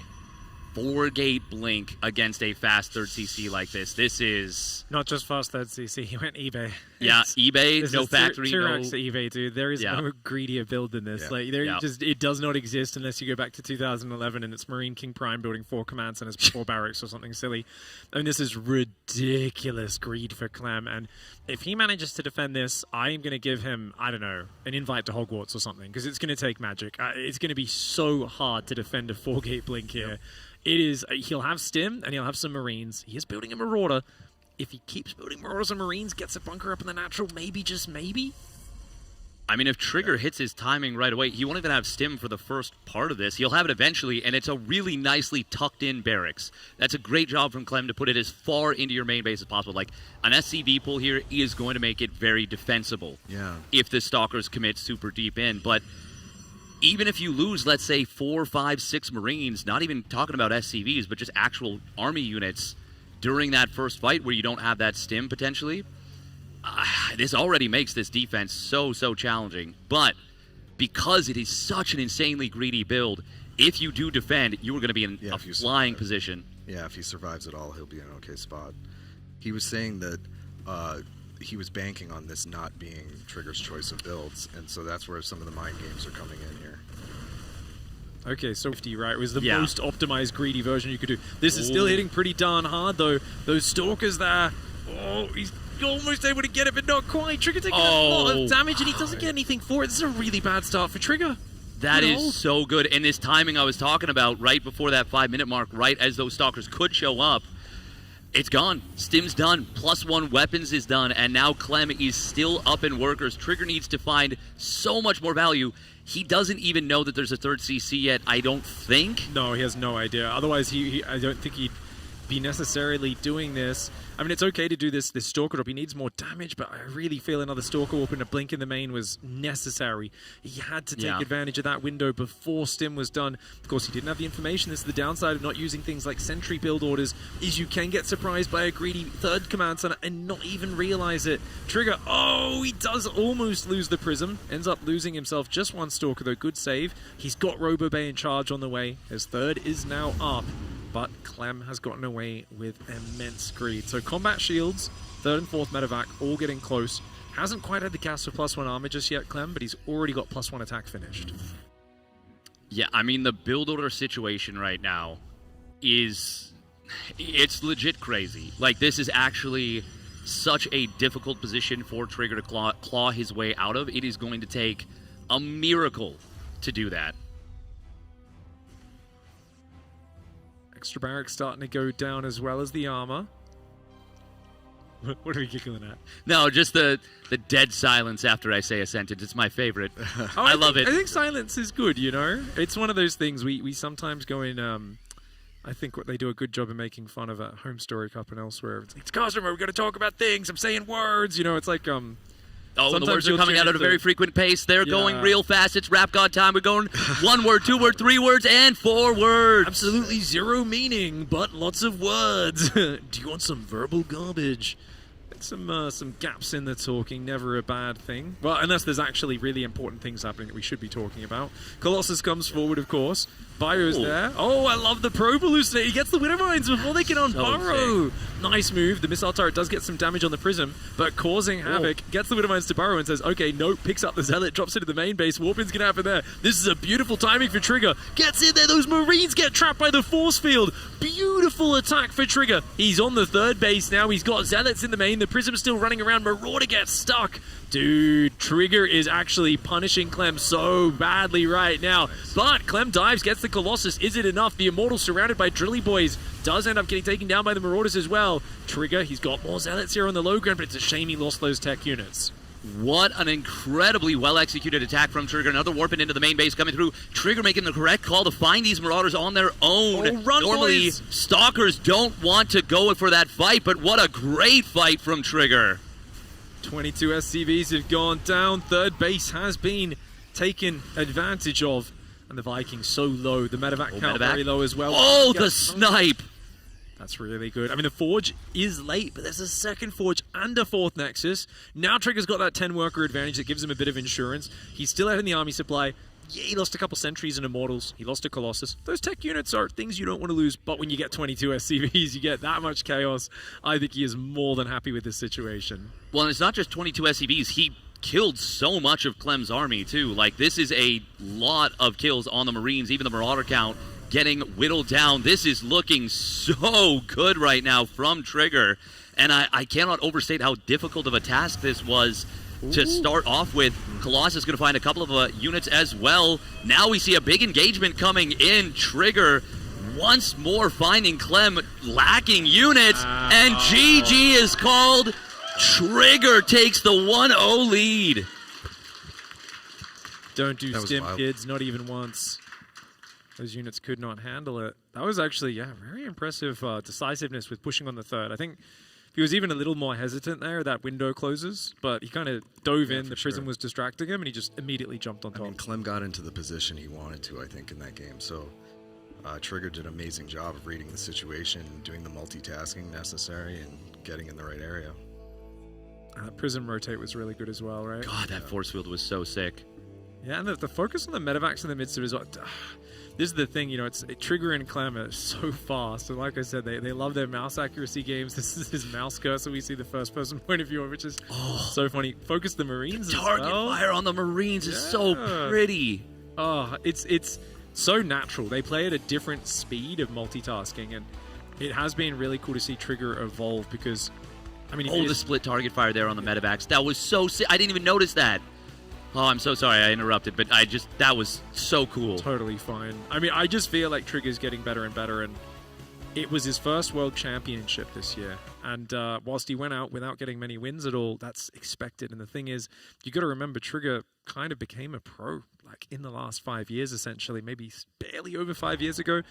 Most players have been competing at the top for a decade plus at this point. Even the Clems, who were playing since they were tiny lads. I mean, you can see photos of him piled up, 8 chairs piled on top of each other so he can reach the desk as like a small child. You know, him and his dad would go down and play these tournaments, and Trigger came in a little bit later, but he has closed the gap so impressively, and that's something that is just very few people have been able to develop fast enough to close the gap at all with even the top 100 players, let alone the top 5 and the top 10.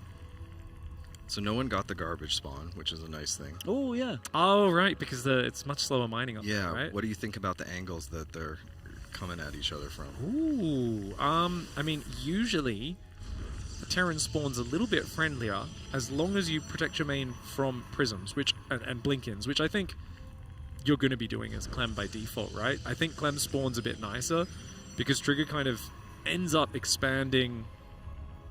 I think his 3 base is fine. I think it's the moment he takes a 4th, he feels uncomfortable. Yeah, and anyways, the main name, Last Fantasy. Let's talk about that a little bit. Last Fantasy? Yeah, so what do we think the first fantasy was? I mean, obviously, it's made by a map maker. They're talking about maps. I mean, and spawning up in the top, middle, on the right, it is Clem, and his opponent in the bottom left, it's Trigger. Sorry to cut you off. I could not resist. That was... yeah. Sorry, go on. Last fantasy. First fantasy. Well, the first fantasy stayed in games too long. Oh, my man. Damn. But King Sejong Station versus Su, single Banshee, kills maxed out Zerg player. Yes, amazing. There was 1,000 games he stayed in before that where he had no chance of winning. That's why. But that every one stays time, in games too long now. Really, it was so funny. Everyone in StarCraft 2 gave him so much pain over that. They're like, "Stop staying in games. You wasted everyone's time." And then you got that one incredible comeback that there was no. You killed the last detection. Single Banshee was able to just cloak its way to the victory over time, and we were like, "All right, this is what he was looking for. This little needle in the haystack," and he finally found it. He did it. Now he can retire. That's absolutely baller. I do miss Fantasy, actually. I wish we still had him playing SC2. Had some very cool build orders. Proxy Hellion dropping a Proxy Battlecruiser on 1 base was my favorite all-in he did against Protoss players. Some would say not optimal, but it was damned fun to do. I missed that stage of StarCraft 2 where stuff was maybe not optimal, but like you could just do cool stuff because maybe you didn't play at 100% or let's say 98% or whatever. But if you did something at pro level as well before these guys came along, and that's exactly elevated things to a new yeah. new level. They're a little bit too good against too much stuff these days. You got to have a bit more logic, a bit more finesse. Then again, Hero can throw that in the bin anytime he wants. He just needs Killer Instinct, and that's about it. 2 Reapers here, and another Hellion. Does he queue up 2 more Reapers after that? Is my big question. Oh, goes for the Marines. Okay, so 4 Reaper, 2 Hellion, I think? Yep. Still pretty committed. Is there a battery on the natural? Oh, no. Oh. And how many gateway units, and where are they? Because he's got 2 on the ramp, which means if those get jumped on, the ones out front, the natural, I mean, if these get bounced by a grenade before he reacts, and his Adept could go down so fast. But, the Reaper's going to go in the main. Second Stalker pops out at the perfect time to help out. It does at least assist here. The Reapers, one of them is down. The Hellions taking a bit of damage. The probes are exposed. Oh, it's blasting time, and already 4 workers going down with this grenade. Zoning the Stalkers a little bit. Oh, and so many probes going down. That is painful. Really well done from Clem right there, putting on immense damage. 10 probes during that attack. And he killed a Stalker. I mean, that's... Realistically, can you ask for anything more than that? A new puppy? And I'm thinking about it. I'm like, you could win the game, I guess. Other guys somehow have supply blocked or something. He has one Stalker out. The bunker's coming down for the counterattack, and he's moving out with a lot of units. Tank Lib on the way right now. Oh, the save on the SCV, beautiful. Clem setting up for a future push. Going in here. Yeah, he's coming back. This is actually a sick counterattack. That has to turn around. Good turnaround for Clem. Really good turnaround. Target down's messy. Now you're trapped. Where's the recall? Oh, he waited way too long in this recall. Does he not have energy? I thought 100% if you're going to the ramp like that, you've got recall energy. Oh no, did he not pay attention? He doesn't quite have it. He's at 47 energy on the natural. Oh, the Stalker's all going to go down. And of course, I mean, whoever thought that Cyclone was going to go down without getting picked up? Definitely not Clem. Wow. That's a way to fight back. No kidding.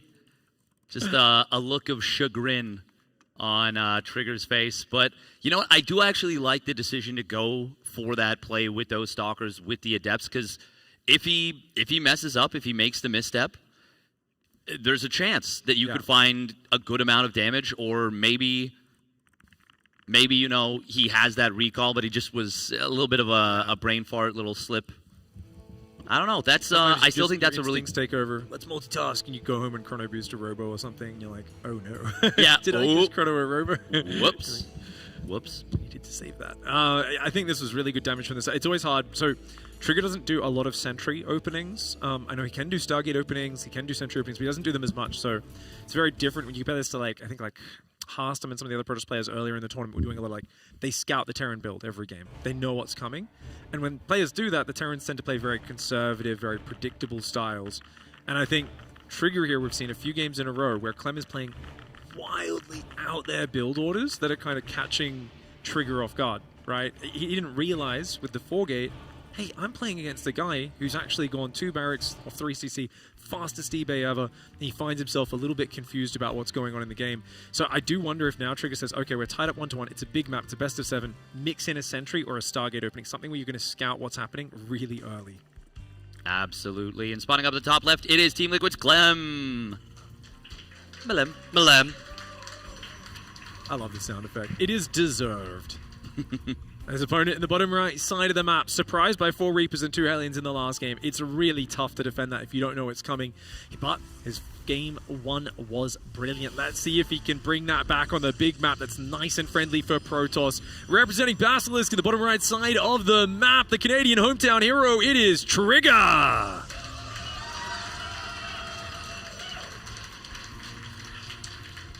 And we have a new friend joining us here on the casting couch. How are we doing, mate?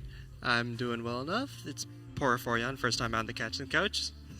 Another Canadian. That sounds so wrong. I was like, I don't know how to say Poriforion, so I was waiting for you to say it, and I was like, oh, okay, now I can echo how to say that. Poriforion's a Terran player. He actually, so the lore of this one is, he had a fun time playing in one of the weeklies, I believe, and he got Dark in an early round. Ooh. And Dark was pretty, he's a pretty fearsome player, right?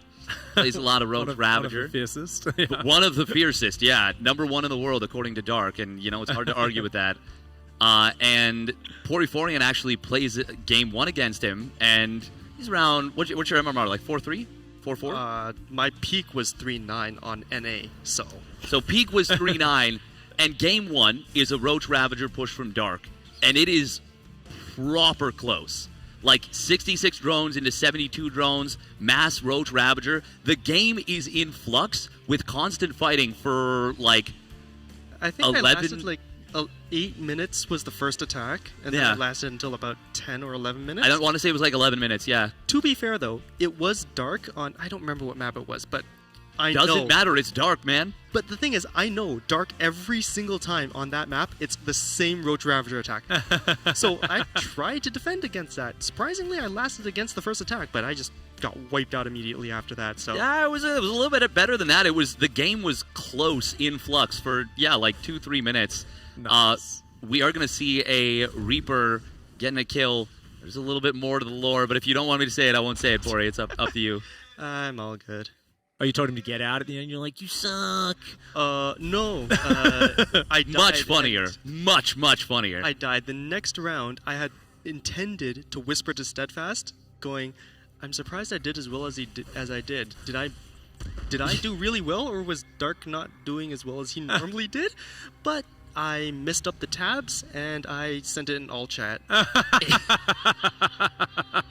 I'm certain the clip is somewhere out there on Steadfast channel. The only person to out-aura Dark. Oh, that is amazing.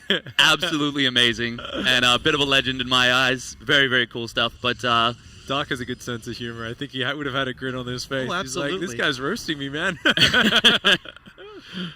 All right, so Cloak Banshee early on here, but pretty fast robo from Trigger. Not bad. Yeah, it's always interesting. So taking a look around here, you can see the Adepts and the Stalkers zoning quite well. Hellion tries to deny the third, but the Reaper does get back inside the main base. The Clem Reaper. This thing is famous, man.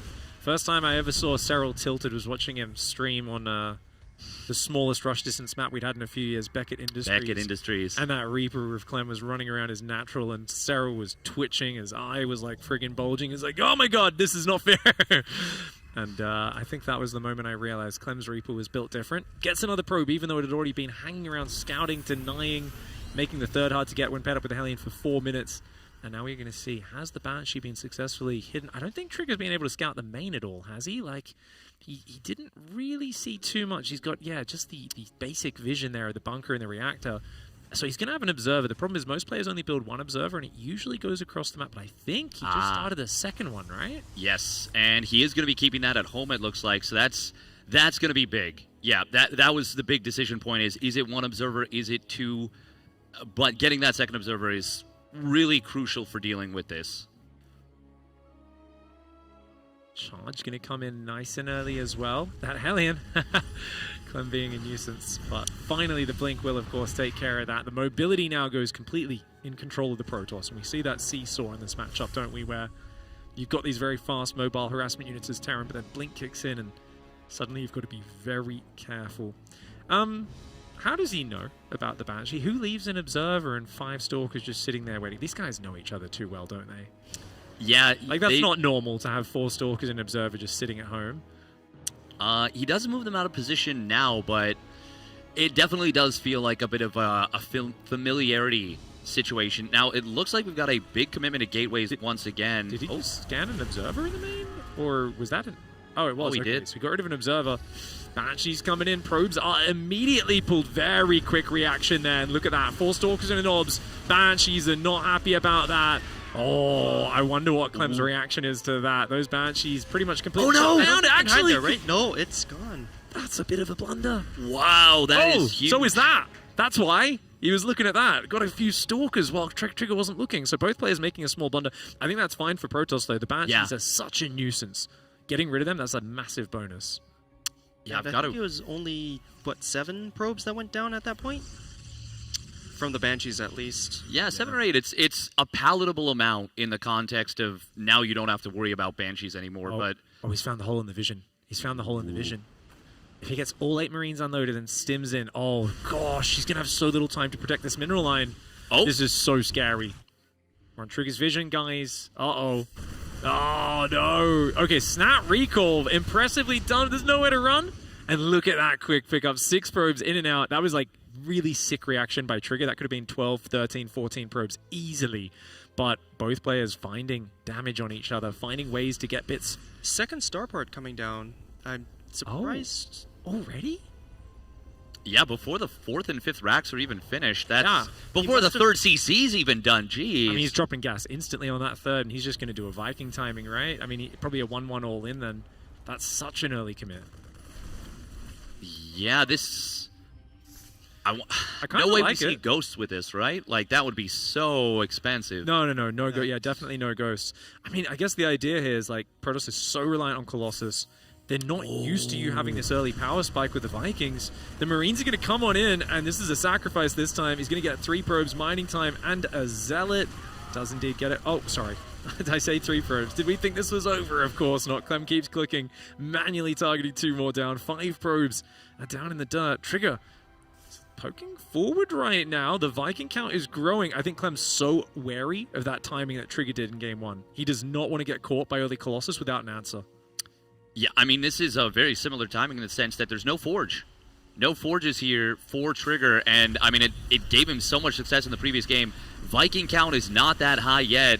Maybe Trigger has found a lot of success with this recent attack, but the kill on the Prism makes it so you do only have to focus on the one side. Marauders are going to try and soak the damage in the front. Zealots will pull back, but a few of them fighting the SCVs on the side. Colossus going to get some big value. Really nice volleys from the Colossus before it went down. Stalkers did take down a few Vikings, but I think a good enough hold for Clem. It's his worker losses that he's most upset about, and he wants revenge for that. Gets an Immortal. Sentry, of course, can never outrun Stim Bio. And on the bottom left is that a Colossus on the rally. Oh! Left. Oh, no! Oh, God, recall it. Get it out of there! Get it out of there! Oh, she even saves the water. Of course he does. It's Clem. Expensive loss. That hurts. Do you think Trigger goes for Disruptors or switches to Storm after seeing the double reactor starport? Recently in this tournament, we've seen players just keep putting Colossus no matter what. I think your call's correct. Disruptors would be great. I mean, I say that no one really likes disruptors right now. It's going to take so long to get to Storm, but what else can he fight this with? It's a big Terran army. It is overstimmed, but there's not much damage there for Protoss at all. Trigger's on 0-0 as well. Keep that in mind. He just has no upgrades against a 1-1 Bio Terran. 2 starports pumping Medevac Viking out to answer the Colossus and give endless healing. Clem playing this so well. Trigger's not...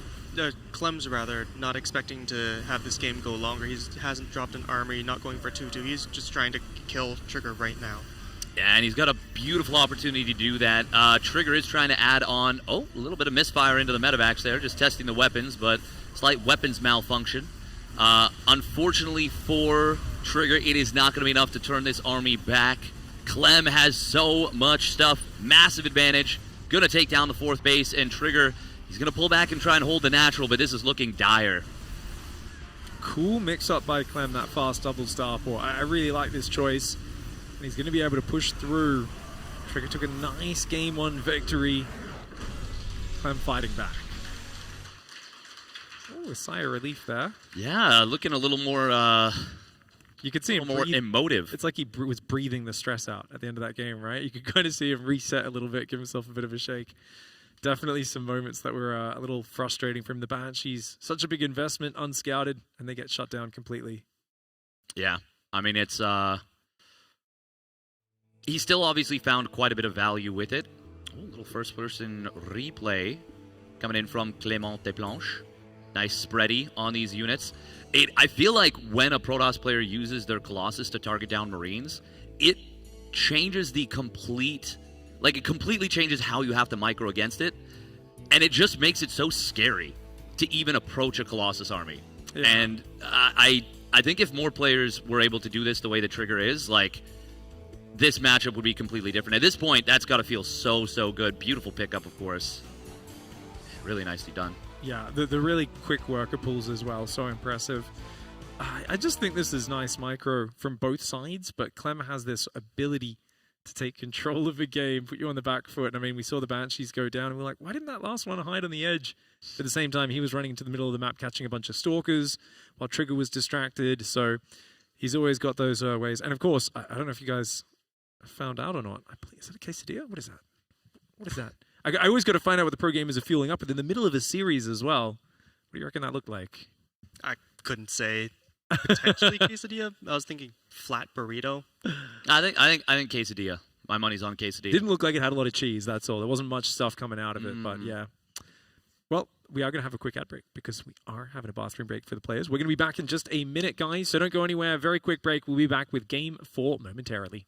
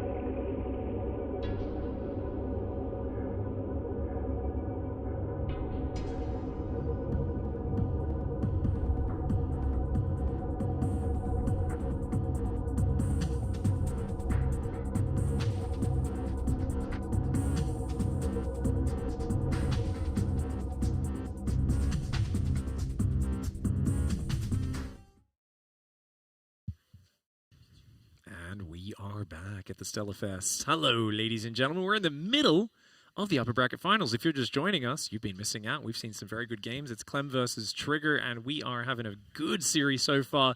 Trigger started out hot, a 4-gate blink. Didn't even realize Clem was doing the greediest build ever. Somehow crushes him with a Colossus timing. And then Clem fights back with a sneaky 4 Reaper, 2 Hellion Pressure. Starts and just runs away with the next game. The following game as well looked like it was pretty even. But then Clem started to find little bits of damage here and there. And then with a 2-port Viking, shut down Trigger's attempt at that Colossus timing.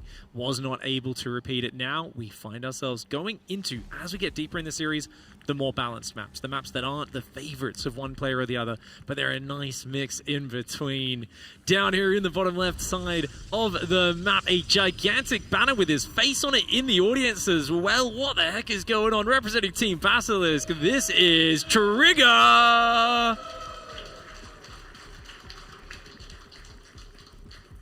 And in the top right, playing with the yellow Terran pieces from Team Liquid, it is Clem. Clem.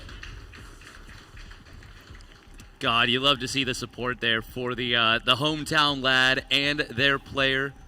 We are going to be getting a picture. That's so cool because it's like all of the players' faces, and then you've got this gigantic. It looks almost like a K-pop star style picture of Raynor on the side. Just looks amazing. That's Raynor. It was like bent for me, so I couldn't see it. I was like, "Who's this strange man on the side of this poster?" Wearing blue Elton John-esque tinted sunglasses. Ah, yeah. Raynor's got drip, as the kids say. Yep, he went from that cute boy running Zerglings around people's bases, rocking up to events, to the king of the party, the man out there with the cool Elton John glasses on, hanging out, playing all that. A shame we couldn't get him over here for this event. I would have loved to see him sign up and play. But we have got some fantastic other players representing nonetheless. And that probe here at the start, Trigger's basically said, "Hello, my name is Hero for this game. I'm sending my first probe across at the very beginning, harassing, forcing SCVs to be chasing him the whole time, doing lots of damage." Yeah, very interesting little move right there from Trigger going for the Zealot, and he is going to be sending that across the map. Of course, you're a little bit supply blocked after that because you don't get it finished just the way the second pylon timing finishes up. So your second adept, or well, your second gateway unit, your first adept, is a little bit late. He's going to find it. Oh, wow, the read. Very nice. So that's it. Against Clem, you send the Zealot straight through the middle is actually the genius part. Don't try to go around the sides or he finds it is the lesson I'm learning from this.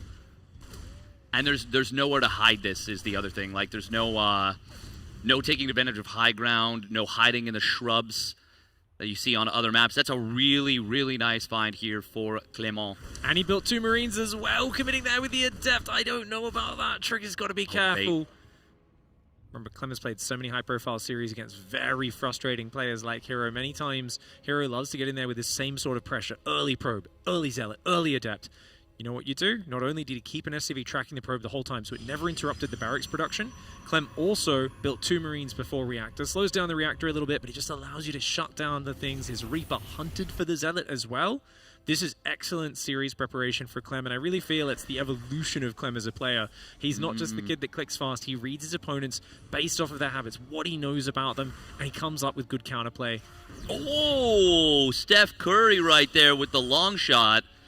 Getting the kill on that Reaper. That was beautiful. Always feels good to finally get that jetpack boy out of your base, doesn't it? Yeah. Stop it. Stop friggin' flying around here, jumping up and down cliffs. No one else can do that. It's a cliff. It's meant to block movement. You have to give some credit to Trigger for that anti-Reaper wall that he built in the bottom right of his base, though. Yeah, you know what's really cool? I hate the one on the left, because I always end up with them like dropping on one side, picking up and boosting it. You blink to the wrong side and they boost to the other. This one is like, the buildings are so protected back there. You're not going to get your tech sniped, and it's not going to actually create protection for them when they drop in your base against your Zealots. So I actually think this is a really nice building placement. Too many players lose because that Forge or Twilight Council, Templar Archives gets sniped. Oh, did he just... Is he trapped? A little bit. Not trapped in by the buildings, at least. There was a little bit of a gap between the upper supply depot, the starport, and barracks. there's a little nook there, but just Marines on that side blocking him, eh? Yeah. Trapped in the sense that, Gauss rifles are pretty deadly. You don't want to run towards them usually. Oh, that's a really nice find here. Widowmine will get a kill on one of these stalkers. Blink will complete in a moment, but I don't even think he needs it to chase this down. Still, that's a great trade for Clément Desplanches. Is there 3 gateways? Doesn't matter. There's a shrine coming up. Oh, yeah. Okay, so it's 3 gate blink. Third base was really late. It's only 5 minutes because of, I guess, the harassment activity as well as pumping his prism out. I mean, it's not a bad 3 gate blink timing, but it's finding a pretty well prepared Clem. 1 Marine goes down. Oh, 2 Marines. Very nice. A little bit of Max Packs micro where you time the tank shots and you don't have to pick up until that second tank shot is just about to go off. That's something Max Packs has done amazingly well. And one of the things that makes his 4-gate blink one of the most fearsome in the land. Oh. This is the scouting medevac / distraction medevac. But why? Yeah, I thought he was going to fly it through the whole main and actually check the tech, but nope. He's just in and out. I mean, if he transfers... Oh. Hey. Oh, that's why. Okay, cool. Yeah, I was nice. hoping for a big transfer, but yeah, 2 probes. It is something. At least it's keeping Trigger busy. Trigger doesn't have a worker advantage, and that hurts as a Protoss player. You want to have that third base mining, but if you're not going to have that, you want to find some damage. But the Stalker drop has only found a few Marines. There's a pretty well-timed third command center there for Clem, and it does feel like Clem is a bit ahead in terms of like the overall tech and economy compared to where Trigger would like to have had him, and he's just not taking any damage. Trigger goes in again with the Prism. He's going to find an SCV or 2 on the natural, but just 1 SCV as the Prism does retreat. Did the shrine get cancelled? I don't recall it. I thought it was in the bottom of the base. I see a warp gate there now. Yeah. Yeah, looks like it. I guess it either... Okay, so he either scouted the Raven, or he had it scouted, or he just said, yeah, you know what, I'm changing my mind. I don't feel like this, but probably scouted realistically. 4th and 5th barracks about to finish up here. We've got just a nice follow-through from Clem, as we would always see. This attack looks very scary. A lot of Marine Marauder tank. You don't want to give him ramp control. I like the choice for Trigger to fight this. Auto turret's forced out. Clem, though, just smoothly picks up. And then he rotates away. Really safe play by Clem. I think seeing that army out there and just one glimpse of the size of it, and Clem has figured out he doesn't want to fight this, at least not fully committed. He might skirmish with it a little bit in the middle of the map, but he always wants a way out. And I think that's very wise, because we've been seeing it the whole time. Trigger's stuck at the same work account for the last few minutes of this game. That's not good for Protoss long term. Clem can bide his time and wait for the correct engagement. Trigger's the one who's feeling the stress and the pressure right now of being behind in this game. I will say that this is a neat little switch up here from Trigger. By showing that army, Clem might think that this is the no forge play that we saw in games 1 and 3. And by going for that single forge, mixing things up, Trigger might be able to throw Clem off a little bit and maybe make him think that, yeah, I'm going for this huge tech all in. Slight supply block for Trigger at 125, dropping 5 pylons at once. Oh no, Prism, no! Prism. I blame Max Pax for that. He traumatized Clem. Too many war prisms in the main. He's always got 8 Marines waiting there now. After playing Max Packs in 3 weekly cup finals every week, I swear he's made Clem into a like warp prism immune player. He's so good against them now, it's insane. Yeah, even if the Zealots unload where the Marines were, that would have been a very good chance of a snipe on the prism if you go for the warp in there. Yeah. But obviously losing it in that fashion feels very, very bad when you're already down 2-1 and your opponent has won 2 maps in a row. It can be very easy to forget that you had a great game 1 map. I mean, I just love the way Clem positions them as well. He doesn't leave the Marines on the edge. He's far enough back. There's a good chance you click it in, and then you go to do some macro, and then the Marines stim in, like, at this sort of weird, awkward, delayed timing once you're too deep in the base, often to get away. And just a nice little detail that he's added in, and sensor towers even going down. Bunker. I love the little wall-offs there. Leaves a little one-space gap between some of them, so the Zealots will all try to get through the choke point, but get stuck behind each other. Yeah, I like it. It's a nice little move.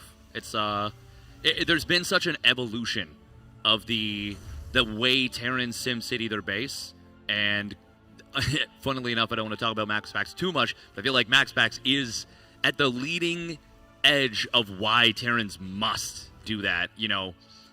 We start to see some really, really cool stuff, like depots being used as parts of walls to create little chokes where Marines can hide behind the Zealots. Very, very cool stuff. I will say Clem is playing very defensively right now, going for that 4th command center, building the sensor tower, really just setting up in a very late-game posture here, despite the fact that maybe he could have gotten a lot done in the mid-game. He might have been able to. I can't think the last time I saw Clem lose the late game past 20 minutes in TVP. He's so good at the late game. The Ghost being a bit tankier, he's done well with that. I think the Storm being just a bit lower damage. Most Protoss are reticent to go to Storm and Tempests. They don't have as much faith in it. We saw Harston do pretty good against Beyond when he finally went to that stage. Won a really good fight or two, but Beyond and Clem, different styles entirely. A few Disruptors being added. So this is weird. It's full Robo commitment, right? We've got, I think 3 Immortals, 3 Colossus. Now double Disruptors being built. Trigger's got a very meaty army, but he's going to have a little bit lower on the upgrades, at least as the game goes on. He's forgotten to start his +2 armor. And it's just going to be really scary as the Ghost count grows, because those EMPs are going to be brutal. That is true, but we do see the 4th base being found pretty much undefended here, relatively speaking, but it's a wraparound on the back army. Colossus will get jumped in the middle. Doctor's going to blink forward. They kind of body block the Zealots a little bit, but the Zealots still able to get some connections. Trigger's got to get out of here, though. What is that Viking count? There's so many more than the Colossi. Oh my gosh. Dude, that was a mauling. Clem just grabbed that army up, put it in his jaws, started whacking it against a tree. Just absolutely disgusting. Good EMPs, Viking smashing stuff. That was brutal, man. I feel like he was just ripping open that army. No Storms. I don't know. It's always awkward. Once they get the Viking count, I feel like the Colossus are just so weak. What can Trigger do here without any Storm tech, no Dark Templar? He doesn't have any air. He's trying to counter with Zealots. I think that's a smart idea, but it's really tough if you let Clem get to this position. The moment his 2-2 kicks in, it's an entirely different level of Terran army. Yeah, it's... And that fight was taking place without the 2-2, without that upgrade advantage. And now, we look at the army supplies. We see Trigger has not a great set of options. He's going to have to give up this base a little bit. Ooh. Nice anti-armor missile there on the Zealots and the Disruptors. Disruptor shot. Come on, save the day. Ooh. That connected decently well, and against the Ghosts as well. No damage. Charge slots are still coming in, but the Terran reinforcements coming in from the top. That is a big reinforcing army. Yeah, Clem had a lead for many minutes in this game, and you see what happens when the 2024 World Champ has a lead in TVP for several minutes. He just takes control. Really dominant play there. I think good little bits of harassment constantly throughout the early game, right? Little Widowmine movements, units rotating around. He just put himself in a good spot. Trigger, that style, I think, has a lot of potential, but if you're doing it from behind, it can fall flat a little bit, because it's like the Colossus... There's just so many Vikings, right? The Immortals kind of get EMP'd and blasted down. You're stuck on it. Mostly a Zealot Stalker Force, which is usually a mid-game tempo. I think it's a good army to finish when you have a lead, but if you're a bit behind, it falls flat. Clem even went for the +1 Viking air attacks. Oh, he already had that? Oh yeah, he had it finished, and +2 was, I don't know, like a third of the way through by the time the game finished. So he was really going anti-Colossus that game as well. We are going to be heading into Tokamak for the next map. This is a tough game, StarCraft 2, brutal. Being down 3-1 after a really, really sharp showing at the beginning of the series. What do you do to kind of mentally reset here? We got Trigger obviously munching on, I think that was like a Cliff Bar or something. Hopefully that'll fuel him up. But are there any things you recommend there, Pig? Do something unpredictable, because right now Clem's reading your openings really well. That's tough. Clem has been surprising him from the start with greedy builds, with aggressive builds, right? He's been getting himself free wins. Even that last one, he saw the early probe and he played so safe every single step afterwards. This is one of these things where I don't know how he knows, if Trigger's done this same sort of pattern in practice, but there's this thing where sometimes your opponent gets inside your head, and it's one of the hardest things to recover from. Maybe Clem just got a little bit lucky. this player's going to need to stay super duper focused. He needs to win 3 games in a row to keep his chances of going through in the upper bracket to the grand finals alive. Of course, he's got another chance in the lower bracket. He needs your support now more than ever. Ladies and gentlemen, put your hands together for Trigger.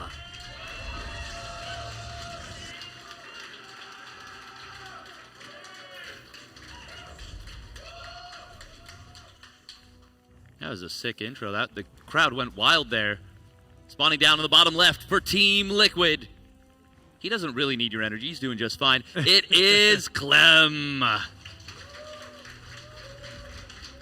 Clem.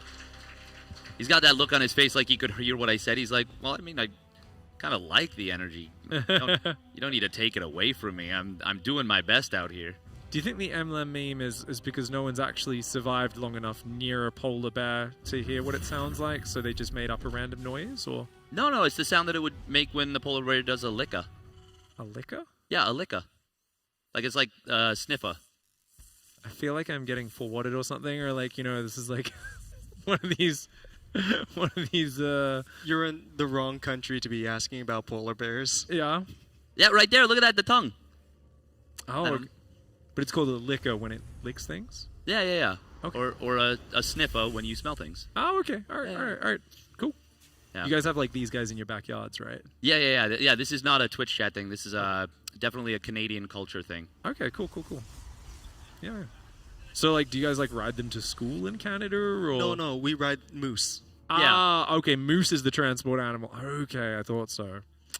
Yeah, moose is taller, right? Because the polar bear's always, when it gets down on all fours, it's not that tall, even though it's like a bigger mass overall as an animal, right? Exactly. Yeah, okay, so I'm learning things. If you guys come to Australia, you can ride my kangaroo to, and then I'll take a ride on your moose next time I come visit, okay? Yeah, please do. All right, it should be fun. There's more moose or meese than people. Meese is the plural. That is correct. What's the plural of kangaroo? Kangaroo. Kangaroo! Yeah. I'm an adult. This feels like a dono redemption, but it's not. Big thanks to everyone who has been supporting, Yeah. by the way, guys. We got this beautiful first-person view with the best cursor we've seen in StarCraft, but a big thanks to been so many people supporting over at the Rainbow Railroad Tiltify here that we're putting together at Stellarfest, and you in the community have been supporting. Really good micro by Triggers so far. That is beautiful. This is actually really nice to watch. He's very happy to trade an Adept for a Reaper and a Hellion. The other Reaper does manage to escape. Yeah. Very nice. That was absolutely applause-worthy right there. I want to, give us some applause. Yeah, get piped. Yeah. That was great target fire and making sure that they weren't lined up for the Hellion shots as well. We are, by the way, very close to our $2,500 goal for the Rainbow Railroad. Would be awesome to hit that exclamation donate. We've almost got full hit points. Look at that. Almost, Look at that. The health bar's almost full. Just fill up that tiny little bit. Just a tiny little bit. I wonder, though, is this a regular game or is this like a JRPG where it has multiple health bars? I want to find out. Let's fill it up. If we fill that. Yeah. It's going to grow like 6 more arms, and just like swords are going to pop out of its back, and it's going to start shooting lasers out of its eyes. Yeah. No, it's just going to keep extending further out. Like when you go too far on a Wii Sports golf shot, it just red and bursts out the other end.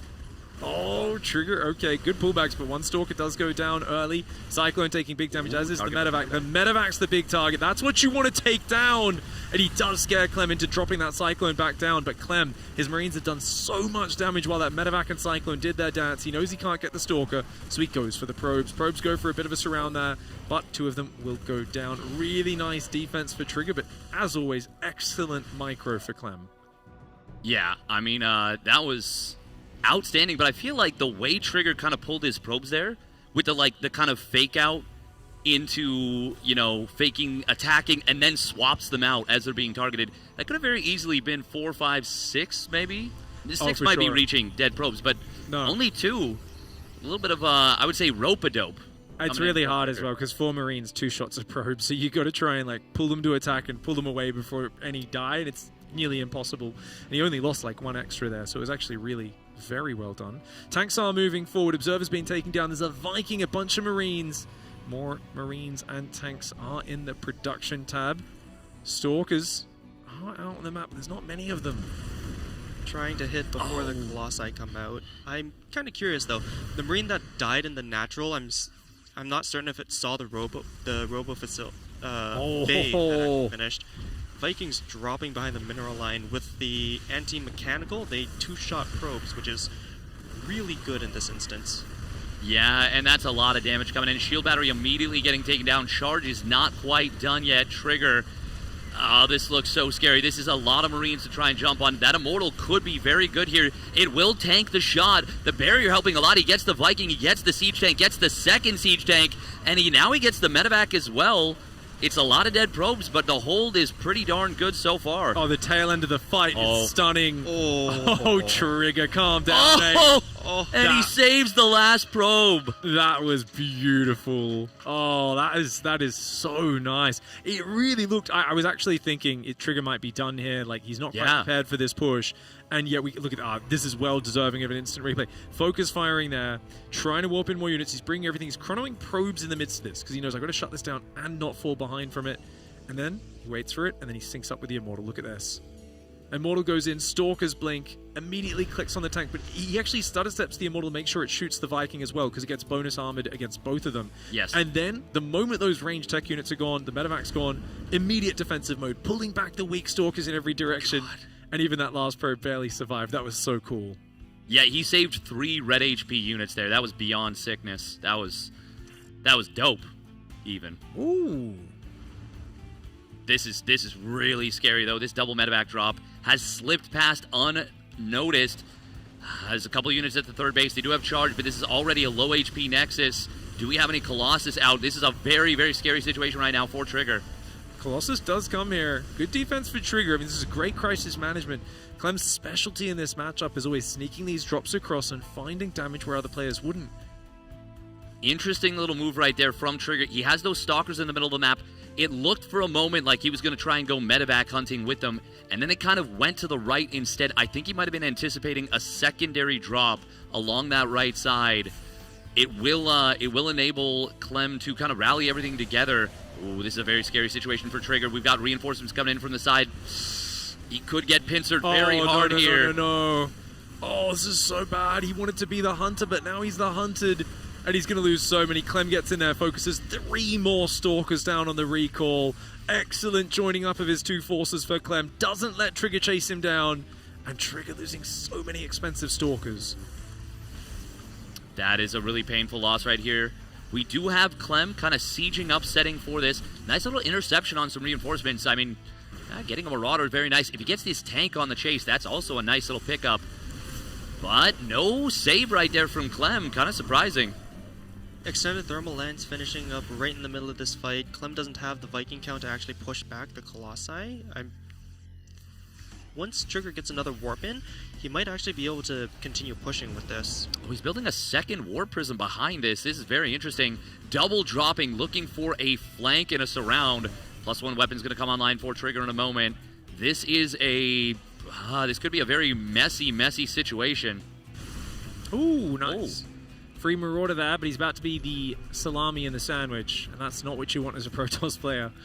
You do not want the Terran coming from both sides. Oh, the Zealots, though. The Zealots are really good. Now he can maybe hunt down Clem's army. This could be amazing for Trigger. He needed this to get back in this game. He absolutely did. Zealot will bait out the Widow Mine. Medevac getting taken down. It's all about how many Stalkers can you kill as Clem. As Stim expires, these units are going to get hunted down quickly. Oh, stayed... Well, of course he gets another sentry. Who keeps microing there? That's ridiculous, Clem. Calm down, mate. God, he's so freaking good at this game. Both of these guys, like, just never stop microing. It's really funny. I feel like a lot of the older generation of players, they have these moments where they, like, pause for just half a second to take stock of things or to go macro. Feels like there's a constant movement with these players where it's like, look at your base, look at these units, look at those units, and they're just tabbing between locations, like 4 screens a second sometimes. It's really good multitasking. It's just an ability to not get stressed and overwork in any situation. It's just this consistent work rate, consistently managing many tasks, and always reordering the priorities in your list of what needs to take the most attention. It's so very impressive. And what I love about Trigger, I do think he's one of the few players who can force Clem to really show how exceptional he is at that as well. Yeah. this is or at least for the last about minute, that has been the first time this entire series where Trigger has had an upgrade advantage over Clem. Yeah. And Storm's coming in as well. That's huge. Storm finishing, and he's already in the third base.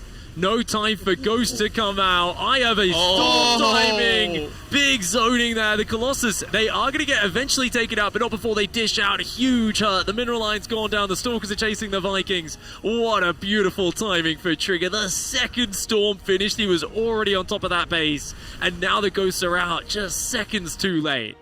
And all of that without +2. Once +2 finishes up, there's still the one Colossus that looks like it's walking back home right now.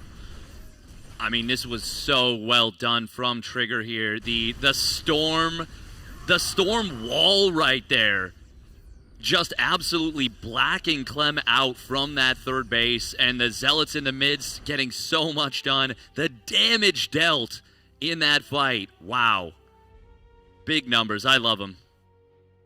That's that new zoning tool in action, hey? Yeah, yeah. If you get between your opponent's base, and their army, and they've got to run through the storms, that's when this new storm is like, wow. That was actually so cool, because that really was a great... That makes me like super hyped for just what we could see moving forward here. And if he comes in 20 seconds later, there's Ghost out with EMP. Can't do that. Really tight timing. Double Prism again. Trigger once again wanting to... reinforce the front or have the ability to while dropping in the main base. Clem is going to try and hold on here. He's got a strong Viking fleet, and there's a nice EMP draining the energy on the other high tempo, and he gets the kill on the second one with Snipe. But Zealot's in the natural. Trigger knows he's ahead. He wants to keep pressing. This is the right call. Even though he's mostly out of storms, that last storm just got EMP'd. He's got a big enough army. It doesn't matter. The bio, it's damaged. The Vikings are damaged. The Medivacs are out of healing juice. Those Colossus could even just kill the SCVs here if you wanted to. The Vikings do come forward, and Trigger doing immense amounts of damage. Not just that, but pulling back. He's still keeping the Sentries, the Immortals, the Archons alive. He'll rebuild the Zealots, bring a few more Colossus in, and he'll do that again. And behind this, he's on 5 bases, 74 probes. Look at the eco difference right now. It's 41 workers, and this is just looking so good for Trigger. Would have been so easy to crumble. Down 3-1 in the series after losing 3 maps straight, but he has done anything but. Losing the Robo. Robo. And the +3. Why are they there? Yucky. But if he gets the army... Yeah, losing all these units would suck, but Clem is going to do his best. Injects those stims, dives to the right. The Zealot's staying active on the other side, but not finding big damage. The Bio Army doing a really good job of trying to run away. I do like the Stalkers just blinking after this. He's got to shut this down. The double prism in Clem's natural and main is really annoying him right now. Still has that one in the main. Looks like it's just sieged up. I mean, even with the kill on that +3 weapons and the Robo, it's still 2-2 versus, for the moment, 2-1, soon to be 2-2. I mean, this is still looking so dire for Clem, and so great for Trigger. Clem's supply is very nearly equal to Trigger's army supply alone, and Trigger's army supply alone has just surpassed it. This game is very... there we go. I feel like you were Clem's internal monologue just then, right? Yeah. He was like, I have a lot less things than... Yeah, this is not worth continuing. My supply starts with a 9, and, well, unless I've hacked the game, I don't think that's a good thing in this situation. Oh, wow. That was a very emotive Clem. Definitely a little bit of frustration, I think. He's probably thinking he should have got out in front of that third base and made it much harder for him to take that position. Because if he buys just a little bit of time controlling space out there, when there's that wall of storms between you and defending your third base, you got to think, how did I let this one happen? But, I mean, it's Clem. There's probably 1,000 things he thinks he could do better in the game. That's how you get this good, is a desire to just basically have as few errors as possible. That does still mean he's at a 3-2 lead, but only 2 games for Trigger to bring it back, and it suddenly seems like an actual possibility. It's got me excited as someone who is always a big fan for the underdog. We're going to go into Pylon for Game 6. Okay. Yeah, and just to, I feel like that was a real potential momentum breaker in the overall story of this series. Like, that's, I mean, you can see it on Clem's face. He is not happy about that loss. That is I feel like that's, he's never been shy about his emotions, like he never tries to hide it or anything. But that's a pretty big reaction for still being up 3-2 in a series. We'll have to see if he can keep it together and close this one out. For Team Liquid, it is Clem. Malem. I just have that Despacito song stuck in my head that the Comeback guys did. The what? Despacito cover. It's so good. It's yeah, Fred, my you haven't seen it, Perfect? No, I haven't. Oh, dude. I need to watch we're showing that to you after this. Fantastic. Down here in the bottom right side of the map, representing Basilisk, he's starting the comeback trail. An excellent game in the last one. Let's see if he can bring it back again. In the bottom right, it is Trigger.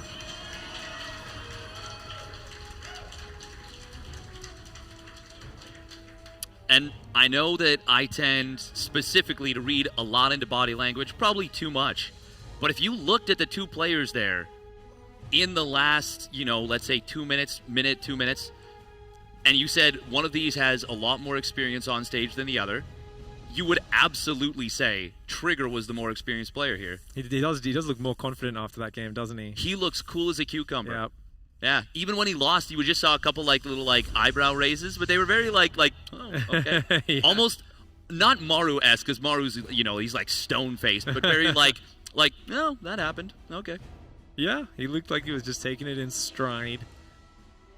I do like Clem's process as well. You can see him talking to himself a little bit and shaking his head and kind of, looking a little frustrated sometimes, but even when Clem gets very angry, I don't feel like he doesn't plays crumble that bad. I've seen him literally be so tilted he's taking his hands off the keyboard and mouse at some points to face palm, and then he goes back to playing 400 APM seamlessly without getting anything messed up, and I'm like, okay, he's able to kind of break out of the tilt very quickly. I think he can kind of snap back into the focus, and that really is the trick. I mean, when it comes to tilt, it's all about psychological distraction. It's about being so frustrated with what just happened that you're no longer focused on what's happening right now and what's about to happen. And the moment you're worried about the past, you are just going to lose pace very quickly and fall behind everything that's happening in the StarCraft game, because there is so much happening and you cannot let yourself be worrying about a past mistake. Oh my lord.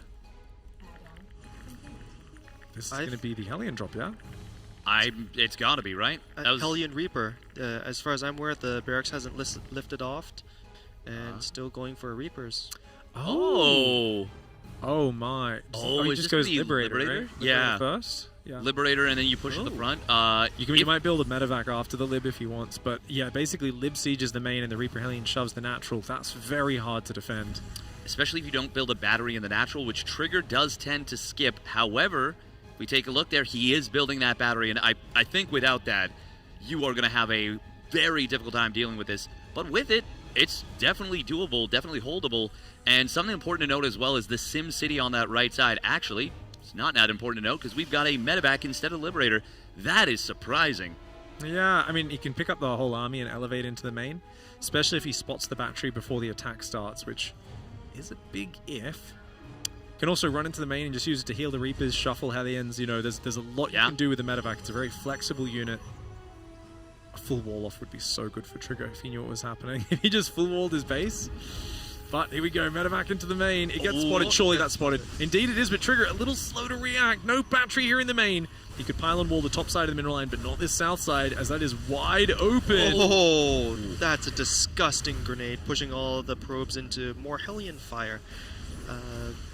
Just 3 Stalkers and the Adept for Trigger, and the grenades keep hitting. It's a big commitment. This is not a small commitment.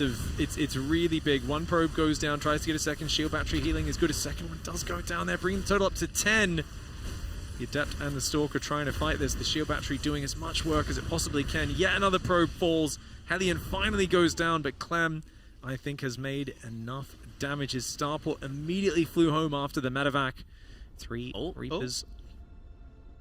Oh, their siege tank's already out behind this, so he's ready to defend the blink counterattack if and when that comes. Oh, this drive-by with the Reapers after sending the medevac on the left side, kind of getting it shown. It looked initially like it could have gone down, but instead it is going to be a big bait here. Can he get that additional probe? No, not quite. But still, getting 1 more probe and a full rescout is very nice for Clem, given the situation. 3rd barracks in a factory, I was going to say no starport, but it's kind of like a no starport build because the starport was floating home the whole time. With this build, Dark Templar drop is quite popular, just because they often don't build a Raven. They're kind of in a rush to get Medivacs, but I think... No, he is building a reactor on the starport, isn't he? Yeah, so this will be a no Raven game. Oh, the Medivac survives just barely. I think it was getting repaired during that. It just made it get barely past the break point to get killed by Trigger's units. This Clem? is still a 4-gate, is it? There was the 2 and the 9. Oh, just 3. 3. Clem. Oh, okay, I was gonna say. Oh, wow! I did not see that third tank. Very good decision from Trigger to not go for this. Instead, he goes to the natural. Oh, a fake out with the Warp Prism. That means no Warp Prism there for the safety pickups, which means you're going to lose 4 Stalkers.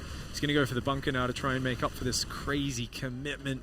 Trigger gets an SCV and a tank for 4 Stalkers. He does force SCVs off the line.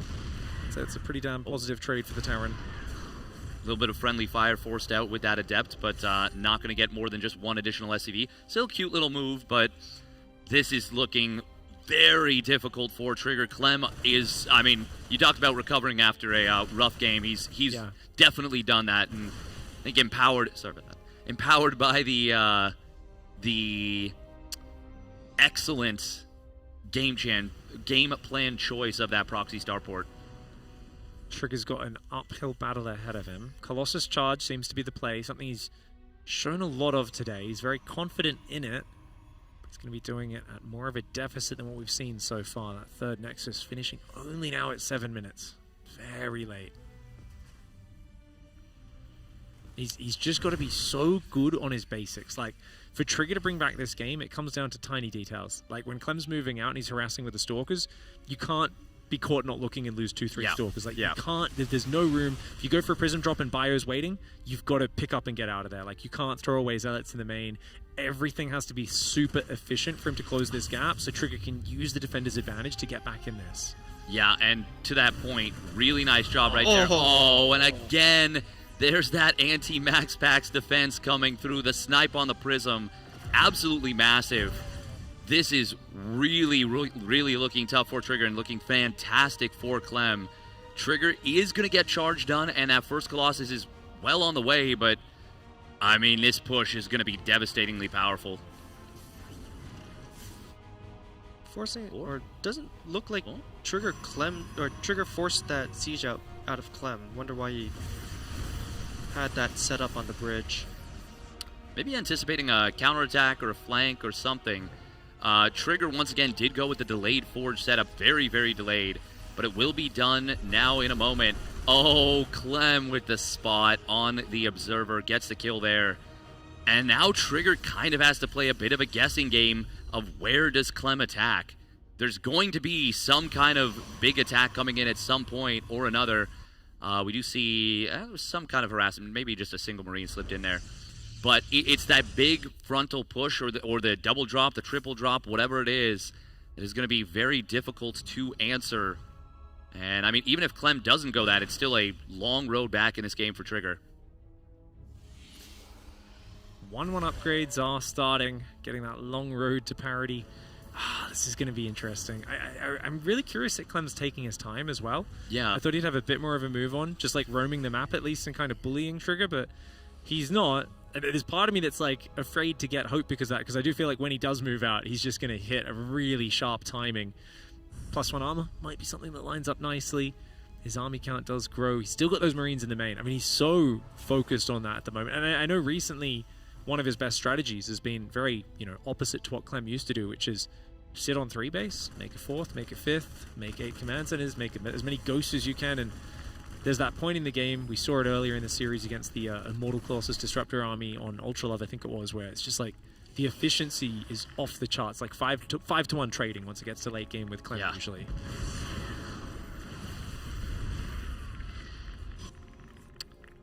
That was a lot of damage on those Stalkers for the kill on the Sensor Tower. It's nice blinding your opponent, and it makes it definitely feel like, oh, maybe an attack could be coming in. Makes you feel a little uncomfortable, but that is a lot of damage on those Stalkers for that. Now 1-1 will complete for Trigger, and that is actually going to once again give him a small upgrade lead. If he starts up to 2-2 right away, that is the path to path to a comeback, but he wants to fight. Oh, this is what I was talking about. The moment when he does go is very scary. The Stalkers do focus down 2 Vikings really quickly. Can he get a third? It's taking him 2 shots. He's just shy of the Stalker count. He needs to one-shot Vikings, and that's really hurting Trigger. If he had the ability to one-shot the Vikings, he could have killed them all by now, or at least most of them. The last Colossus is about to go down. The Bio has stimmed a lot to chase him to here, but Storm is not quite ready. Trigger needs a little bit more time. Yeah, he desperately does, and Clem is going to give it to him? Healing. I think Wow. it's really important right now. Just 30 seconds. I have to disagree. I think if he stims in right there, it's the series is over. But now Storm's going to be done. He can't have known that, but this is a really, really fantastic situation. I mean, you look at the High Templar, you see the energy, you assume Storm's done, but that is a very unfortunate lack of attack, I would say, for Clem. This is like the modern patient Clem, you know? He's channeling his inner Cyril, you know? He's just saying, oh, just take the perfect, efficient fight. Don't go in there with units that aren't healed. Wait till they're healed. Spread through the storms. Drop the EMPs. And then overwhelm with just the raw firepower of that Bio army. Big Marine counterattack on the right side as well. Clem is an absolute monster. He's a force to be reckoned with. He gets the base, picks up, drops the remaining Marines inside the main. At the same time, on the other side of the map, there are some Zealots that ran in. Can they get rid of the planetary? Oh, he cancels and lifts off and saves it. Clem is all over it. He is everywhere, and he's winning on it every angle. What a freak. You cannot afford to give Clem an advantage. I tell you, once he starts picking and choosing where the fights happen, it feels like he doesn't lose a single one. All this while also going into that double starport that he did in game, what was that, game 4? Yeah, on and Toka. Getting the +1 air weapons, so still going for that heavy anti-Colossus play, even after seeing the storms. Okay, He's already watching got the that ghost, replay. though. I do love seeing these first-person replays. Moves through 2 storms, such a giant spread, and then it's like, it's just not enough Protoss there to deal with that. Goes in at the same time. Look at that shift-click repair in the middle of all that. Who thinks to repair their Vikings while they're fighting in 2 places at once? I think the planetary is getting attacked at the same time as well, and he was about to deal with that. Oh, the dodge on the EMP, that's very nice. +2 weapons will complete here. There's only 3 High Templar. He needs to dodge every EMP, and there's like 50 of them right now. This is insane. The ghost count is just massive. I will say, this is a very Marine-heavy army, and there's actually not a crazy number of Vikings. Ooh, nice SCV pull going to interrupt this. A couple of tanks do get exposed, left alone by that Zealot run by, but attacking up a ramp is always scary, and that is not what Trigger's going to want to do here. Clem and he's might have a golden himself. opportunity. He moved into an awkward position there, got EMP, couldn't use Sunny Storm. I was just about to say Trigger is doing such an impressive job of surviving in such a bad spot, but it was somewhat inevitable with how well Clem got ahead off that early drop. Proxy Starport, Reaper Hellion into the main base with the elevator. That's a vicious build order. I love the way Clem played that series. 3 CC at the start, 4 Reaper 2 Hellion game 2. Right there in the final game, he's going for that 1 base Hellion Reaper drop. I mean, these are high-risk builds, and they're spread throughout a series, and I think that shows he's not just playing, oh, here's some random build orders. This is a best of 7. I know I can't just play a generic style. There's more chance for me to try different things, put my opponent on edge. So the whole time Trigger's wondering, what crazy build order are you going to do next? And that's really good. If you're as good mechanically as Clem and you play that unpredictably, that's like a nightmare to deal with. Yeah, I mean, it's just such a... it adds such a wrinkle to the approach, too, because, like, Trigger is one of those players who does have some of those tendencies still. Likes to skip shield batteries, likes to do XYZ, you know, plays maybe later forges on a more common basis, but I mean, I still think that this overall series, even though Clem wins it 4-2, and he does it in very impressive fashion, this was a very good sign for Trigger. Even, obviously, as a career situation, but even in this tournament, if they meet up again, I feel more confident in Trigger than I did before this series. I'll say that. I think this was awesome. I think every time I see Trigger, pretty much he gets a little bit better. Yeah. And I think sometimes people who are maybe a little bit more casual watching and they've heard, you know, me and other people hyping him up for many years, and they go, well, why doesn't he still beat the current reigning world champion or the second best in the world in every tournament he plays? I go, you got to realize, like, you know, the fact that he's making them sweat this hard is a huge victory in of itself. on a stage, you know, in a tournament, you got a live audience when the nerves are big, and he just performs better every time I see him. He's more consistent. We already saw him adapt so that he was a bit safer against players he felt he was stronger against in this tournament, since he's been getting cheesed out of so many events. People just bring out the dirty builds because he plays too greedy. I think this is just really cool to see. And I think Trigger really made a good account of himself. He made Clem sweat, and he let Clem actually show really strong play, which I think sometimes Clem gets away with beating people early without having to work that hard. And he actually had to work very hard for this series. So congrats, Clem. GG, well played, mate. Yeah. That was tougher than it usually is for you. Not just against Trigger, but it feels like in general. That was if you swap the names to like Max Packs, that felt like one of your series versus Max Packs. Yeah, he's very good. He's very good, and like as we see on the screen, he's very good at holding tank pushes, especially. So sometimes I try to mix in tank pushes because I'm like, okay, I need to do some, you know, so just he can catch him off guard. But he always has the immortal already, enough stalkers, and he's really good at holding them. So yeah, that game was tough, and I really didn't expect Storm that game. Yeah. It kind of came out of nowhere, and the blanket around your third base was like just right here. Like the first two were kind of rough, and then the second two really ghost, and then my ghosts were not ready quite yet. They were so close. I saw 3 on the production tab. I think they were literally walking towards the fight as the storm. Like 10 seconds later, maybe I would have had the ghost, but the timing was really good. Now in game number 1, he went no forge like Colossus push. And kind of like, he kind of like ran you over, in game number 1. Yeah, for sure. And then you made the adjustment to go double starport Viking a couple of times after that. Mm-hmm. What was the thought process? Were you expecting that again? Well, so game 1 I went 3cc, which that I don't do very often. Yeah. But I think what he did is really good. Just go for a very committed Colossus push, because my starport is quite late, so I'm not gonna have either I have a few Vikings and no medivacs, or I just have a few medivacs and no Vikings, so it's really hard to hold. And I also have no scouting, like no harass unit to scout, because I just have bio and just a starport. So I think his idea was really good that game. Just go for a very committed tank push. And I think the other game is because I didn't go for that 3cc, it was easier to hold the Colossus push, for example on Makanata. For the double starport Viking, I'm not quite sure yet what's better. Sometimes I like to go quick double starport to make mass Viking. Sometimes I like a bit like ghosts a bit earlier. Sometimes I like upgrades a bit earlier. And I'm still a bit unsure exactly what I want to go for. in like the most standard game possible. So I said this before, but it's kind of like it's vibes a little bit. Like you're just like, this kind of feels good. This game. Yeah, just sometimes depending on how the game feels. If I'm scared of, let's say, like mid-game Colossus timing, I'm like, okay, I'm gonna make more Vikings. If I'm scared of Storm, then maybe I get Ghost. But I think Ghosts are just really good right now in general. So it's like, okay, do I really want to delay my Ghost to get more Vikings? I'm not so sure. Maybe not always. And in the final game, you went for a bit of a crazy one. We went for the old starport right outside his base, elevated the Reaper Hellion in. It's a huge commitment. Was there anything you specifically like, I think he's going to do this, or it's got a good percentage against his range of builds, or was it just kind of, this is an aggressive build, sometimes it just kills people, let's mix it in, I'm a little bit ahead in the series? Like, what was your thought process for that final game? A few days ago, I got some Discord DMs from Milky Cow. He was talking to me about like 2 gas proxy starport. I was like, okay, I'm just gonna try it because it sounded good in my head. Honestly, I was like, okay, maybe, I think he has some potential. Just 3 per 1 Hellion, because there's no way he's gonna have a battery in the main, right? Against what I'm doing. Yeah. Unless he's down. Huh? Unless he's down, he'll always have 2 batteries. Yeah. But I think the map might not have been super good for it, because when my medivac flew in, his stalker defending against the Reaper ramp was like very nearby, and it was a little bit awkward, and his Reaper roll was there. But it still worked out. I killed Probe, I think, and from that point it was good.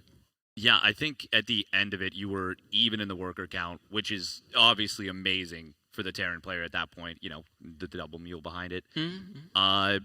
That's cool. That's so cool to hear that Milky Cow was out here giving ranged strats. Yeah, it's always good. I feel like those builds you get kind of like a little free win within a tournament often come from someone else, where they go, hey, I've got this little sneaky thing I've been doing on the ladder. I was thinking of doing just a proxy support for Hellion, like Reactor Hellion, but because I like to mix it in once in a big series like this at least. But this idea worked better in my head, so I was like, okay, let's do it. That was pretty sick. I noticed one thing twice in this series.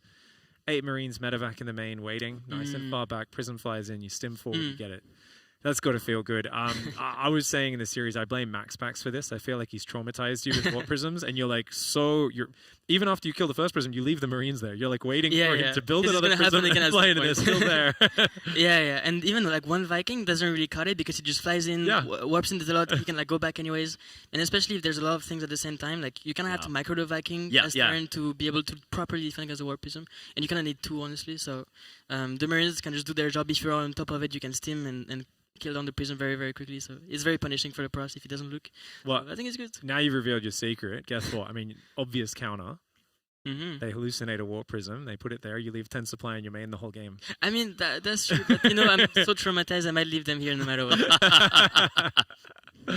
That's awesome, man. I mean, this was pretty good. I feel like this is the first series we've got to see you sweating a little bit more, having to work a bit harder. Saw you talking to yourself a bit actually after the game where he got in and stormed you on Tokamak, right?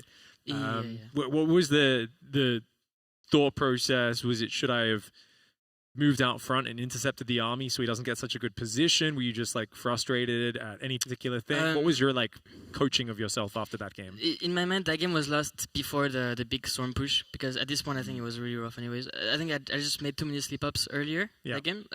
Like some parts were just really awkward. Like my bio was running in his base and I was like, oh, this is not good. Like sometimes you don't know exactly where like what I did wrong, but you just know it didn't feel right, like my army just running in his base and everything like that and just dying to stalkers.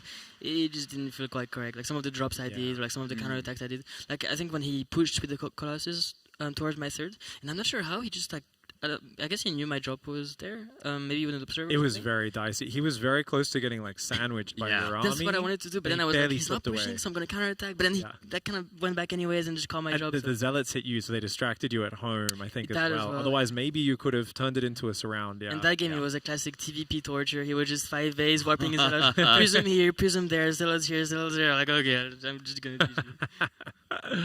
Really good series, though, and we've loved the run so far. Obviously, I think we might be taking a look at the bracket or something like that in a little bit. We've got a bunch of best of sevens left in the tournament. Now you are waiting up there in the grand finals, Clem.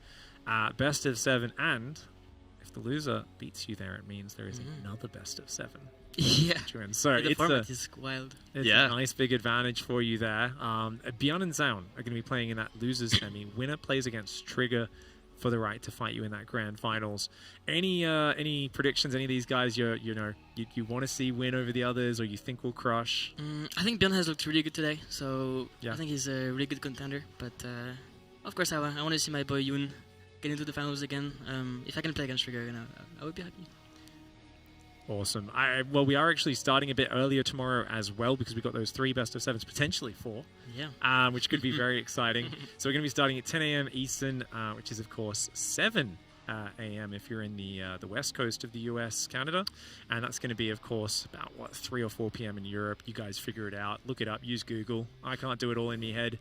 That's going to be awesome. You're going to be here playing as well, Clem, as the final boss. Always a fun spot to be in. Sometimes it can be a little stressful waiting there while the other players are warming up and getting into it. Yeah, for sure. What's the finals day build order? Do you wait until you watch the first match from home back in the hotel, chill for a bit, come in just before your match is ready, or do you get in here from the start of the day and play some games? Honestly, usually I just come here as late as I can and I just show up, because I like to sleep in the morning. I like to just take my time, take it chill, and then just come here when I have to play my match. But I'll be watching from home that's pretty much it. I don't like to warm up that much before my matches usually. I just like to play, maybe I go against the AI, I play for like 5 minutes, but I don't like to just, like ladder or just play many games, because I feel like... You're the opposite of Beyond. He plays all... Yeah, I remember Zest as well used to do it so much. Like he would go to an event and just ladder like all day before the tournament, or just for warm up. Heck yeah, man. Well, I'm looking forward to it tomorrow. This is, of course, going to be wrapping up today. I just want to, before we go, once again say a big thanks to everyone who's been supporting us with our big ! Donate goal. Everybody type that in the chat right now. Get on there and support. We've had so many lovely supporters. If there are any that we have missed today or haven't got to that have just come in, we'll get to those tomorrow as well. Thank you so much for helping support Rainbow Railroad. And it's just been amazing to get so many people in. We are so close to filling that goal already. We're going to be back at 10 a.m. tomorrow. I think that's about it, unless our producers have anything else, which I've forgotten. That's it. So the producers, heck yeah. Thanks for joining us, everybody. We'll see you all tomorrow with the finals. We've got 3 big best of 7s, potentially 4. Give it up for the players. Thank you very much, everybody. We'll see you guys tomorrow. See you tomorrow.